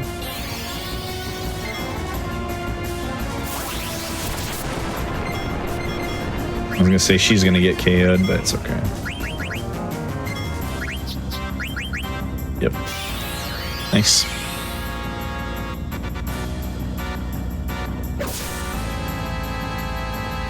He's at full, so he'll be okay. He's countered every attack. Yeah, can we yeah, like it really stop the has. counter, please? Stop the counter.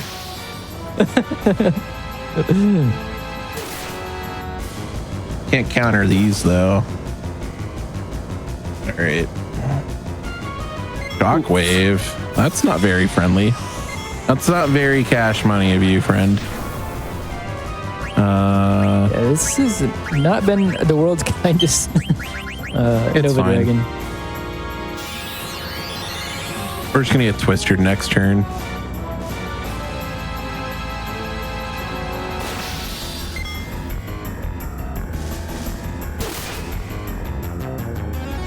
What is the best dragon in Final Fantasy? It's not this dragon, because this isn't actually a dragon. Actually, This it is might a be a bird. dragon. Mist Dragon? I don't remember if Nova is actually a dragon or a bird. It's maybe a bird It's dragon. definitely a bird. I'm assuming it's both, but it's definitely a bird. You can tell it's a bird because of the way that it is. Please don't hit. Okay. I was gonna say we might have a problem on our hands if that hit. Okay, we're fine. It's fine. Yeah, we're Gucci.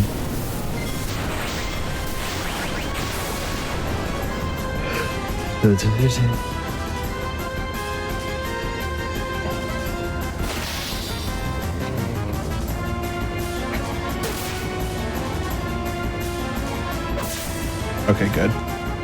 Nice. Nice. Okay. Cool. We're through. Yeah, those counters can be so brutal. They really can. All right, Memoria. Yeah, you can tell it's an Aspen because of the way that it is. You come off of the power belt. You optimize. You diamond. Field armor. Diamond. Optimize. Bird killer's already on, so counter alert. Something's on that shouldn't be on. You need Devil Killer instead Yeah, of I Man Eater. know. Oh yeah, it might just be that. No, because we don't have body temp. Something You else need is on. body temp. Take Bird off. You don't need it. Oh yeah, Until it death, was guys. literally just that. Yeah. Okay. Body temp ability up, and then devil body counter body. There we go. Yeah, I got all like. Yeah, you're good. You're good. I just had to look at it for a second, and I was like, just take Bird off. Like, regardless, it's like we don't need That's it. like first check. Gucci. This one can't be on me. I have not predicted yet for Disc 4. Yeah, well, No, this one's not on you. But 11. 11? Change my mind. 11. I want my money back.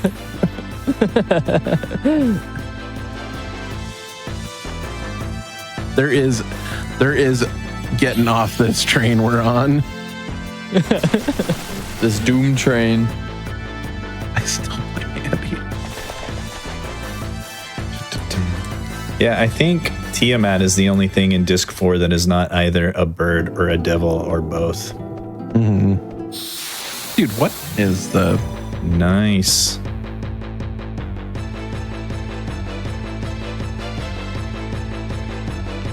The 11 sounds right now. honestly, like 11 might be low. Steiner? Oh, thank you. Oh no!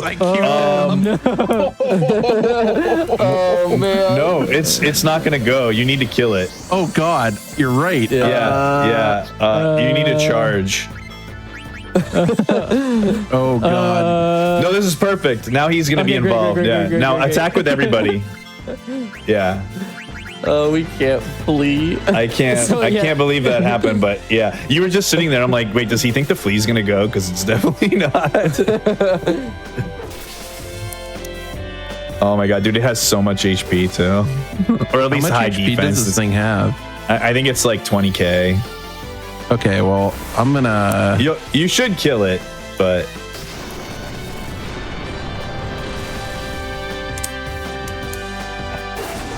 yeah, it's about 20k. Yeah. I was also watching your regen ticks. I was like, okay, what is let's high take- enough to be safe? Let's take a look at some levels. Okay, Steiner's 30. Oh no! Oh no! Yeah, that's not good. At least he's the only one. Just make sure that you keep Z alive during DG the whole time. Yeah, so now Steiner's levels 30, which is divisible by 5, and Death Guys has level 5 death, and so does Lich, and both of those are bad because Steiner's really important in both of those fights. Yeah, I can make that guy's a slog. Lich, it's not so bad because at least you Yeah. still have Freya, but losing the charge with Freya and doing 20 plus K a round kind of sucks because Lich has like 58k HP.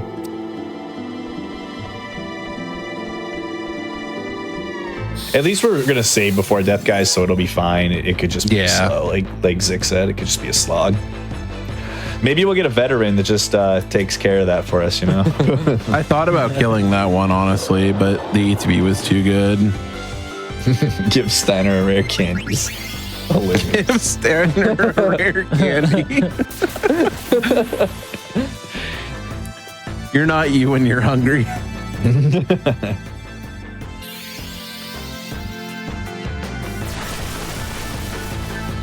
Non-story trances, you typically just lose time because they happen most commonly in a random counter like that one.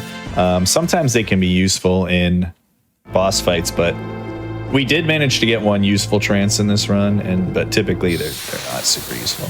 Okay, I don't feel as bad for this. No, it's worth.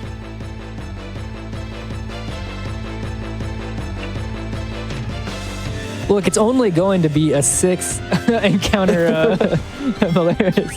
Dude, that's actually so bad. And the one encounter was like a minute and a half long.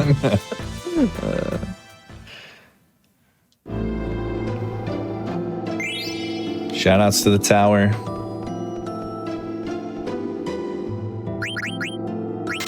And then we gotta get Steiner back up. You're gonna need some MP too. Oh yeah, that's a good call. Yeah. I'll just do that for now. Yeah, that should be fine because Freya's gonna jump and not be involved in the last turn anyway. So. And I'm gonna elixir Zidane anyway. Right. Yep. Actually, I might not since I have 12 ethers. Yeah, you have plenty of ethers. You can literally go 4-4-4. Yeah. After, which you won't have to do, but like you could. So yeah, you'll be Yeah. Maybe we get Dude. all these. 3 preempt attacks would be so good. Wow, we got Nice, all of them. Wow. That's dude. wild. Okay. That is really uncommon. That never happens. Yeah, that basically is evened out your RNG, right? The 6 encounters for the 3 preamps. Dude, you might as well charge, right? Like, you know, I mean, it's probably going to save a turn down the line.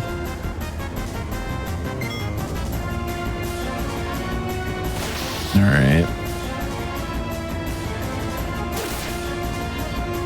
Also, getting to refill everyone's ATB bar is nice. 5220, 20,000 left. That's free. Nice. Okay. Freya didn't die, right? No, you're good. Just send it. Yep. Just making sure I'm not losing my marbles.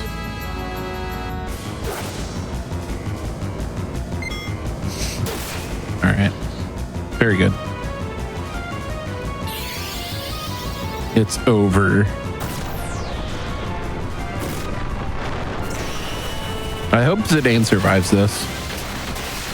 He'll survive by like 100. No, he didn't. I can't believe it. Oh no, we're 20. He had 20, took 27.65. It was actually pretty close. It was. Yeah. Look, we got at least one person in chat with that. No way, dude. No way. Oh, what is going on? Hello? Yeah, let's go. This. I'll just do this now too. Might as well. That's worth. You're not going to get helm divided again. I don't know if we need to pause here for the hour break or not, but I'm going to save. Yeah, that's probably a good idea for the last break. Okay, yeah, this is probably the best spot then. And then we'll wrap it up. So during these longer runs, we like to take breaks every hour, so just everybody can get up, stretch, get some water, anything y'all need to do. Just before we go to the break, if you're curious about what's coming up on the Hotfix, you can check out this week's schedule and explore our full season lineup over at gdq.gg/hotfix. With that, we'll be back in just a few minutes with the rest of the run.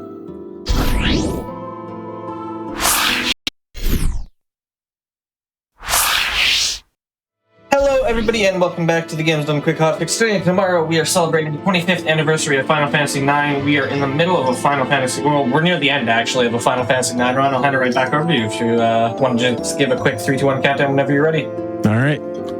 3, 2, 1, let's go. All right, let's boogie. Not shuffle, just boogie. Yeah, there's no triple triad in this game. Sadly. Edge. I mean, we have the better card game. I like how nobody said anything. I wasn't you I know talking that's again. I know that's the hottest take of the day. No, I think they're both just like totally fine. I don't really think either of them's like particularly great. But want to know my defense of people that prefer Tetramaster Zik, because I think you'll like it, but people that like Triple Triad or think they do will hate it. Okay. Is that every time I watch people play Final Fantasy VIII casually and they say they love Triple Triad, they all get rid of all of the rules. And I'm like, so you don't actually like it. You like it when it's impossible to lose because there's no variance at all. That's my Triple Triad take. If you don't actually allow for like plus and same wall, I don't think you actually like the game as much as you think you do. You like winning, and winning's fun. There you go. I got your bag, Zik. That was good. That was good. All right. Somehow, still, I think the hottest take that was said in the entire thing was you talking about FF13. Hey, no, there was a lot of FF13 fans in chat that came out. I was really happy for the support there. Okay, Yeah. Sure, I'll be the one to explain it, so because it surely won't happen. But here are the two things that we're looking to not happen: is we would like to not see Jetfire from Tiamat, and we would like to not see Twister. Luckily, after Tiamat does either one of those, it can only do it one time. So, yeah. not really too dangerous of a fight, but it can be very slow. Additionally, we don't really want to see absorb strength or anything like that on. That's rough. Freya.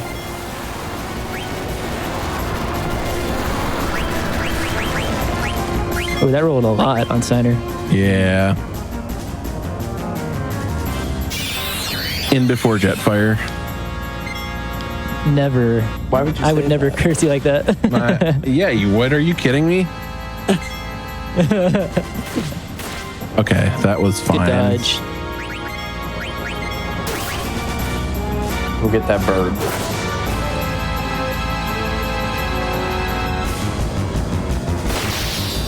Look at all those ones too. It's perfect. You can use Limit Glove with everybody right now.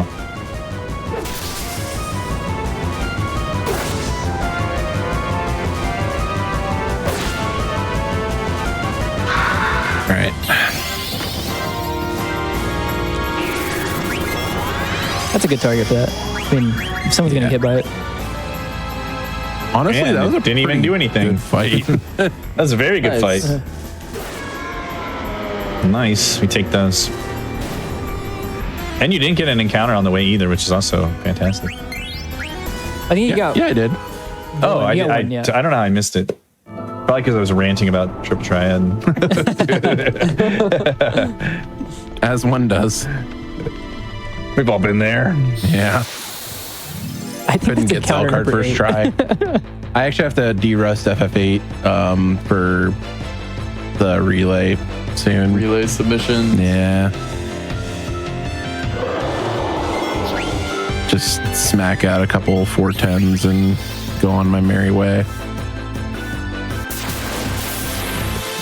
I'm gonna hold Flea here. Maybe I'll get it through auto life. Now.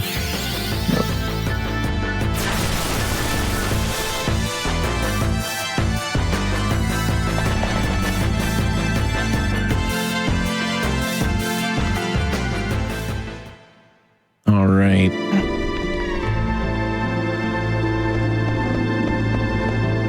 Oh, I didn't even see where Freya's ATB or Transbar is. It's close, but not so We're close. not going to talk about it. I don't think it will be a problem. She would have to get targeted at this point by a spell and to get hit by the blue shockwave, probably. Right. Okay. Or just But surely- not die to meteor. See, it's pretty far away. I feel pretty good about it. Yeah, me too. I'm gonna hold here for the auto regen tick. Yeah, get another one. Nice.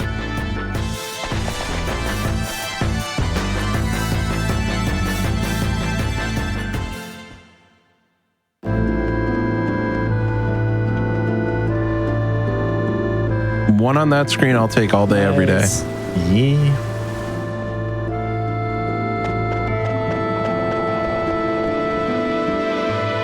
Okay.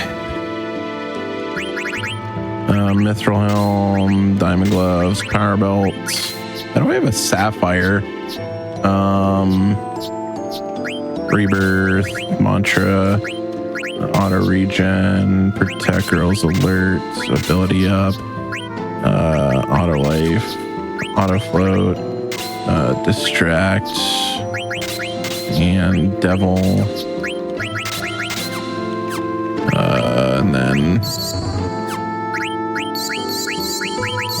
that should be fine. Yep, and then you'll be good to do it one more time if you want. So Yeah. the ether abundance is really nice. Yeah, I agree. I like picking up as many as I possibly can. Like I typically go into disc 4 with 10 ethers at the least. Yeah, for sure. With the extras I pick up. Yeah, so here we're looking for ideally like a freeze opener. We're actually targeting different tentacles with specific characters because we want to have the tentacles be killed like in a specific way. Well, I guess not. It doesn't matter which one, but at a specific time. Nice freeze opener because it halves the ATB whenever one of them goes away, and then it goes I think to straight 0 whenever you finish the other one. And so we're gonna get another attack with Zidane here before the next attack. And so ideally we want Zidane to get countered and hit with a leg after his attacks, and then he'll be included in the charge that he's already queued up with Steiner, and you can get a nice quick kill. And even if he doesn't, though, it's not too hard to get Z into crit because he has the auto life from Rebirth Ring now. Yeah, because at the first water gut that happens, Amaret's gonna be dead no matter what. Big hit. Leg Right, one so time. here- Do it. Hit, Do hit. it. Oh, well. That would have been so nice, honestly. But that's fine.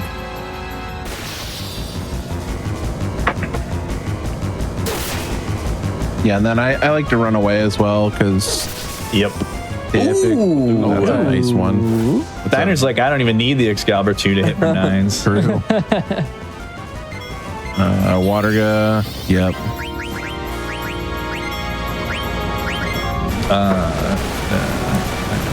Nice. Oh. Good. Yeah, good, this will good damage roll. definitely kill. Yep, that's a great damage That's a roll. perfect fight, actually.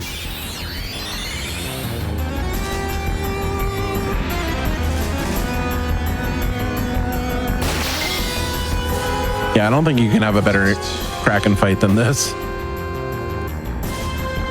Freeze into Waterga. basically, and with crit on Z is really nice. I don't even know. Yeah, 500, but Zeal kill here. Yeah, that's awesome. Honestly, yeah, with how good that went, if that was your first time seeing a Kraken fight, I promise you that fight can go on for minutes. Yeah, it can be way worse. Yeah. All right, now let's just dodge level 5 deaths so we don't have to worry about it. I forgot about that, honestly. Well, it's just a reminder. Thanks.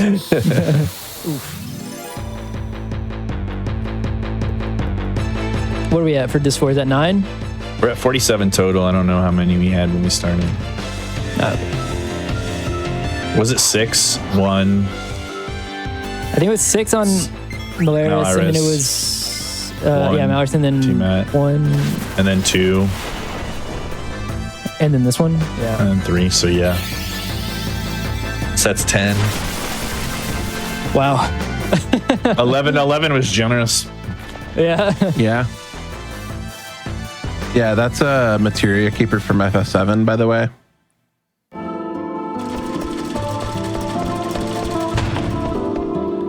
Please. So shout outs to Ham Fruitcake. I'm gonna pick up the Mace of Zeus here. I hope you get the encounter for doing it.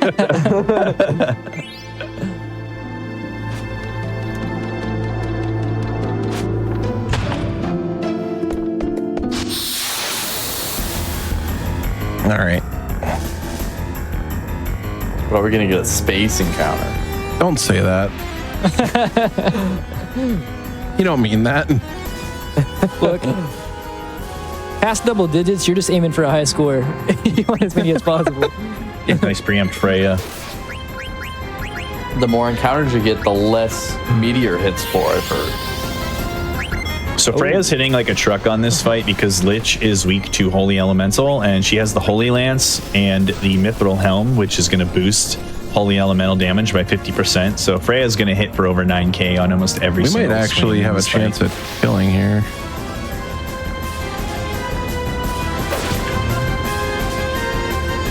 You'll kill in the next round if you don't, for sure.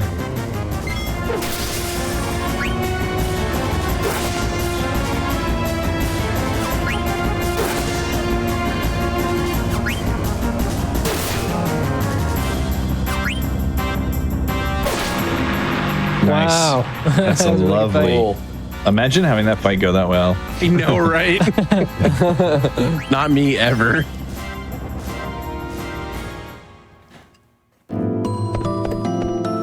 So now we're gonna grab the Excalibur too. Off. Mithril.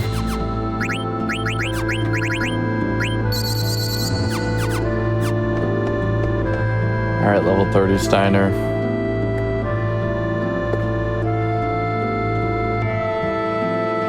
Good. Okay, good.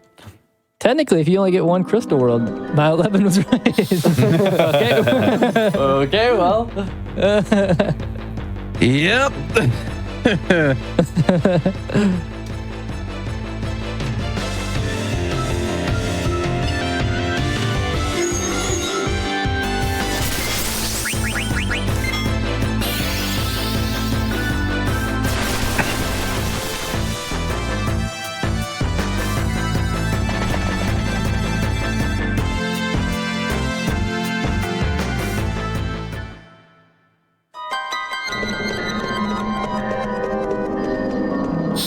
I knew we were getting another one on that screen. That's rough. It was too early. Of course, I have been known to get so many Crystal World encounters. It's actually unreal. There was a run like a couple months ago where I had 5 Crystal World encounters. Sheesh. Wow. It killed, or it went from being a like 3 minutes up on PB to getting a 3-second PB. That's rough. That's Yeah. FF9, actually. Yeah.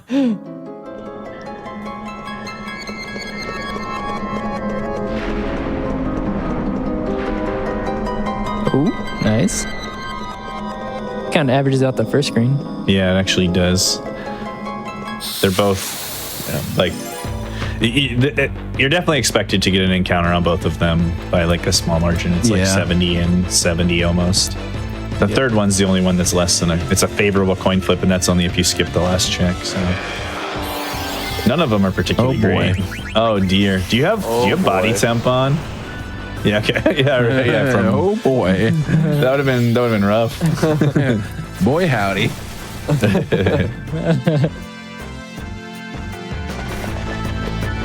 That's all right. We got through. 50 encounters is a solid run for a marathon run. It's really not too bad at all. We're gonna do the menu first. Ability, body, MP, devil, inaccuracy, UU, auto float, distract, devil killer, bird, auto float, HP 10 counter. Perfect. Oh, I'll be you. I'm gonna do this, and then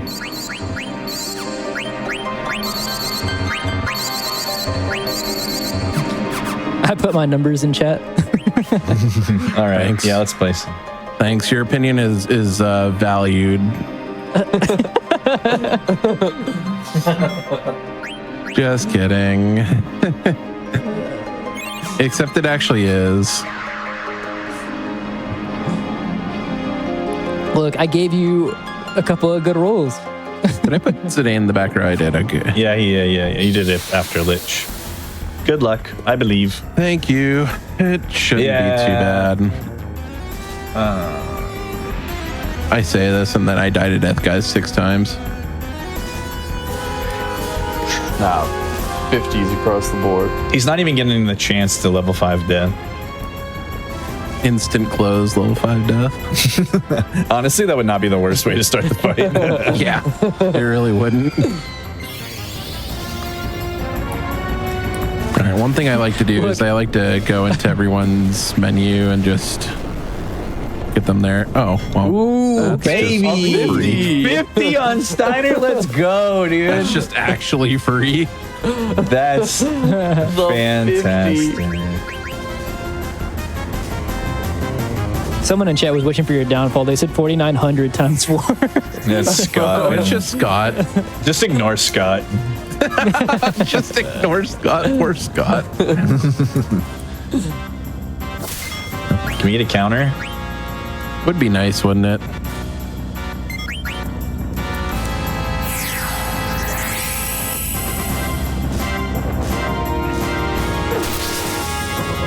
That was 3, I believe.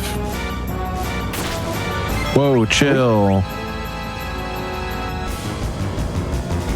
I think 4,900 times 4 was just Scott saying how many hours he put into all 4 of the Atelier games that he has played.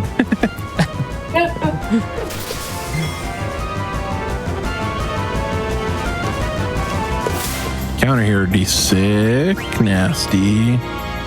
Did we not get a single counter for real though? Nope. But I did get this pretty sick fight. Yeah, I know. And if he does close now, you're gonna just kill before he can cast a spell anyway. Right. Hell yeah, let's go. Might as well just put... Yeah, you might as well for Yeah. TK anyway.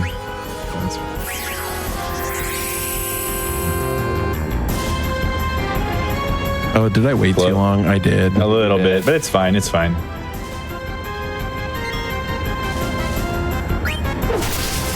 Nice. Yeah, I mean, that was... That's a really nice... That's about the best I can go.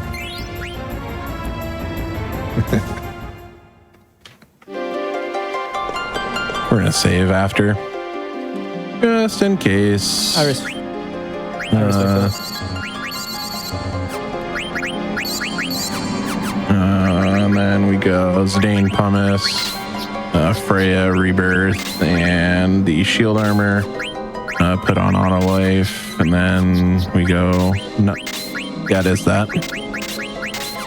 Put Zidane in the front, and let's go back in. I didn't save. Let's do it. Literally went back to that Let's screen go back to out. save.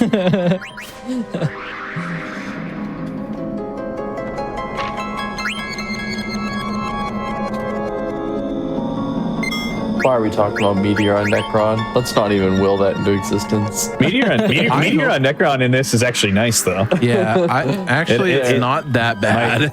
My gold split Necron is Meteor because he just Meteor wiped me, and then it just goes into blue shockwave on an auto life procced Freya, and you just go straight into the fight. It actually is pretty quick, so it's actually not bad. Without auto life, it's a disaster, but just don't lose card tournament. You're clutch. Just get the Goblin Army. Of course. That's still the best part of the run, honestly. Yeah, so this is a bird. The last fight was a bird. This fight's also a bird. Spoiler for the next fight. Might be a bird. Yeah, look how feathery he is. You can just tell. Look at that hair. Look at it. Straight bird. What a gem. Oh no. At least you got 2 in full, so it's fine. Freya will proc auto anyway, so there's that. This should be fine.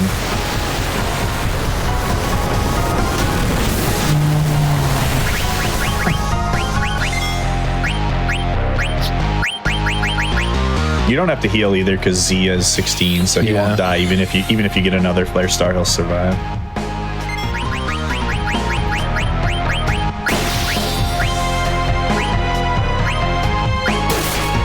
Yeah, so for anybody wondering, we're only sending attacks here with just charge, because after the first few attacks that we do, it's a certain HP threshold, I forget the exact amount.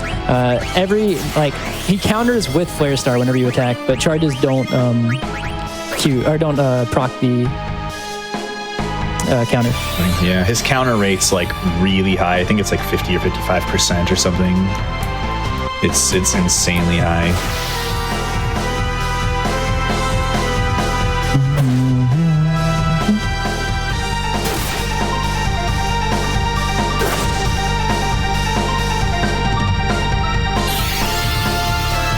Nice. This should be fine. Just don't hit Steins.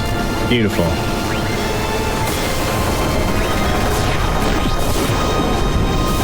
Yeah.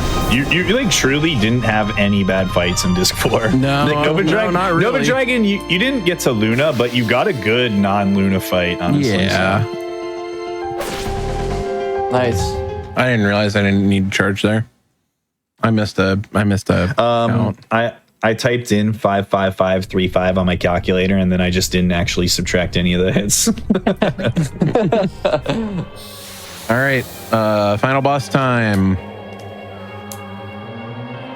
And if you have not heard the Black Mages version of this song, I highly recommend you go to YouTube and check it out. It is a banger. Look, I got to go out on one more curse here. No, you're not allowed. You've had too many. We're cutting you off. Okay, go ahead and curse it, whatever. I would hold hands with Necron. He's got these little like lobster arms.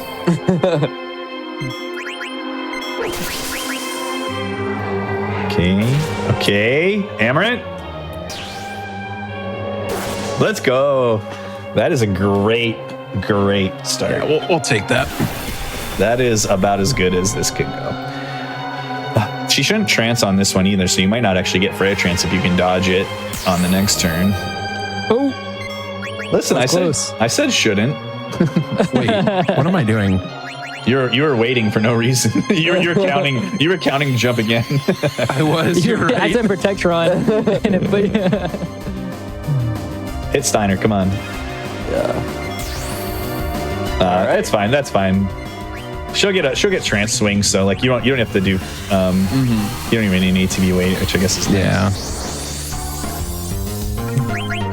It only feels bad if you have to throw 2 Phoenix Downs on trance. One's not terrible. So we skipped Grand Cross there by jumping over it with having no targets for it. So it skipped a Grand Cross and then the subsequent Neutron Ring attack, which would wipe our entire party. And now he's going to do 3 blue shockwaves in a row. And in that time, we're going to use charges with just these 3 characters to do all the 54k damage that we need. We're going to ATB wait with Z just to guarantee our damage rolls are high enough. But Time is coming up on Steiner's final hit. Yeah, it should be Steiner that ends it because we have Tower. All right.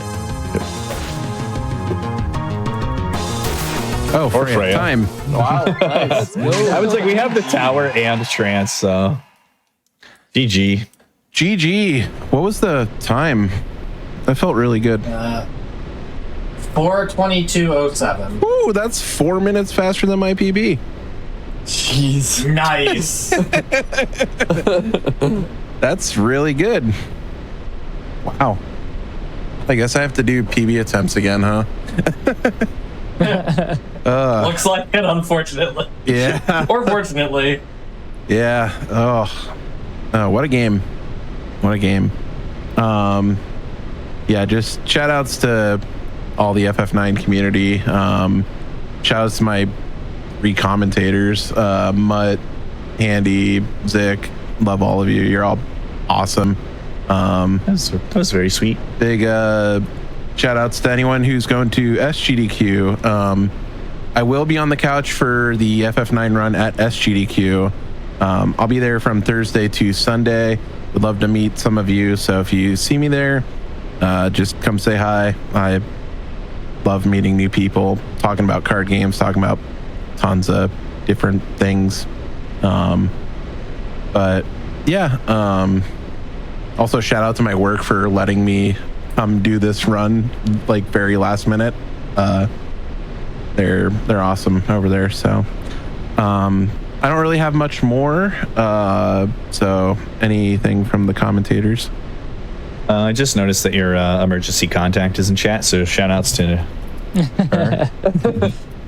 Is my emergency contact there? Yeah, she sure is. Oh. Oh, he says. Wow, rip Ash, the goat. Oh yeah, there she is.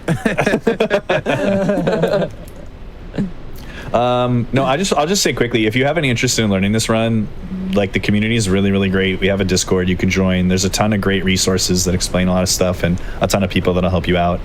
There's a really good beginner-friendly guide that you can follow. And there's guides for both the PlayStation 1 and the PC version. So check those out if you want to join the Discord and meet some cool people that like the game, and we'll help you get into it. Yep, I don't have anything except if you're not following Amart, you should go do it. Amart's a great runner of several games. Yeah, follow all the other commentators as well. They're all fantastic. I haven't been streaming as much lately, but I do plan on trying to get back on. I've been very busy the last few weeks, so.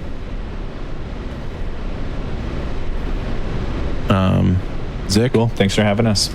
Yeah, thanks for having us. Zick's gonna be like, so Sly Cooper 1 is my favorite game. Shout out to Tyvis and Axstar, my homies. Oh god. Yeah, this run was fun. This run to be a part of. Vibes are great the entire way through. Yeah, thank you. Yeah, thank you all so much for being here, for celebrating the 25th anniversary, for showing off the run and talking about it. It was absolutely a blast, being here for the past 4.5 hours, so thank you all so much. We do have more Final Fantasy coming up. We're going to take a quick break, and then we've got Final Fantasy Pixel Remaster coming up. So we'll take a few-minute break here. We'll see you in just a few minutes. Before we go, actually, just a quick reminder for you. If you haven't missed out on any of our past Hotfix shows, special events, or GDQ marathons, you can go catch up on them over at youtube.com/gamesdonequick. Also, if you're over here, or if you're over on YouTube watching, don't forget to like the video, subscribe. You can turn notifications on to stay up to date with GDQ, and consider catching us live if you can over at on Twitch. With that said, we'll take a quick break. We'll see you in just a few minutes.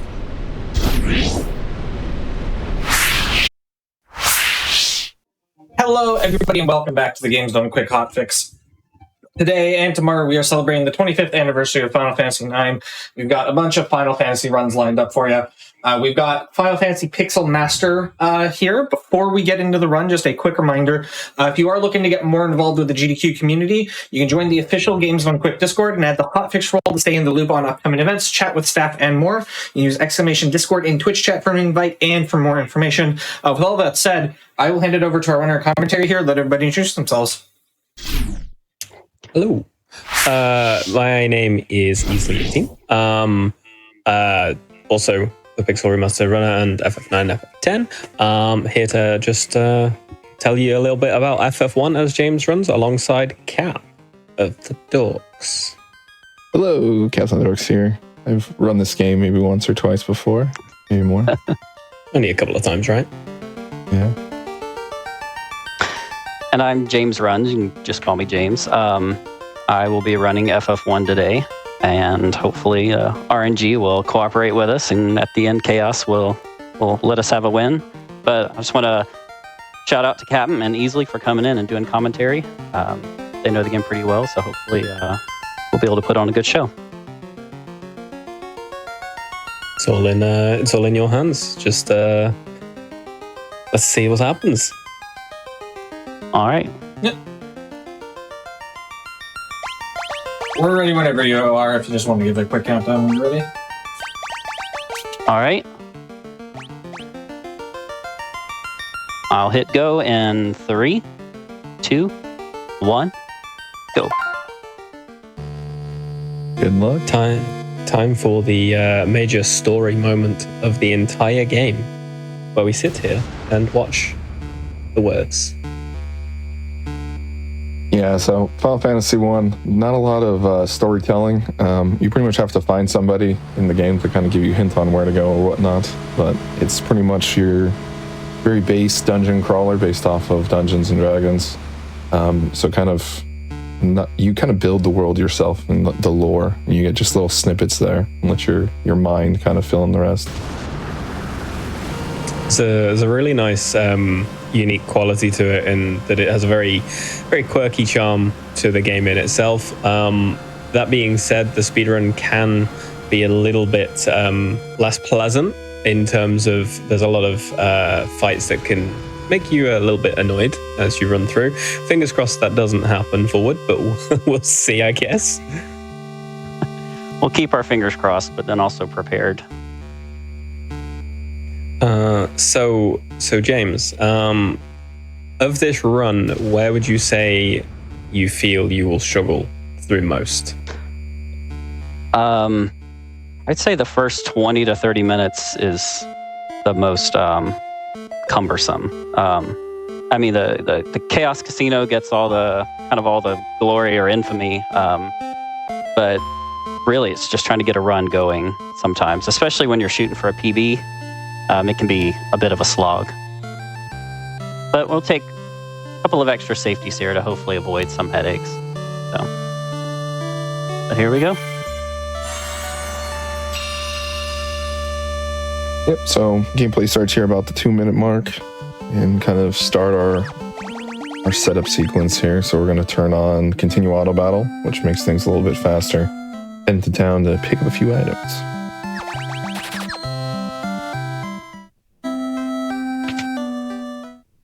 And as you'll see, we start the party with a warrior, a monk, and 2 black mages. This is the typical standard route that most runners will take through the speedrun.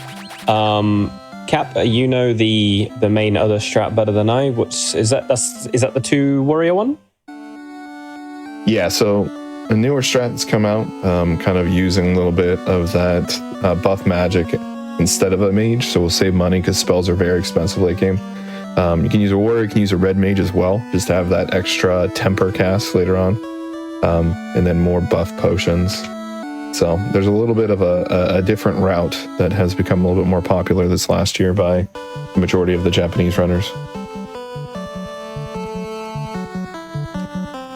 So we're hoping to make it to the marsh. No, we didn't get there in time. So this means I'm probably going to get a second encounter.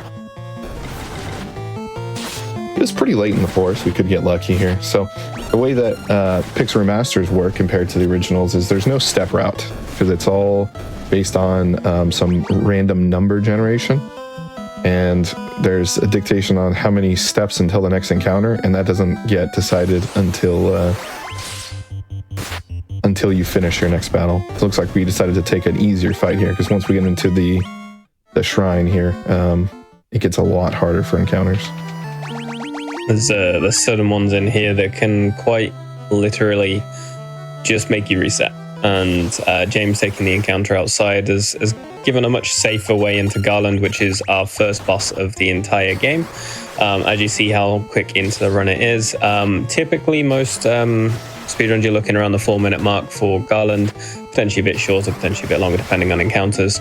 And we very simply just attack, thunder, thunder, and as you see, it goes down nice and easy. Yeah, it looks like Idan got a nice HP up. So we have certain levels where we get guaranteed nat growth. The first couple are not, so having that stronger HP mage early on is going to be a little bit of a boon here. Yeah, that can definitely help. I think I got a good jump on both mages. Nice. Yeah, so we're going to start the walk at level 3. Level 4, we'll get that guaranteed. And it'll take us right into our next encounter here in a few minutes. You did, in fact, get a jump on your bottom black mage. It has 47 health. So this is a fun little experience here where basically the king holding the bridge making hostage with his daughter. Finally, he's deciding he's going to make the bridge. We're going to pick up the loot from the princess. In the Pixar Master, if we decide to leave before that, it actually stops us and gives it to us. But in the OG NES version, you can straight up forget to get it. And since you don't need it until the end of the game, you have to come all the way back.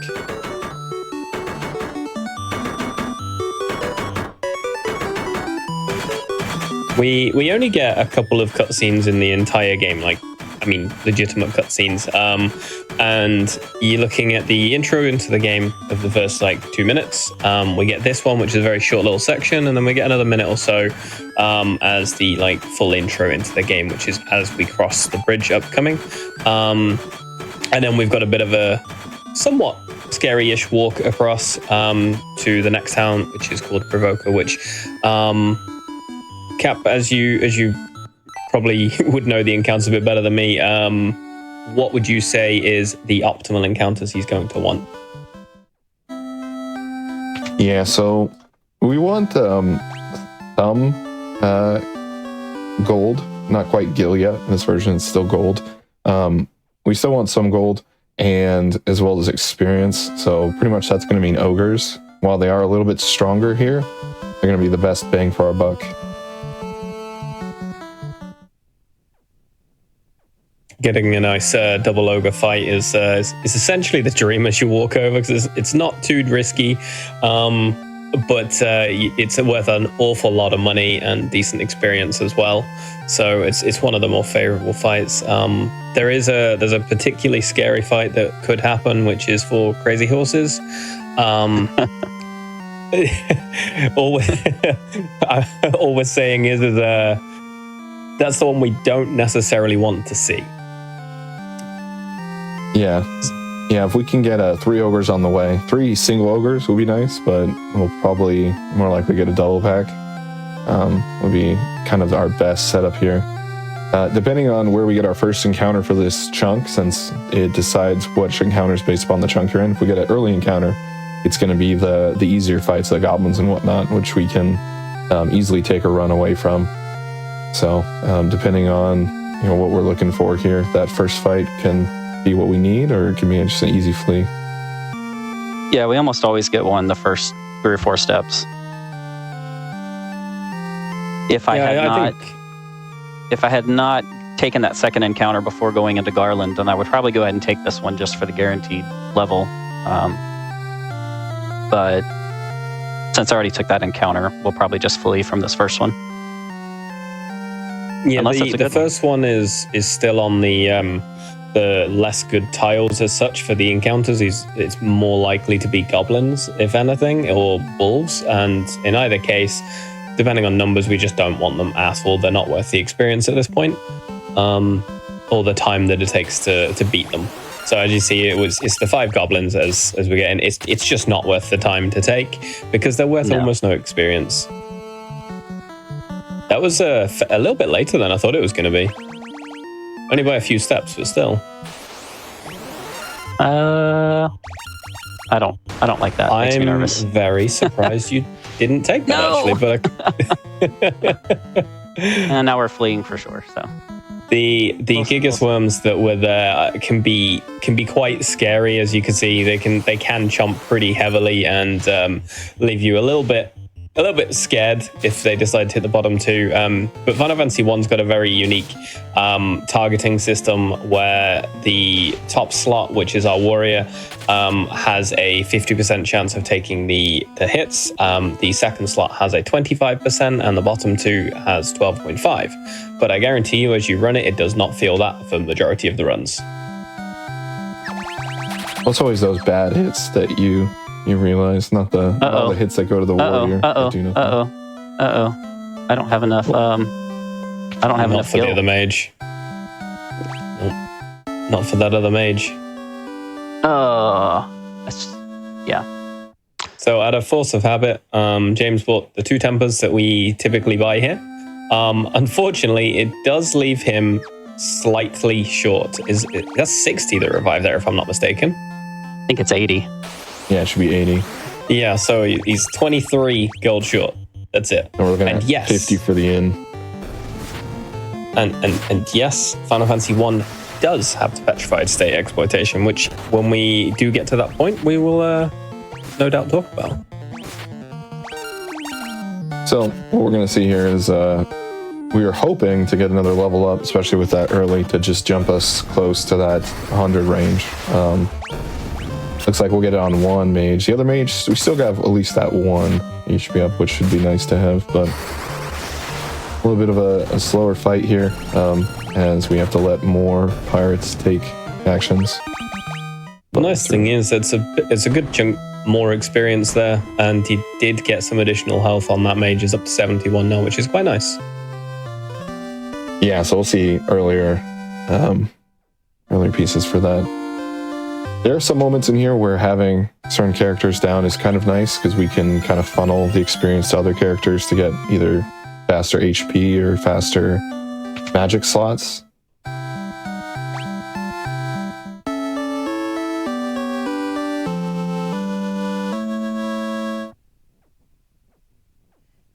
So as James is going to leave for Avoca, we'll find that we now have the pirate ship outside, which is what we use for majority of our early game exploration, just to help get across to other areas.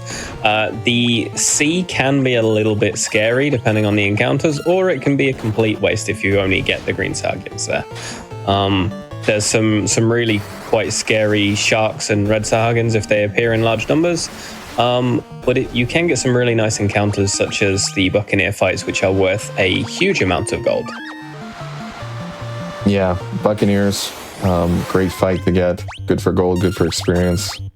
Sharks a little bit scary, but they have the best experience here on the sea. As well as the red sahagins are a lot better for Yellen experience. So nice to take, but a little bit more of a scary fight, as we can see that shark. No! 37 damage. All right.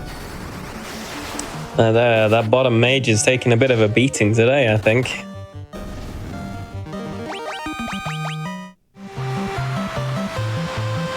Yeah, luckily we have Cornelia right nearby, and for each town it progresses in more expensive inns and churches, so we get the cheapest option here right at the beginning to kind of just smooth out this beginning section.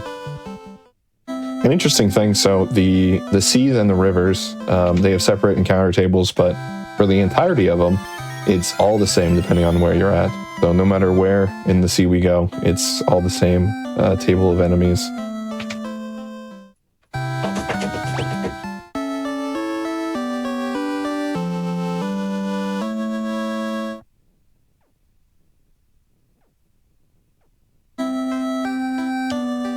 So back onto the sea we go. So I'm probably going to do an extra loop here, just to get some more money. So we are looking to reach certain money thresholds here. We need to have a minimum amount to buy Thundara, which is 1,000 gold, and then we need a little bit just for some potions and some antidotes. A lot of runners will take the amounts closer to the 13, 14. Maybe even a 12 if they're being a bit risky, and if they're being a bit safer, they'll go for 1,700 plus, typically speaking. Yeah. So it really speaks to the RNG here for our next buy, because we can get a very nice Marsh Cave and not use anything, or we can have extra money, buy extra antidotes and everything like that, and still end up short and wanting more to get out of that cave.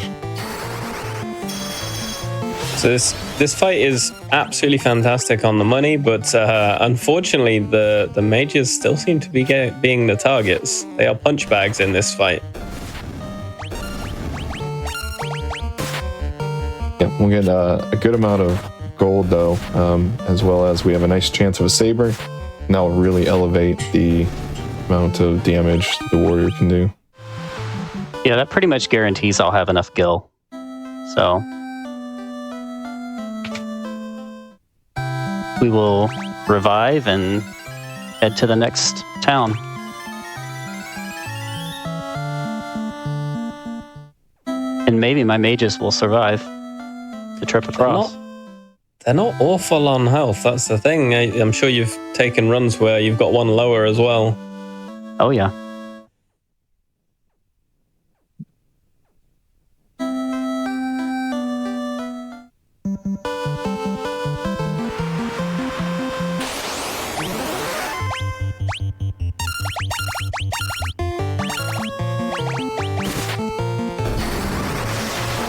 Nice. That was a lovely fight getting you down there. Got a nice potion out of it too. So the only nice thing about taking green Sahagins really is the fact that they drop potions quite often. Oh my gosh. So it's quite often you can save a little bit of money just from having a few potion drops on the way down, which can really be quite nice, especially if you are running a tighter tighter gold amount as you reach Elfheim, the next town that we're going to.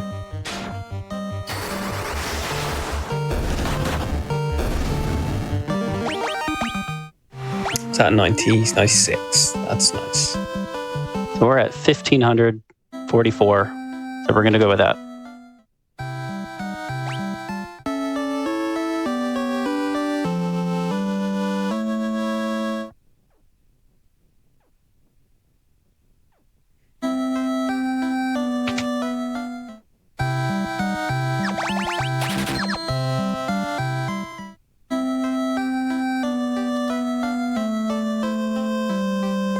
Okay, so as we said, there is a Thundara bolt, which typically goes on your strongest mage, the one who's most likely to survive as we go down into the Marsh Cave, which is our next point of entry.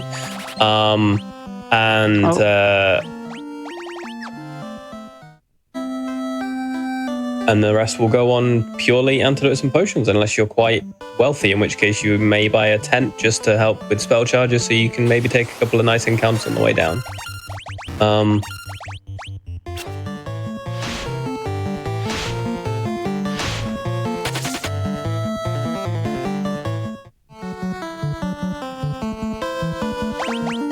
We still have a few options for some more items here. So if we are able to take out any of those blue wolves, the werewolves, they do drop antidotes.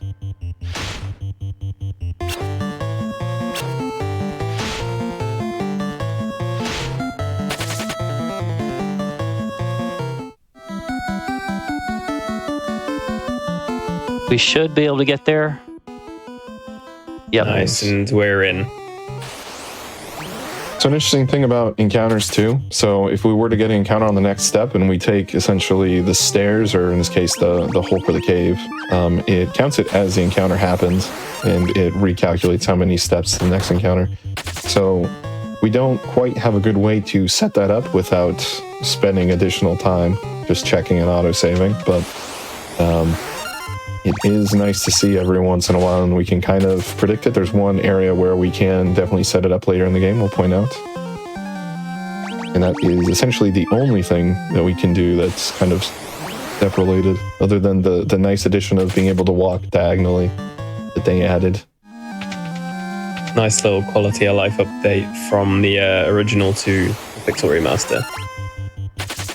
The encounters down in the Marsh Cave, some of them are completely harmless and fine. The green slime's quite nice on time because they're usually quite fast to run away from. Gargoyles can be a little bit scary, and the scorpions also can be very scary. The scorpions can poison you as well as do big damage, and the gargoyles have a potential of hitting really quite hard. So the quality of encounters really can determine your pace on the way down here, and can cause you to reset as well if you're running for a PB. An extra gray ooze, which is a great encounter in here, since it is not immune to melee. We hope for a preempt.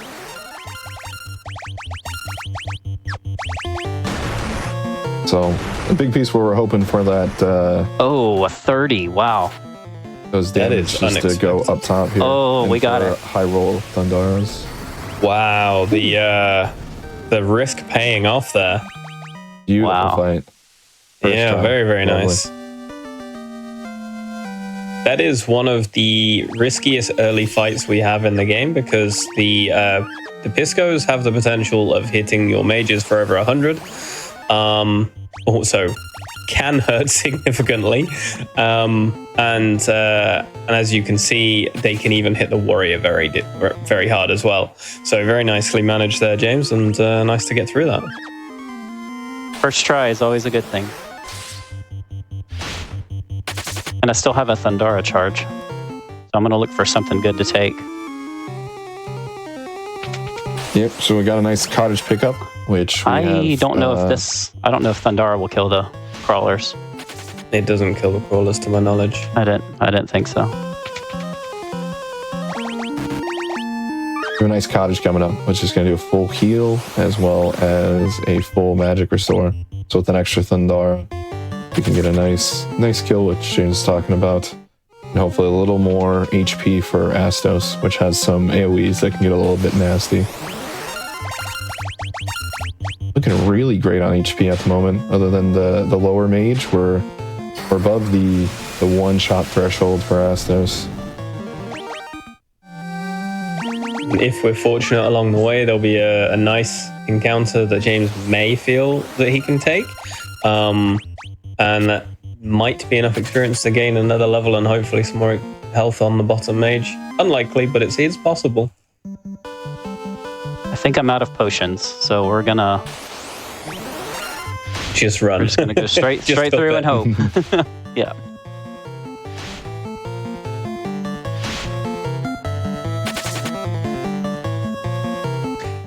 So the next fight that we're coming up to, Astos, as Cap mentioned previously, is a fairly nasty fight in terms of RNG, as some of his abilities have the potential to one-shot certain characters. He has a lot of spells at his disposal. Surprisingly, is susceptible to silence, but is very, very, very low odds. Yeah, we just got to hope that we see melees, slows on the mages, blind on the mages, things that are nicer. Yeah, if we can get that temper and crit on that monk in one turn, it. Oh yeah. The god roll, god turn order here. Hit for that juicy 350. That's a fairly decent first turn, depending on the next turn. Oh, there we go. Oh, 142, very nice. and Death beautiful race. second turn. Yep. We might get him right here. Yeah, Nice. there we go. Very, very nicely done. Clean fight. Making these early heavy RNG fights look like a cakewalk. So we did have that death miss, which, in my opinion, is something that is hit or miss. Where obviously we can funnel more experience, but we lose out on the damage absorption of that fighter. In this scenario, had the warrior or the fighter gone down, the mages and the monk would have gained a considerable amount more experience. But the current stats that are on the mages is quite healthy for the time being. Oh yeah, 100 already is very good. So the next threshold we're looking for is about the 130 mark, and that's right before Lich, which we have a little bit of time for and quite a few more levels in comparison. The one that's truly surprising me at the moment is that monk health. It's incredibly high for this point in time. Typically we're not looking to see that until a little bit further in. So very exciting to see. Yeah, the Tiamat fight late game, it's always great to have a lot of health on the monk. So we have a lot of time to finish that HP growth. And I believe we have all the required HP ups to get us there too. So I think that'll be very nice for the Tiamat fight later on. What a lovely fight to get here. One shot from the Thundara, the highest experience fight we can get on the sea. Very, very nice.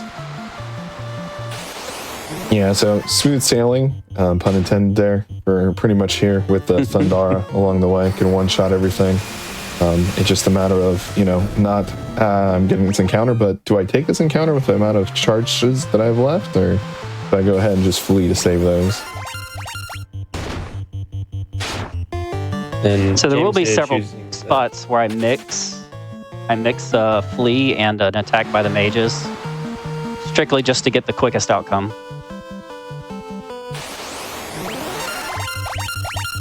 Yeah, so we have split decisions, what James talking about. So fleeing is not guaranteed in this game. It is dictated by our stats and a little bit of luck. So just having that Thundara to clear is going to guarantee us to get out of the fight at least within one turn. I'm just not going to waste a Thundara on goblins, so we're only going to flee there. It's funny though that it always seems like the goblin fights are the ones that hold you up, even though they're the weakest enemies in the game. Yeah, basically I have 6 Thundara charges until I use the next N. And so we want to take the highest gil encounters we can get. Yep, so our last major kind of hurdle for money is going to come up here when we buy again in Cornelia. We're going to pick up the free potions and antidotes here, just to kind of pad those numbers a little bit. But the more we have, the easier it's going to be for our double dive into Earth Cave.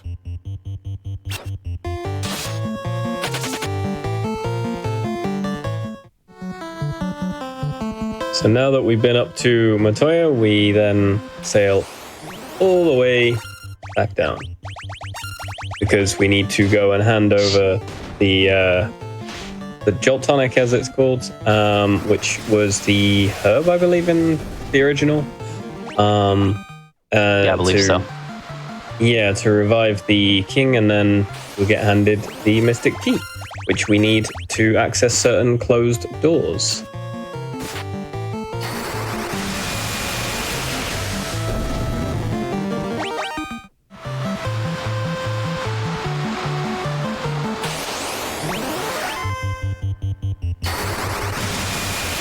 I have to say, quite fond of these encounters on the way down for you.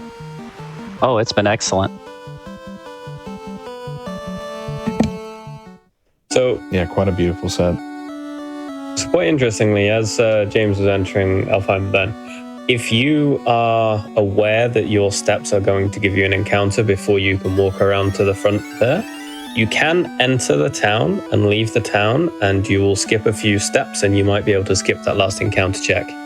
Obviously it is timeless if you wouldn't get the encounter, but if you were to, if you know you're going to get one, it will save you a little bit of time. Oh, I didn't mean to do that. We have a hidden chest room around here that's going to greatly pad our money. So other than money, what we would hope to see, and it's not as typical, but if we can get to level 12 before we buy our next spell, we'll get the charges already set up and ready to go for it to just use on our way. So as you see, we just failed to flee. If I had Thundara queued up, we wouldn't have failed, but I don't want to waste my last... Oh, come on. I don't want to waste my last charge.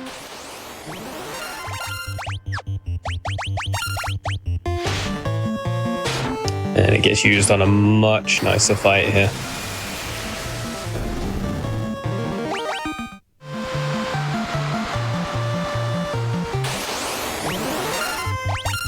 I don't think I have any more.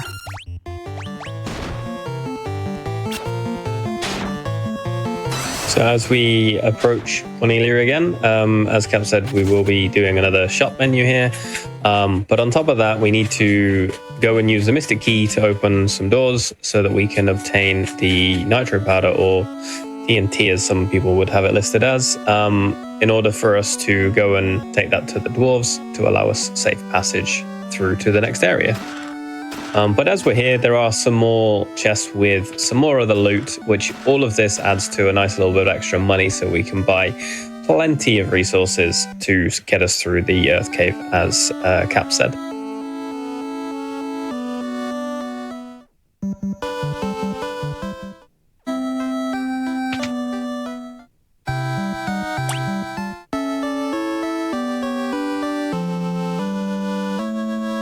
I could save time by not using the N, but for only 30 gil, it's cheaper than Oceans and Ethers.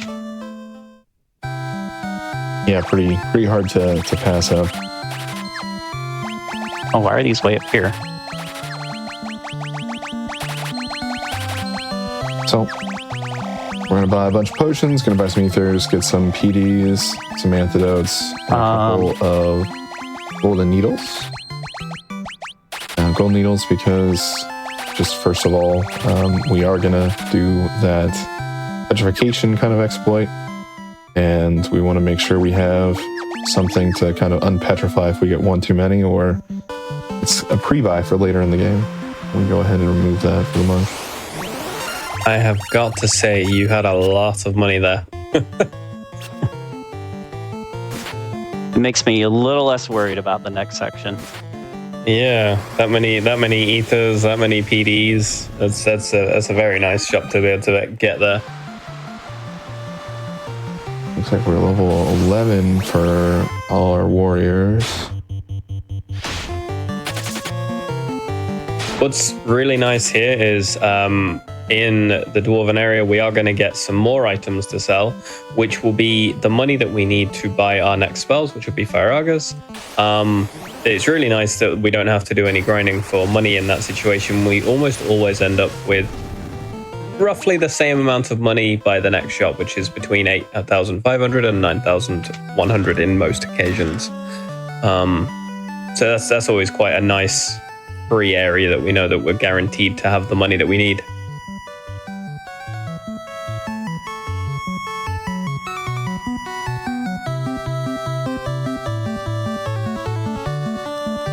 Always thought about the casual destruction of the land here.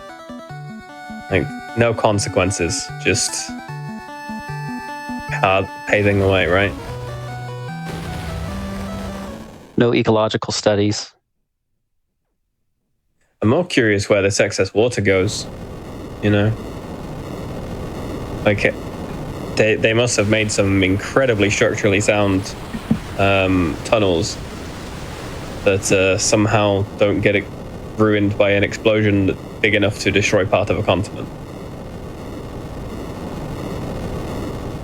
I mean, they had it all set up, so I imagine they pre-did all the math. All they needed was the explosives that someone locked in a chest for hundreds of years. Yep, they just knew the exact charge level, and away they go.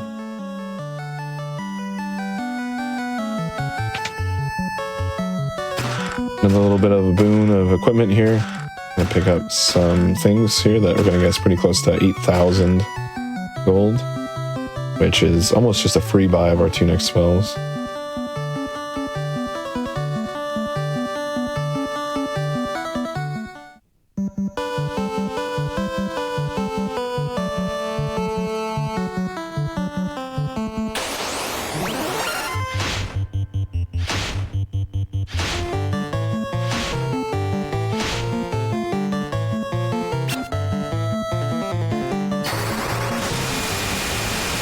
No, we are usually more than happy to use our spell charges on the way across here. Sea encounters are still quite favorable in experience. And if you're happy for the minor time loss, it means that you will end up getting a little bit of extra money and experience, and you're only going to top your charges back up anyway.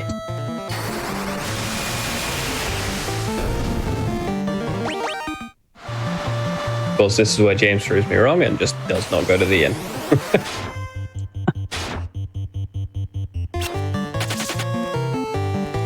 Who needs an inn? We have ethers and potions. More than plenty, right? Yep, he proved me wrong. Oh, He I've just never- bypassed it I've never. entirely. Yeah, I don't think I've ever used the end there. Well, there you go. Running our Frogga spells here. If you have extra money, sometimes some runners roll.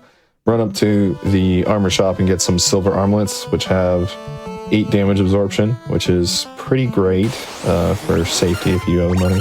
Oh, lesser tigers. Oh no. And you didn't use your ethers. This is sad. Oh, No. punished. You know that inn that you skipped? It's all right. So at the end of the game, we're gonna need some full restores for HP. Lesser tigers can drop X potions, which are one of those items we're looking for. If we get it, if we get enough of them, we can actually skip some pickups later on. But they have a 4% chance of dropping an X potion. So we're hoping to see a lot more of those, and hopefully this isn't a what if moment of what if we would have got X potions there. Oh, we low rolled. Yeah, the That's slide on very damage sad. 79. And that is borderline just not enough. So big piece. We have a lot of ethers, so we won't have to make a lot of decisions here. But what we are hoping for is experience to get to level 12 for the vampire, and level 15 or at least level 13 before Lich, just to have enough Frogga cast without using ethers. Looks like we're going to go pick up the Coral Sword, which is nice for the warrior to use if we want to equip that. Otherwise, it is a little bit of money later on. I'm going to pad those numbers again. The other thing is gold, because we still need some gold. We should pretty much always get how much we need, but the more we have going into the next section, just kind of smooths things out.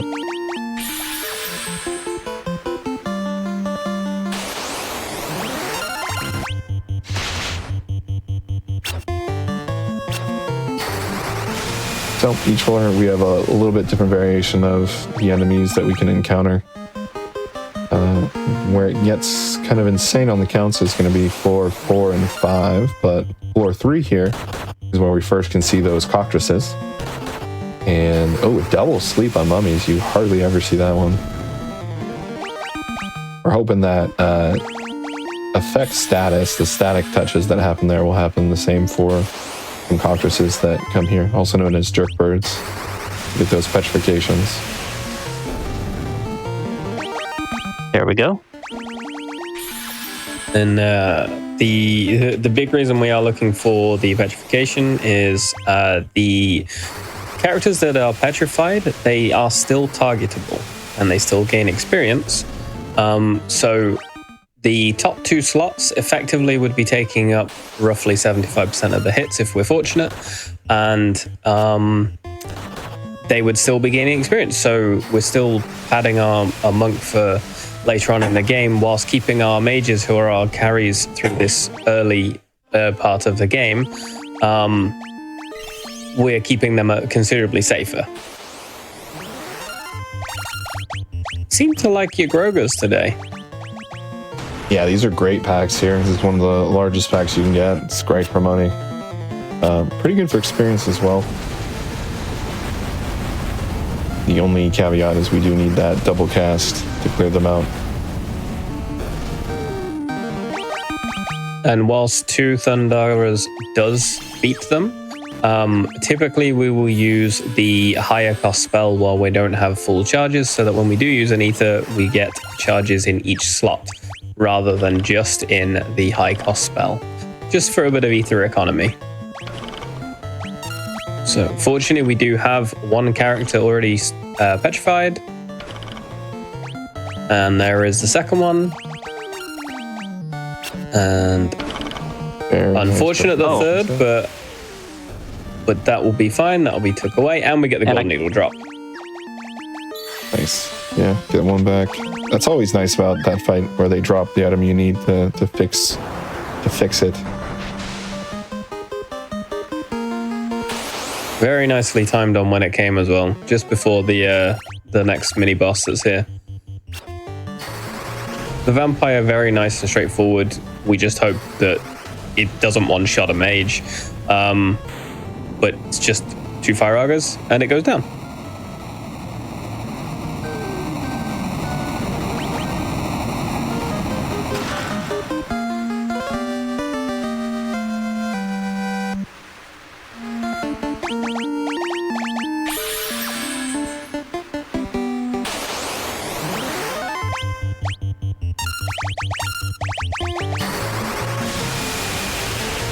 So hopefully we'll start seeing some of these attacks start heading towards our 2 stone characters instead of our mages. As I say, it just helps to keep our use of potions down and allows us to keep a much safer and tighter run through the majority of the run. No. Ooh.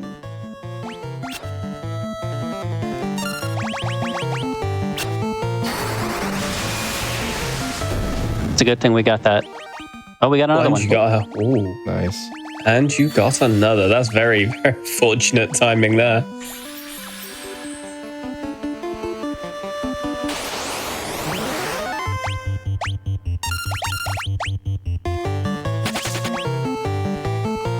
Thought they were going to fail there for a second.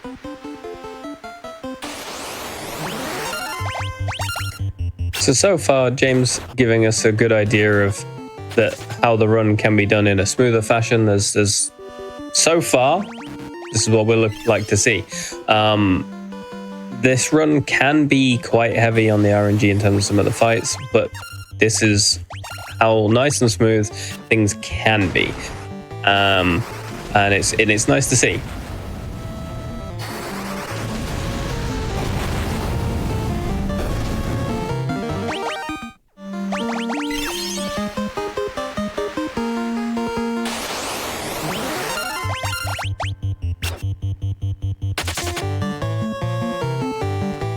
I don't like using 2 charges, but double giant's too much EXP. Yeah, they're worth a very large amount. They're just a slightly slower fight, aren't they? 2 charges. Oops. Oh well.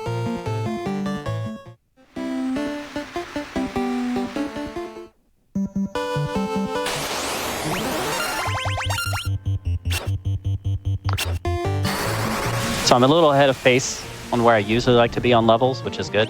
I usually want to be 13 by the time I get back. And instead, we are looking a bit nicer. I think we're already... Honestly, I keep looking at that monk's health, and I'm just sat there going, "Oh, that's going to be nice later."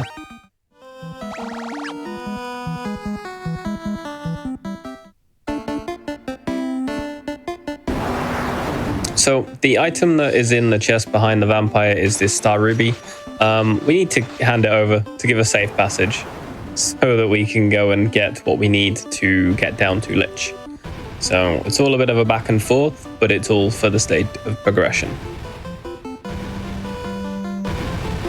And as James saw earlier, there are lesser tigers along the way. We are hoping to see 2 and 3 packs of lesser tigers as much as we can. They're not bad on the experience, and they have the very small chance of dropping us an X potion or a full heal, as it could be, which is incredibly useful later.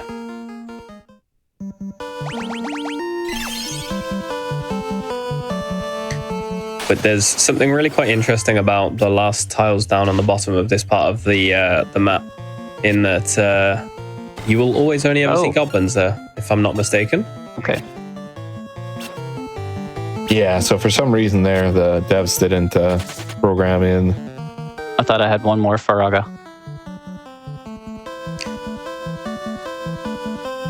They didn't program anything into that chunk. They didn't expect you to get anything there.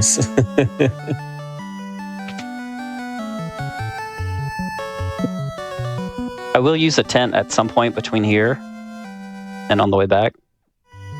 Just want to use up as many spells as I can, because it'll be worth 4 ethers. For how you take the run, do you typically like to sell your cottage, or do you like to use the cottage at some point? It really depends on what my charges are looking like. I'll use it before Ice Cave. Ah, yes. Yeah. And there is the 3 lesser tigers. And I don't unfortunately not prepared again.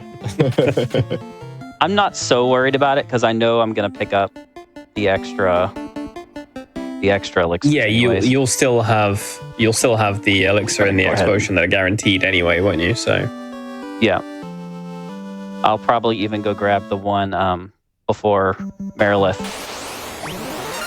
Okay. The second time. Nice bit of extra safety. So that'll be 4 full hills going into chaos. So it's not too bad. Should give quite a nice degree of extra safety.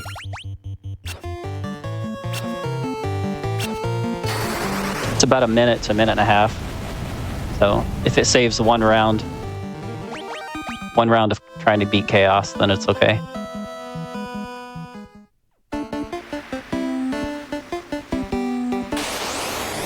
So as we enter the Earth Cave again, we've got a second dive down, but this time we're going considerably further than the first time, where some of the encounters do change slightly, not in terms of what we see, but the numbers in which we see them in changes more so. We're more likely to see larger numbers of the cockatrice. We're more likely to see disco demons, and we're less likely to see as many cobras and things down there.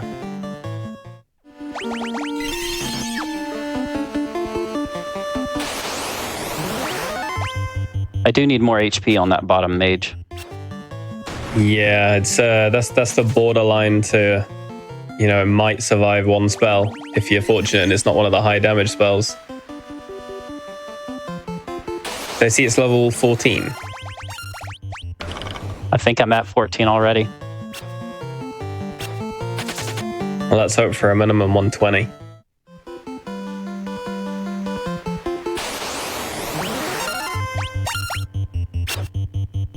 It's quite fortunate you've got one at 150, but even then you could ideally like that to be slightly higher anyway, if you can. At this point, anything I can't clear in one shot, I'm gonna just run from. Unless you fail. Ooh, that's they're trying to get rid of that mage there. Getting close.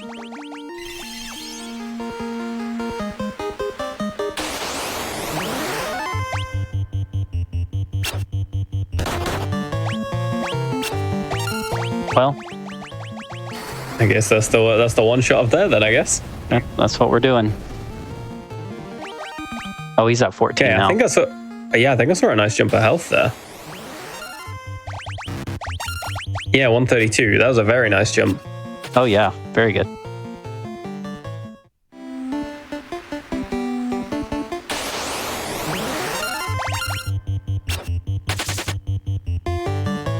So on the way down here, James will be looking to reach at least level 15 on both his mages, and will quite happily fleet from the rest if needed. If they're poor fights, for example, they're just time waste by that point because you get much more experience later on. But we need to be level 15 ideally for Lich, because the fight becomes considerably much more straightforward at level 15. 1, you have higher health, and 2, you end up with 3 Firaga charges per mage instead of 2. And the damage required to beat Lich is the equivalent of 6 Firagas and 1 Thundara. So we are 100% looking to try and get as close to those spell charges as we can, and then hope for a bit of nice turn order just to get through the fight at the end.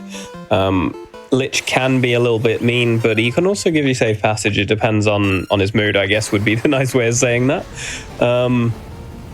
And what we're hoping to see is hold on the top slots, melees on the top slot, slow. We're not looking to see any major spells, ideally, any damage spells, if we can help it.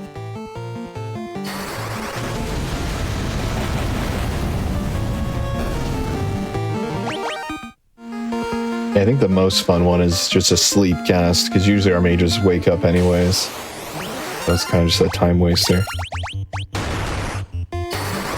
It's quite a nice one to get, isn't it? I love seeing that hold on one of the top two. Yeah.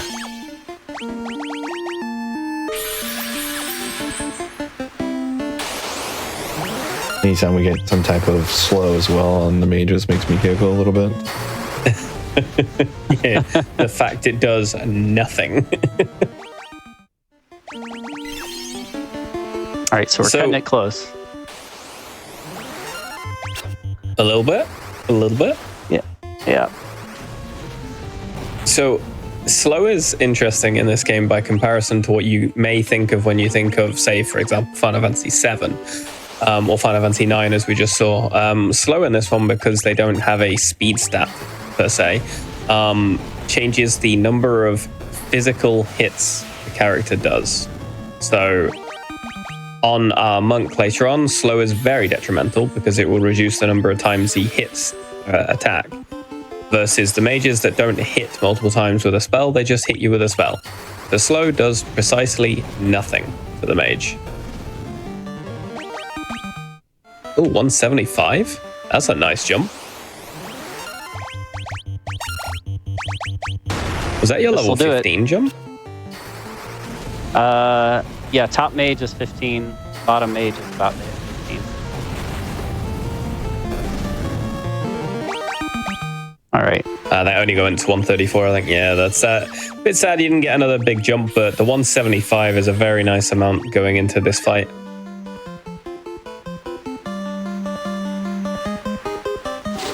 So good luck with Lich, sir. Thank you. I think we're already queued up on Faraga. Yes, you are. We are. Nice and straightforward. Huh. There's the sleeps, as Cap mentioned, and as he said, that you wake up straight away. Neither. There's the slow. All right, 1 and 2.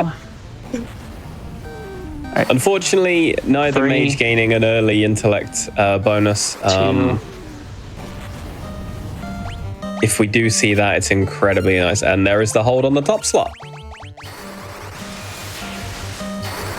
There we go. Very, very nice and clean fight there. GG. Lich showcasing exactly the spells we were talking about.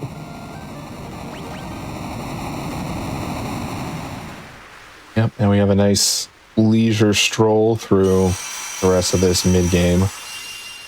We do a few more pickups just to get prepared, and then jump into the late game, end game stuff. The only real scare between now and the later game being the first initial trek in the river, because there's some nasty things whilst you're rowing on your little canoe. But outside of that, it's fairly nice and straightforward from here to, well, the next, what you say, half an hour? 20 minutes maybe? Everything's Yeah, 20 minutes pretty smooth. I would say Tiamat 1 is maybe the biggest scare before we get to the end of the game. Absolutely.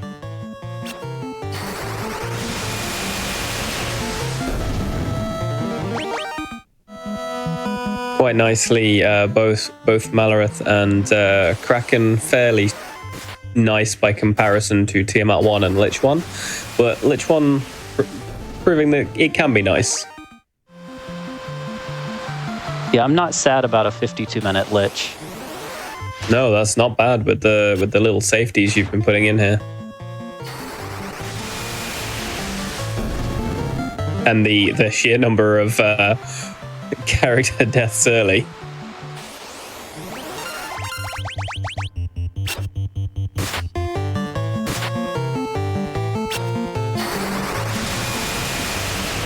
We're not going to get any fleas, it looks like.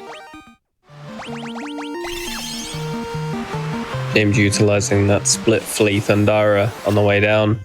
It just guarantees you're out in one turn regardless of if you take it or if you run. The flea is preferred because it is faster, but if it means you have to Thundara your way out, then unfortunately is the way it goes. But as we all know, James runs. He in fact does not walk.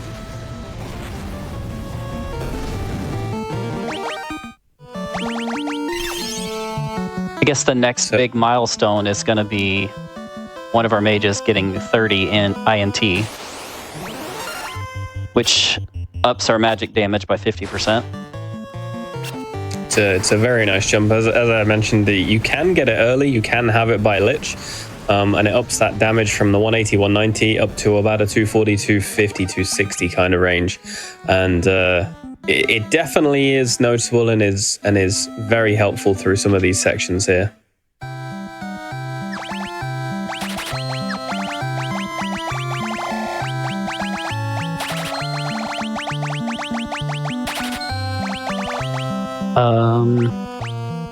I could do 10, just in case. That should be fine. You know, I can't say I was expecting to see the PDs.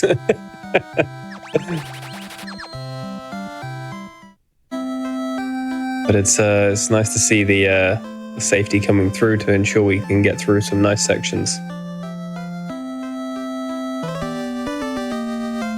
I typically will buy some there. I have plenty of gil at that point, so... Yeah, and given that it allows you to use fewer potion, you can be a bit riskier on the health because of the fact you have additional revives as you run through. Forgot. It's a nice bit of safety as such.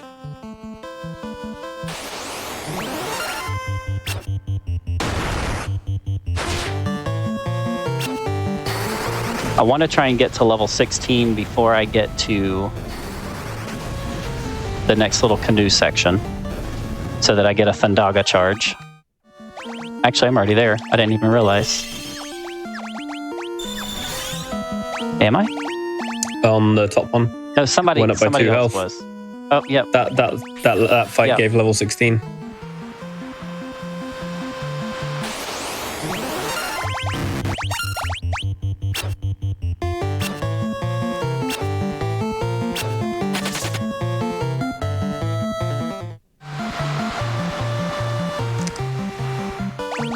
So, Cap touched on the encounter tiles for the rivers and the sea. As you see, we've entered different tiles here, and the sheer difficulty difference of the enemies from here to quite literally one tile further right, back in the sea. The enemies here can one shot anything up to about a 240.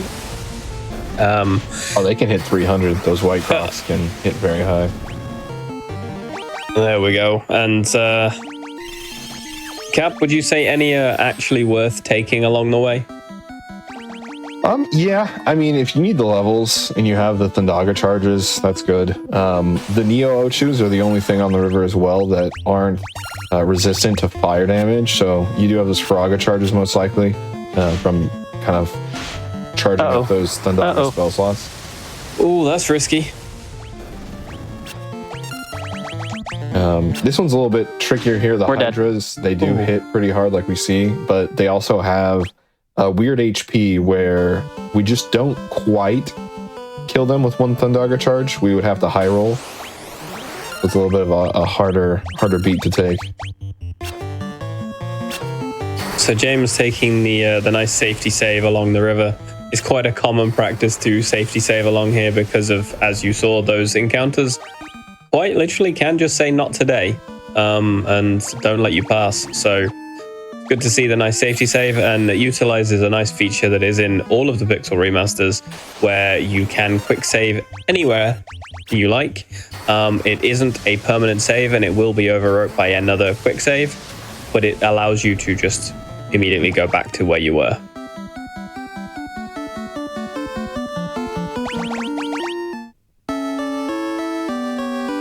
And there is the cottage that which will allow us to full heal and get all of our charges for spells back. As we enter the next type of encounter tiles. Lots of things in here very much worth taking money-wise and experience-wise. This fight not being something we necessarily like, sadly.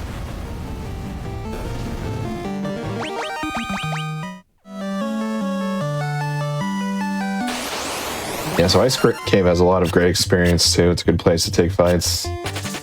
What we're hoping to get those mages up, because that monk is just absolutely healthy. I mean, 299. It's astonishing, isn't it?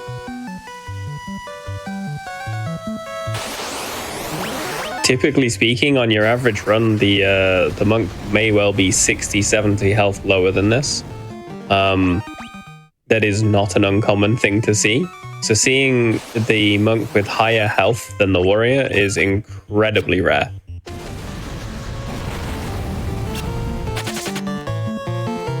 The two scary ones, these dark wizards and those ice dragons, both have some pretty crazy spells.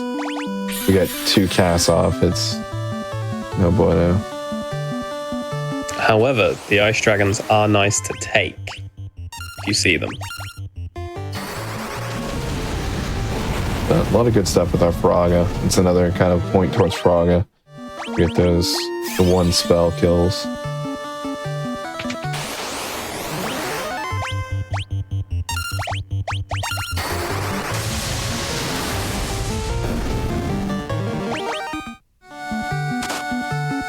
The Mind Flayers can also be quite scary as well. Not typically a fight you want to be in for very long.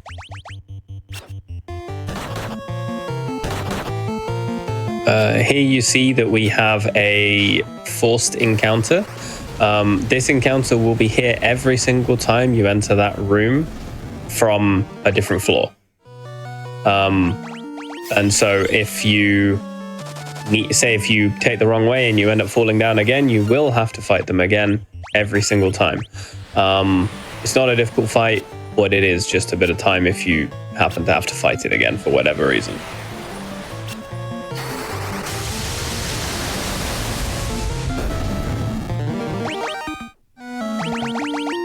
I don't know about James on this one, but I cannot stand them winter wolves. Their ice storm. Honestly, the number of runs where I've just lost my mind at the winter wolves. I am not a fan. Honestly, I'd rather just go Firaga and get myself out of there. Yep. They could have wiped me out there if they would have used the AoE every time. Well, you just got a little bit more health on that bottom mage. You're still looking a little bit low, but it's nice to see your first mage at 200 now. Yeah, when you get health, it seems like it comes quick too. As you remember, we were quite low beforehand. But here, leaving the cave, getting that 200 mages is awesome to see. So Evil Eye, and like a lot of Final Fantasies, you know, boss here, and in the next dungeon, it's just a regular monster. Interesting in other other versions of Final Fantasy, you actually just keep tripping that trap tile. But here, since it is tied into the Levy Stone, it's not redoable in the Pixel Remaster. If I'm not mistaken, it's one of the level grinds in the original, the Evil Eye. Yeah, it gives out massive amount of experience, especially this early in the game. We do see it as a regular monster. I believe It's not till Chaos Temple. We were on there, but not as much since we're already pretty far into the levels, but still a good chunk. If I'm not mistaken, we see it in the Wind Shrine.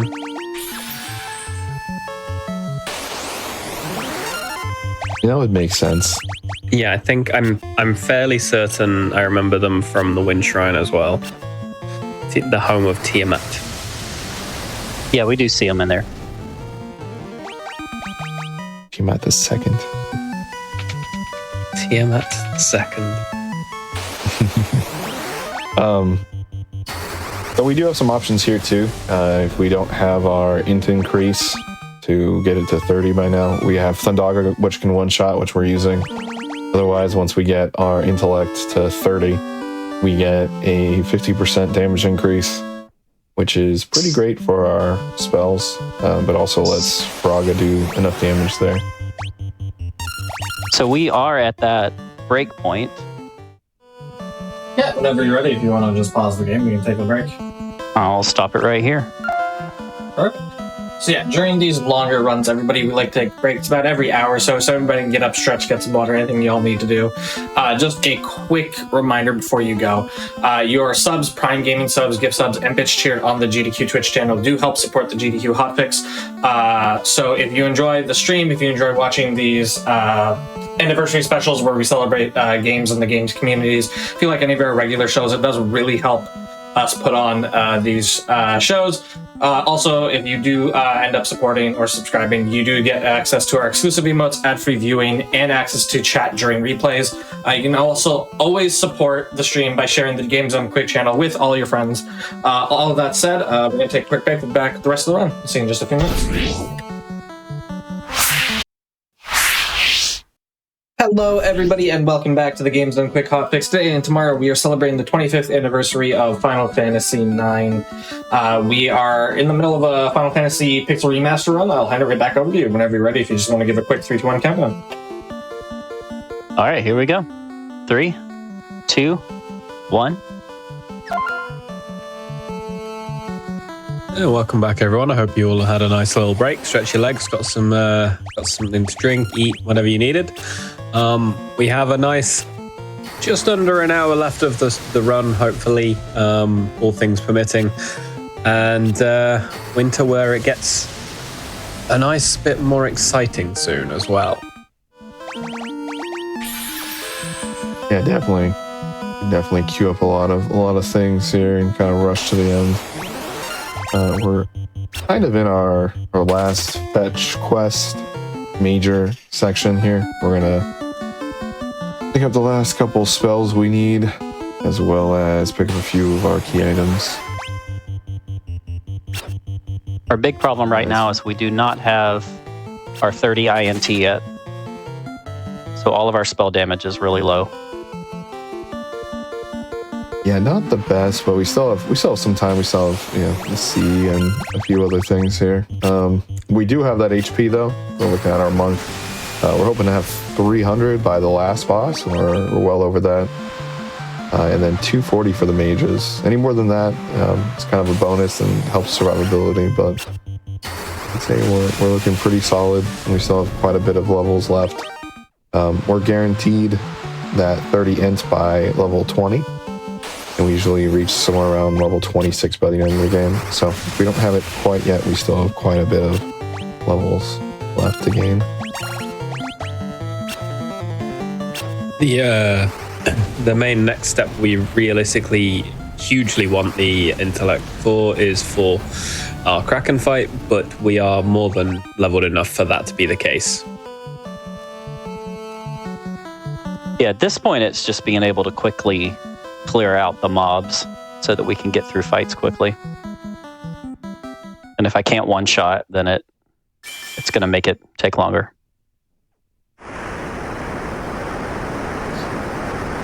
So we are now airborne. We magically get the airship that appears out of the desert that somebody once upon a time tells us about. And we use that to go and get the rest of our fetches. So we're going to get a spell, we're going to get some items, and use it to take us to our next destination after that. Yeah, and one of the few ones where there's no type of encounters while we're aboard the airship. And we get free overworld movement for everywhere where we can land the ship. Unfortunately, that's not anywhere. And we have to land on that white pillared grass. So there's a few places where we're going to have to do some walking. And ironically, where we pulled it up from the desert, it can't land there. It can't land on a desert tile. Somewhat bizarre since it appears out of it, right? Yep, we can't land in the woods, we can't land in a marsh tile, and we can't land in the desert. There is no ice tile that we access, so nothing to worry about there. It does leave us in a position where we'll have to walk in a few locations further than ideal. And we're almost guaranteed that we'll get one encounter somewhere out on the overworld of the Dragon Isles. Usually on the second leg. If not, it'll be just as you get over to your next destination as soon as you basically get off the airship.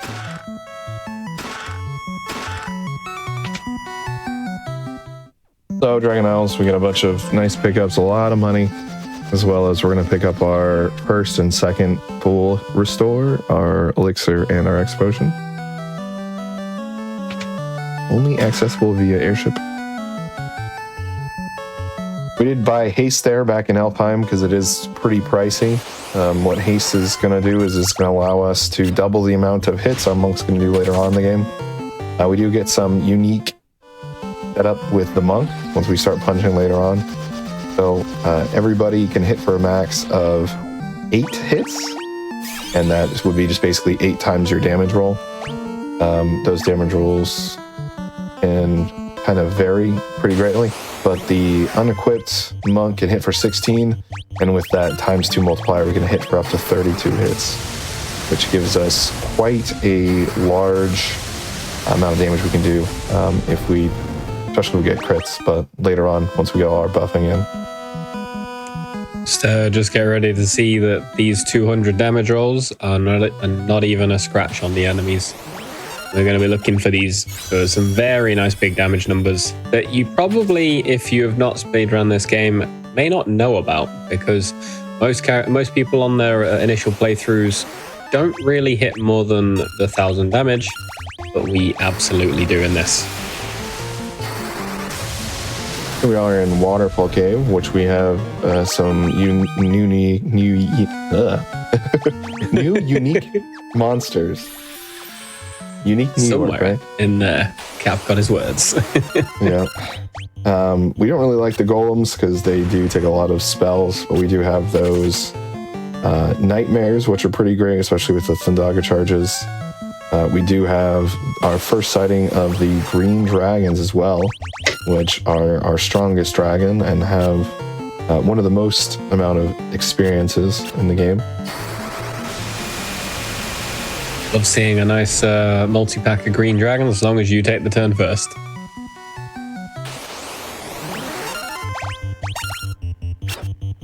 And we hit level 20, so we finally got the INT. Nice. Yeah, so we kind of touched on it, but every 10 levels of intellect, your spells, their base damage does another iteration. So we start off with 20 intellect on the black mages, another reason why we take them over the red mages, who start off lower. And so they already start out with 2 times base damage for things, and at 30 it's 3 times, so that's where we get our 50% increase. If you do level up enough, you'll get that 4 times at 40 intellect, which at that point, your AoE spells can pretty much one-shot anything in the game, as long as you have those Aga spells. So your Faraga, Thundaga, and Blizzaga.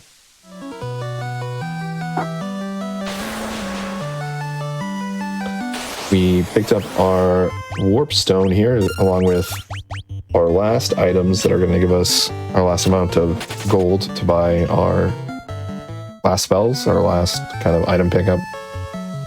That Warp Stone is going to be what we use in the Wind Shrine later on.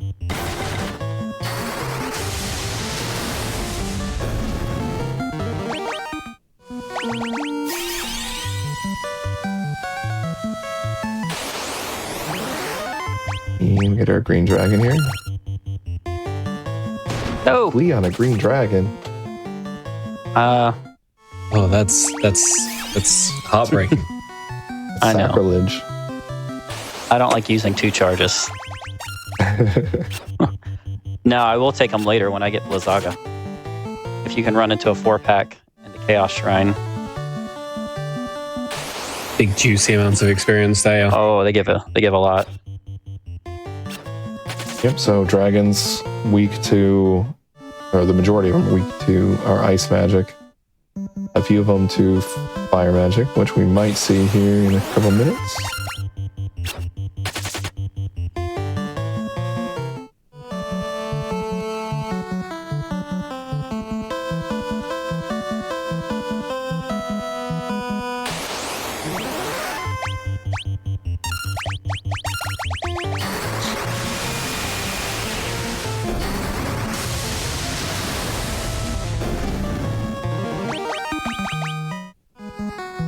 Jumping up to the 231 on that top mage, getting the health definitely.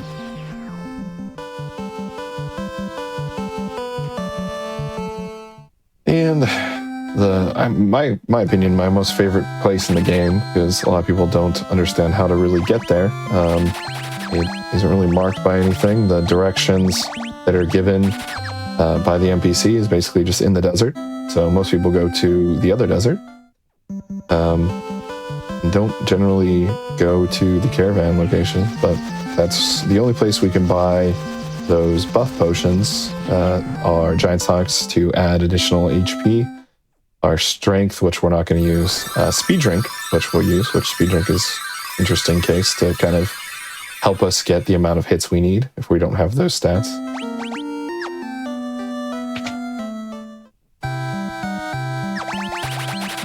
Pick up our Blizzagas here.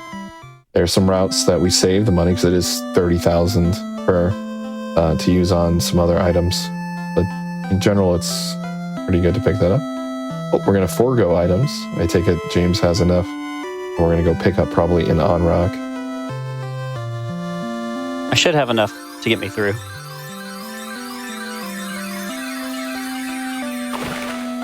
And that bottle of air we set free. Going to go ahead and pick up our Oxyol, which is our rebreather, which is going to allow us to dive the water shrine. We now see what happened to Link in this, because there is a gravestone in the game where it does say "Here lies Link." And for those of you who have played Legend of Zelda, Link uses bottle fairies to be revived, and unfortunately, it seems his bottle fairy was taken. I like to think it's like someone just started laying some fiber infrastructure and they're just marking it so you don't dig it up and break it. I get that high-speed internet.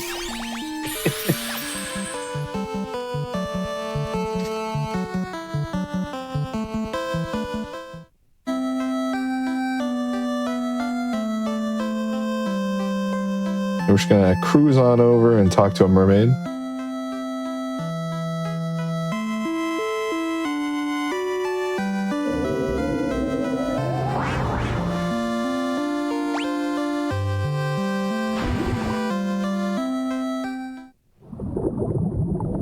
And as we dive down to the water shrine is interesting because it has essentially 2 areas, our left and our right, which we will go down floors and back up some floors to pick up some things.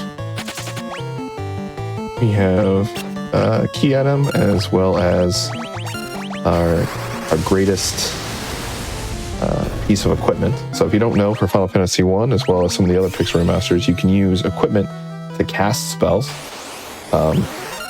And similar to Final Fantasy V, where you actually break staffs to do more damage, in this game we can actually use items to cast spells, and so that's one way you can get around having to be a caster. So as long as you have the item, anybody can cast a spell. It just relies on your intellect. So we are going to go ahead and get one to essentially cheese all the end bosses.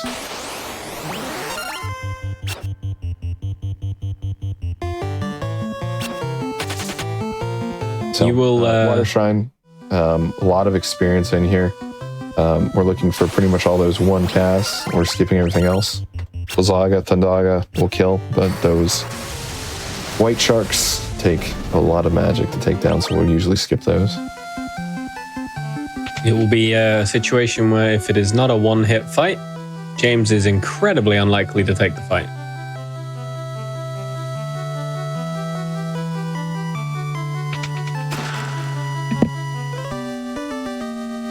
So unique floor here, as you'll see, we don't have any encounters that are taken. There are a lot of chests, so we pretty much have the ability to pillage. We don't really need much here. We're gonna go and pick up the slab. As you saw, we picked up the diamond armlet, which is the best non-class specific item we can pick up. It's gonna absorb a lot of damage. So earlier we were talking about the silver armlet, which can absorb 8 damage. The diamond armlet is essentially our tier 4 compared to our tier 2.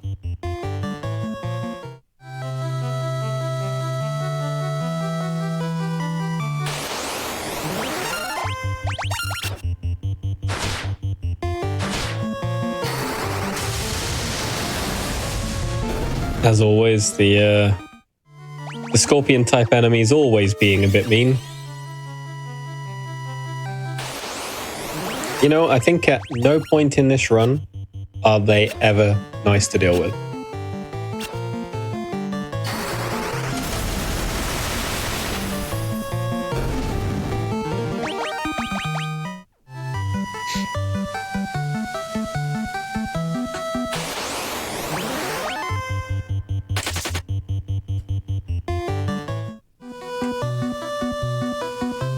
So we're almost at the point of our main key item, as Cap mentioned. It will be the main use item use that we use for the rest of the run, and it will be used exclusively by our monk when he is no longer in a permanent state of petrification, which is not for a little bit yet, but he will be there shortly.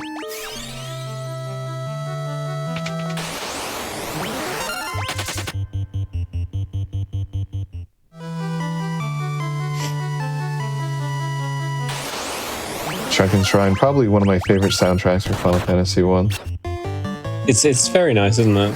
It's very. I mean, the majority of the Pixel Remaster soundtrack is very, very nice, and even the original 8-bit sound in a lot of the songs is also very nice.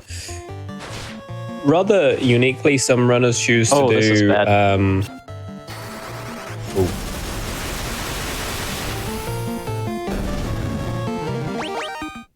Things a little bit close, though. Those scorpions being exceptionally dangerous, alongside the trolls, which can also hit incredibly hard. As we mentioned earlier, there are several forced fights. This forced fight is how we get the item in which we essentially buff our monk each fight. You will see that not on this next boss fight, but you will see that after that. Then there are those giant's gloves.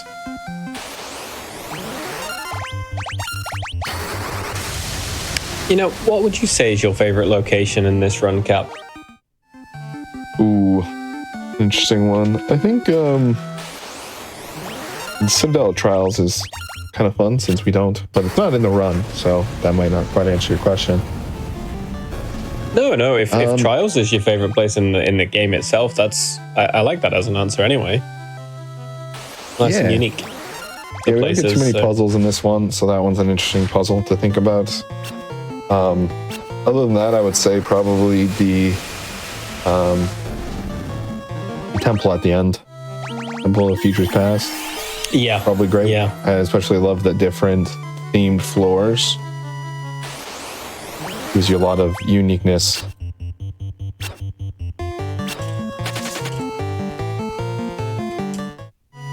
I personally, there's 2 areas I really like, and they are both themed areas. I like Mount Gold. 1, for the music. I think the music's lovely. And secondly, I like the concept of going down to that area for that type of fiend. I think it's a really nice way of doing it. And secondly is Tiamat's Wind Shrine. as much as I don't like the Tiamat fight because of the fact it can be very, very challenging to get through if you are unfortunate and don't have a 400 health monk like we see here, the fights in the area are usually quite nice, and we will get to potentially see something. Not going to mention it yet, but we potentially could see something.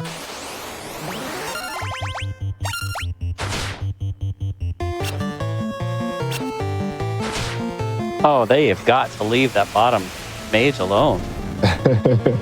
He definitely You- needs an HP. You've had a few little scary moments on this run through. Okay, this is the easiest one, and Cap, you were gonna go, so No, please. I was gonna say this is by far the fiend that we like the most. It can throw a spanner in the works, and you can get just simply meleeed, and you'll lose a character. But invariably speaking, it will use ink. We have ribbons, and all we do is double Thundaga 3 times. That's it. Yep. So we pull back the. Oh, we don't have a ribbon on that one. We pull back the hair of the black mages to keep the ink out of their face. Other than that, this one can't cast anything. And as simple as that, as we saw that happen, just Thundaga 6 and we're done. But it can hit for 8 times, which will do a lot of damage. And kind of the same thing we're gonna apply later on in Revenge. But very smooth fight.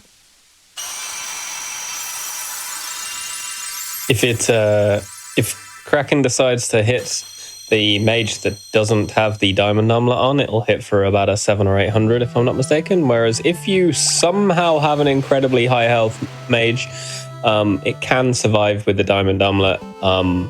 Unlikely, but can still survive a nice punch. But that's a very unlikely. I think you're looking at 330, 350 health. Yeah, it can low roll, so you can get lucky with those low rolls.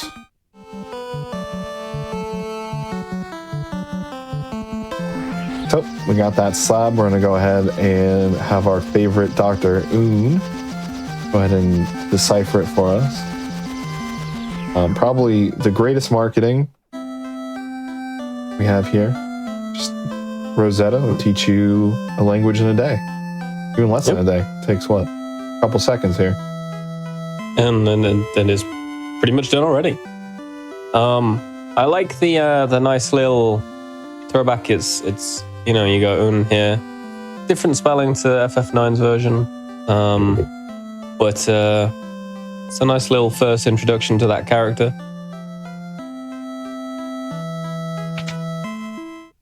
We're going to go ahead and pick up some silvers. Just for a little bit of extra safety as we run through. It will allow the mages to survive the physical hits a little bit nicer. It does not by any means mean that they will not get one shot by something, because sometimes things will just say no. But it does give us a bit of extra safety. But talking about where the airship can land, you'll notice how far away we need to walk here, because there are no tiles that the airship can land on this side here as we walk down to I cannot remember the name of the town for the life of me now. Who knows? It's unknown. Doesn't have a name.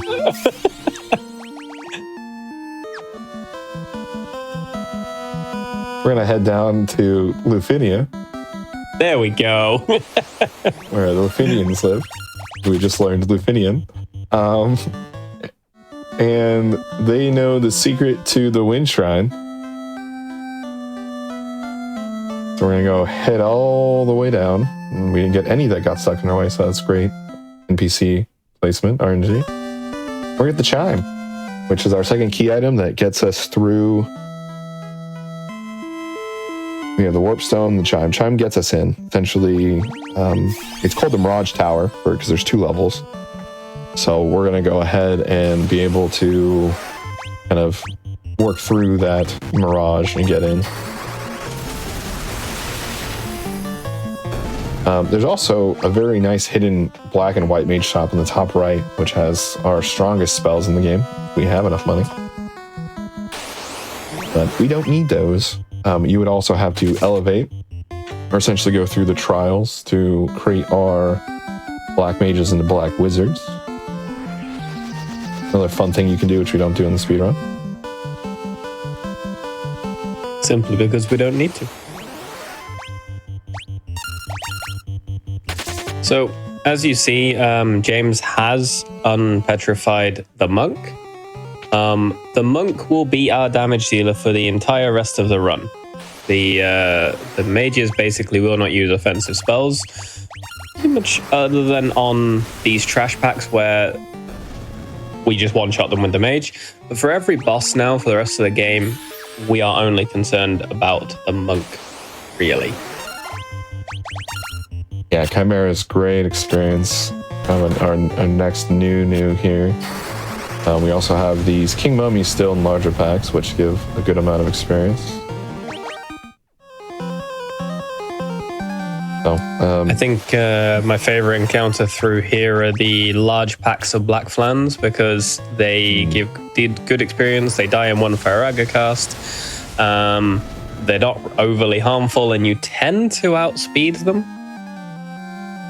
I mean, speed is the wrong term, but you tend to order them, if that's the correct way I should say. Yeah, there's a little bit of speed, so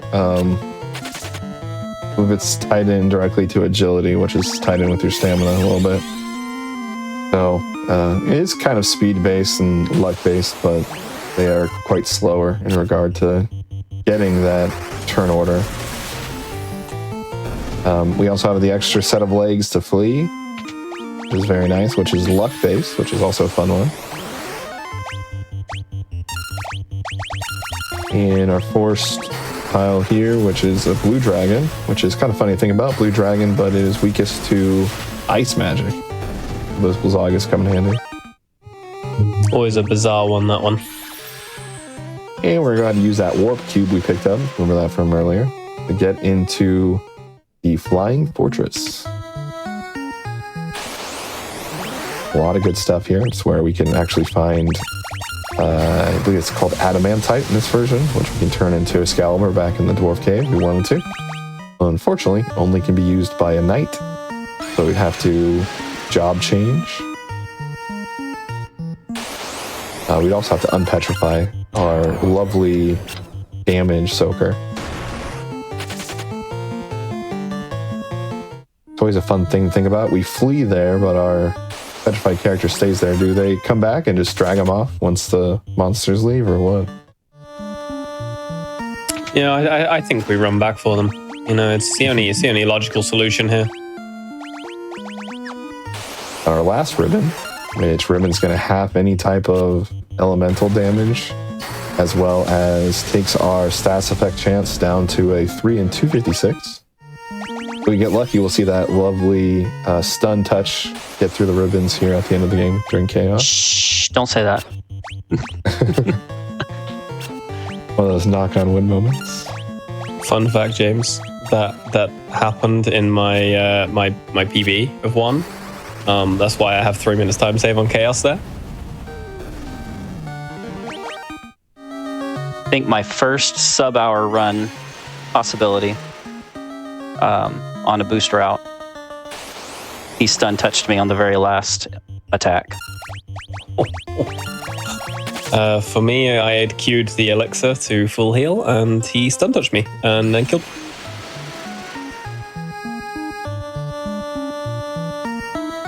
Okay, so I mentioned something that I know James won't want to see, but I'm sorry to say, James, I do want to see this because, you know, we all love to see a certain fight here. Only for the sheer value of the fight. The essential, in quotations, super boss of this game is Warmech, and is only really possible on the screen where you would fight Tiamat on the long bridge on the top. It's incredibly rare that you do see it. It's incredibly powerful. It is possible to be beaten, but in the speedrun, you sure are not going to try. Yeah, we like to call it the Bridge of Destiny. Usually get about 2 chances here. I believe the only last time we saw it in an actual race setting or Speedrun, that's what showcased, was during a Final Fantasy 1 tournament, which was, I believe, like 3 years ago, which happened during the opener race. But I'm not going to see it today. Kind of sad you didn't give us that chance. Kind of had the rare single encounter on the bridge there. Yeah, that was nice to see. I'll put Monk in the last slot to just essentially eliminate the chance of getting meleeed. This is our just kind of quick kind of buff, and we're hoping for some nice melees on top slot, which we got one starting off, which is great. The lower end AoE spells are good too. What we don't want to see is that poison gas and thunderbolt. Ironically enough, that mage going down is actually kind of a blessing in disguise here. Now you'll notice how we've queued additional tempers and additional sabers on a monk. Buff spells do stack up to a limit. There is an end point on your max damage, but as you see, our monk hits very nicely and breezes on through. Very nice fight, well played. Yeah, so if we just do a little bit of quick math there, would have been dead if he was under about the 270 range, but sometimes we get here with 240 health. So even with that smooth of a thing, we probably would have had to throw a potion or something out. So just quite a boon having the 433 on the monk. I have to say, I think that's one of the higher numbers I've seen on a monk in a speedrun. Yeah. I don't know that I've ever had him that high. I didn't look at the warrior's health. Is he still above? He's still above the warrior. I honestly don't think I've seen that before. Oh, I can't one-shot a sandworm. Oh, I can. I forgot. Oh. It's the purple You're worm. thinking of the purple worms, yeah. Yeah. Yeah, the purples are 2 turns, aren't they? So the game kind of intends for us not to be able to do this, but we have this option of basically skipping Molaris and pushing it to the end, which just makes this a nice 4-minute section.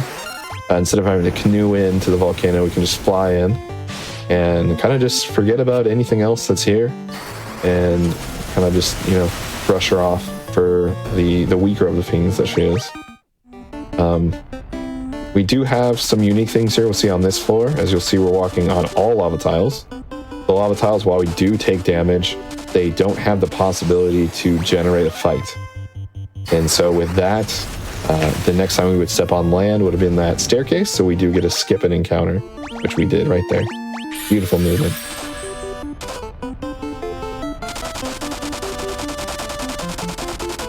We get some other rooms here. We got this one. The floor does look scary with that much lava, but as Cap said, it's actually nice. You want all the lava on the way down here.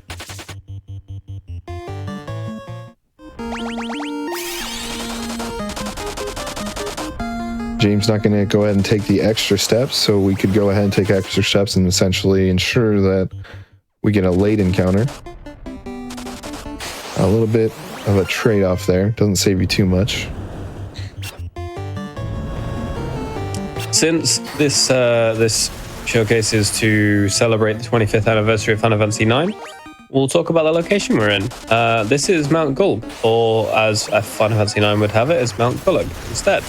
The music is very similar, and this is basically where that location is initially based off. Obviously, it looks dramatically different, but that is what the initial basis is from. Yeah, so we get a lot of things. So 9, which is essentially a love letter to all the other Final Fantasy that came before it. The one most notable thing is you're going to look at our characters. We don't quite have it, which I would say is the most noticeable, is the White Mage has the same getup that we first see Princess Garnet have in that opening sequence. We do see the Black Mage, obviously, like Vivi there. Our Thief, which we don't have, looks very much like our Zidane character. So they very much tied in those fashion choices. So 2 ways you can do this fight. They take about the same amount of time, but this one might be a little bit faster depending on if we get a little bit of a high roll here. We can buff the monk like we're used to, but we also have those Blizzaga charges we can go ahead and just cast. But not a lot of health, only 1440 for health on Malaris. Nice and easy through it. Yeah, nice fiend after Tiamat, where Tiamat can hold you up for quite a bit. What we will say here is that one other thing to note: if you notice all of the fiends as we've gone through, Malareth should look very familiar if you're looking at Final Fantasy IX.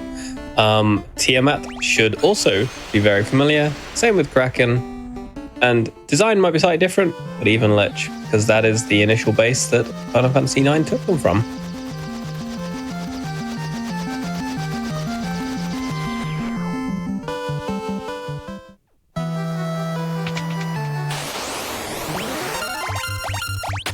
We're going to get that encounter beforehand. So we'll get a very late one once we enter the shrine here. But with all crystals, we can go ahead and use this, and we're going to be teleported 2,000 years in the past. So what happened originally was when we defeated Garland, he was teleported back and distorted by magic and turned into chaos and created this, in essence, this time loop.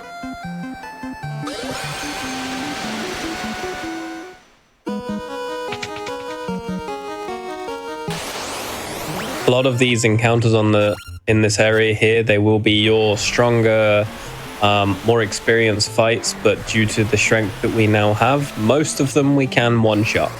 There are some that we obviously don't take, and some of the floors where we pretty much don't take anything. But some of these fights along the way are the fights in which we use to gather the last little bits of experience if we need it.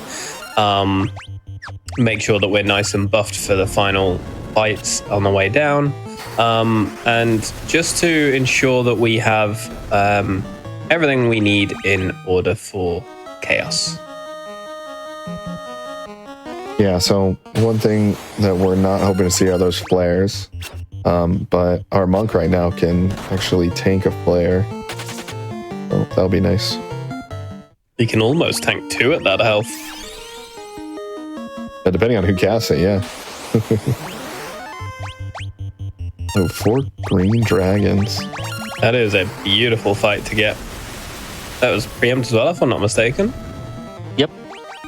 Yep. I think the only beautiful thing fight. better than that is 4 purple worms for experience. Yeah, that sounds right to me as well. So we got Death Eye, which 1 experience, 1 gold, but has a 1% chance to drop an elixir. It's always that lower health mage. So Fortunately, we need it's the a, elixirs, so we're just going to go and pick up the one that's in this box over here. it's only a 1 experience point, so Yep, very fortunately there. So here's where you would use the loot. And again, in the older version, if you didn't pick it up, you'd have to go all the way back. And the randomizer is kind of fun because you can actually not have the loot yet if you don't realize you can get here and have to actually go all the way back. Yeah, if you're unfortunate and the game has thrown it in a check that you may not have thought to do, you could be a little bit scuppered and have to go back for it.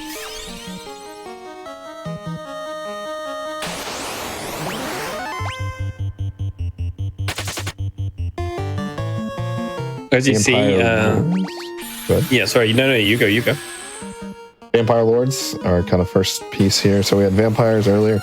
Vampire Lords actually have the ability to start casting some spell blocking spells. So in particular, they know they're weak to fire, so they'll cast Null Blaze, which can be a little bit annoying. So for the most part, we'll either cast Thundaga or we'll just leave them alone and move on with our day. Which is this is a nice 7-pack here. Yep, this is the fight that I mentioned previously. That's the one we want. A nice 7-pack Black Flans. Decent experience, quick fight, no real risk.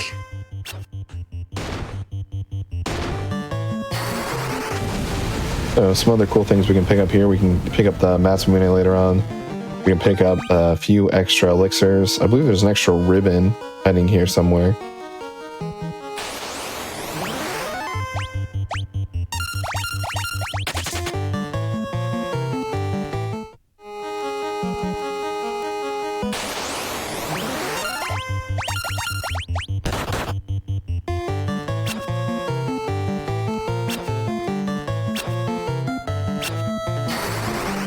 first Medusas, which are actually quite weak, but they have quite a bit of experience. Another great fight there.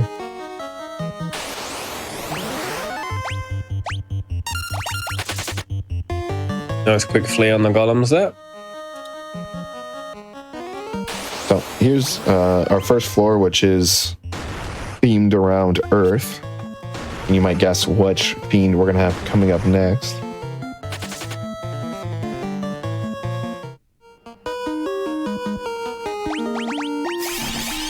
We'll sync up here, and we're going to be using our greatest combo against Lich. In Lich my, 2 in this case. Player in my King opinion, himself. the There we see it. Yep. Oh, In my opinion, the nastiest fight as we're down here, because it can just use the flare. I saw the monk wasn't full health. That explains Yep. that. He wasn't, was he? I was No, you wondering put what's him to happening there. 280. I'm not used to him being so. Oh, So double high there. flare opening. Oh, okay. So we're now seeing the first bit of what Final Fantasy 1 speedrun can do, and it can lock you into this fight if it just decides it doesn't want to be nice. You get a nice stop There there. we go.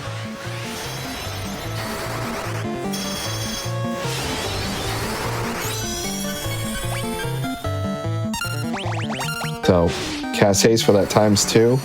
We use temper, which I believe it's 14 attack. So it's based upon a full byte of data. So we're looking at a value between 0 and 2d5. So we're trying to get our attack damage or strength factor here all the way up to 2d5. Giant's Glove does 16, but it also gives us 12 stamina, which affects our agility. And that's the same kind of thing, where 0 to 2, 55. And if you break that down with 16 hits, for every 16, we're going to get an additional hit. So we're trying to max that out. And the nice little bit of showcase that was there is that the monk hit 16 hits on the first punch. He was given a speed drink and then hit 20 times on the second punch. It did do less damage, but that's because less of the hits crit. Yeah, so speed drink is going to give you 2 hits. And then ×2 for a haste, get that 4. So speed drink, very useful. We don't have to buff quite as much. Looks like we're James gonna go heading head on down to grab the extra elixir that is down here. I believe there's also a protect cloak somewhere in here.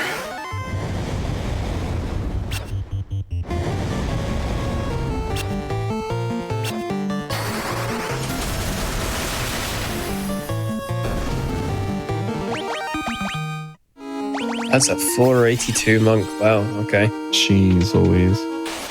Might only have to throw 2 tonics if we get far enough here. Yeah.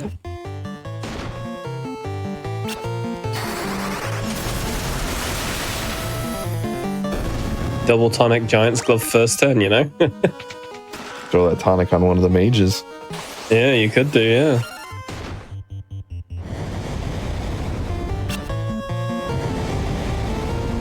You're giving me ideas. I think if you hit like the 530 health, then I think that's definitely a huge option to try. Then I have to heal the mage with a turn. 601. See, I personally would take the 2 and get an early Giant's Glove off. Because he's got enough health to tank a hit. All right, Malira 2, which still pretty weak. Can go down the line and start slicing. We do get enough of those Faragas. It does take quite a bit of damage on our characters, but same general kind of strategy here with our tempers, our giant's gloves, and our haste. But as with the first time we fight Melorith, not typically a major concern. You're just hoping, as Cap said, you don't get Malorith targeting your monk with those slices, because it can be a little bit dangerous. Down it goes. 2,800 health. And again, the low health monk mage is down.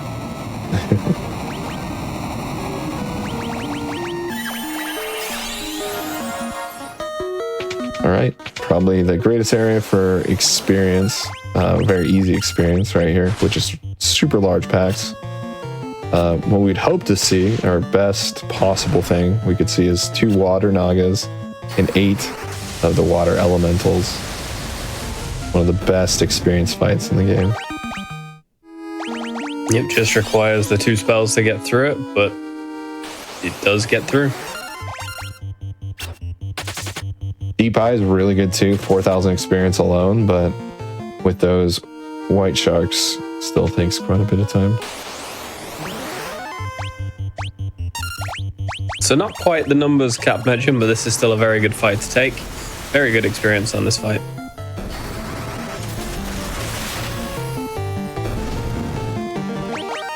Yeah, 8,000 experience, so we'll see somewhere around 16,000. 512. Yeah, water Oh elementals are my my. main case for buying Blizzaga for those who don't, because they give 2,000 experience almost on their own.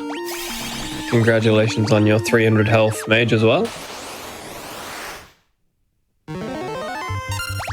And honestly, probably a weaker Kraken here, even though it's buffed up for 3,200 HP. It still has those crazy hits it can do, but now it also can cast Thundara, which with our ribbons doesn't really do much, which we see right here. Yeah, good timing on that. It's arguably just as easy. You just may have to heal after it.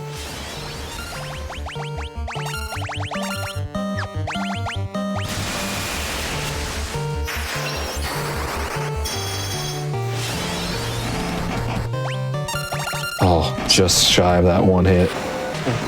So as you see, we now have the monk hitting for a whopping 3,000 there. A little bit higher, and then we'll be hitting for what we do on Chaos. But first, before we get to that, we've got Tiamat 2. And Cap, what would you say the main differences are for Tiamat 2? Tiamat 2, I would say, is actually easier again. I think the only fiend that really kind of levels up by being in the past is Lich, who knows Flare. Tiamat 2, we have 5,500 HP, but now can cast those tier 2 spells instead of the tier 3, so it can mix kind of those in, which makes it just far less likely to get hit by anything that's bad. So we still need to do things, but it's mostly just a battle of attrition now instead of getting unlucky.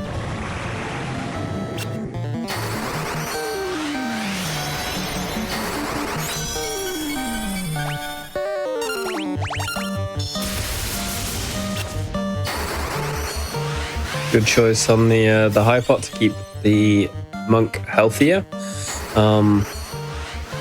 As we can see, we were not full health because of such a beefy monk to start the fight.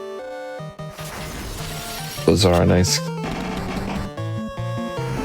And Pharaoh, nice. Very nice. And through. Again, that Now- 500 HP, just real boon. The craziest again, I part, he forgot to wasn't heal even him. full health. You had him at 375, I think. Yeah, I'm not used to him being so high. I didn't realize it was at full health. The 375 would have been completely fine normally. Yeah, some people who, struggle to get 250 by that fight still at the end of the game, and here you are with 512. Okay, we're gonna enter the big bad of the run. As you see, Garland becomes Chaos, and the difficulty increase by comparison to the fights before it is quite sharp. Chaos goes up to 20,000 health, which is up from the 5,500 from the fight before it. He has much stronger spells, and through buffing himself is able to do more damage than the max health you can have. We're going to go ahead and do the reset for that. So, Chaos usually can punch just with nothing for 300 to 400. and with haste can actually go over the HP limit, hit in the thousands, which we can't have more than 999 health in Final Fantasy 1. So, very good choice just to save a little bit of time here. I'd rather him do it first turn than like 5th or 6th or further into the fight.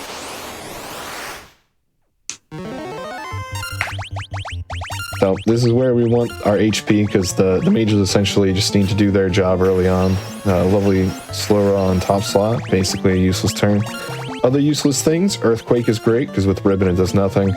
If he uses Curaga, there's the Earthquake. He uses Curaga early on too. We haven't done any damage, that's great. What else we got? We got those lower level spells. Blizzard, it's great to see. Any of the August spells are not too bad.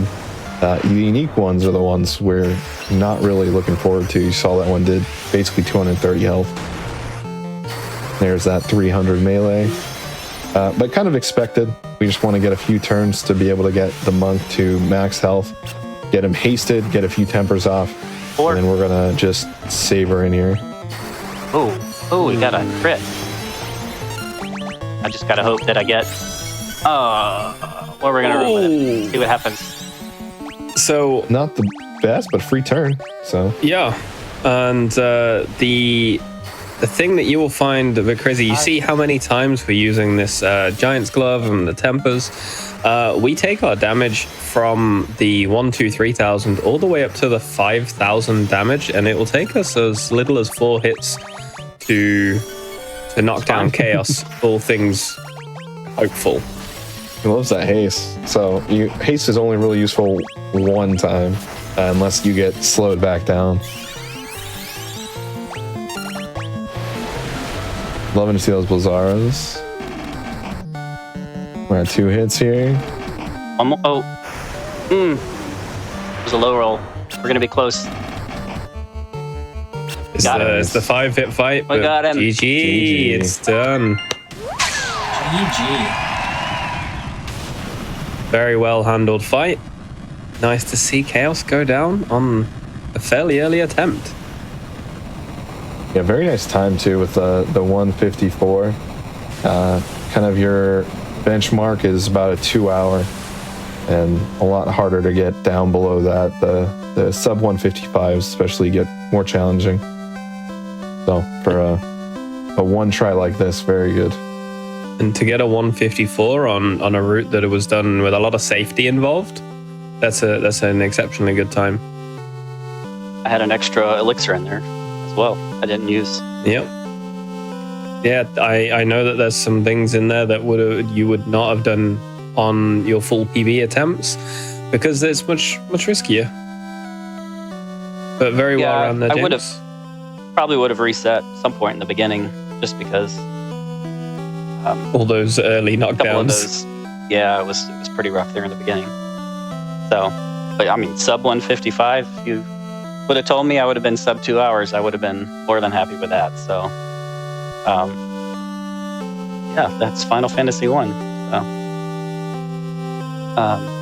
thank you, Captain and Easley, for your excellent commentary. Thank you for the excellent run for us to talk about. Yeah, 154 is among probably the faster ones I've seen live. So very nice. Yeah, huge GGs. Do any of you have any shout outs or anything you want to give? I don't have any others besides just, again, excellent commentary, and thanks for asking me to come and do the run and allowing me to showcase it.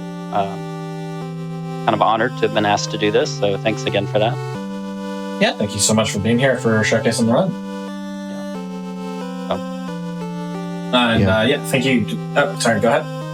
Oh, just want to shout out the Final Fantasy community as a whole. I know a lot of great communities based on each game. A lot of them very inviting, and you do look into speedrunning. A lot of great resources if you dive into those discords and on speedrun.com. A lot of great resources for anyone who wants to, at the very least, just learn the routes and runs and stuff like that. Captain has a lot of resources and a very good guide for this game as well. So An awful lot of the newer runners have taken to using his notes, myself included, when I learnt. So, exceptional notes, exceptional runner there as well.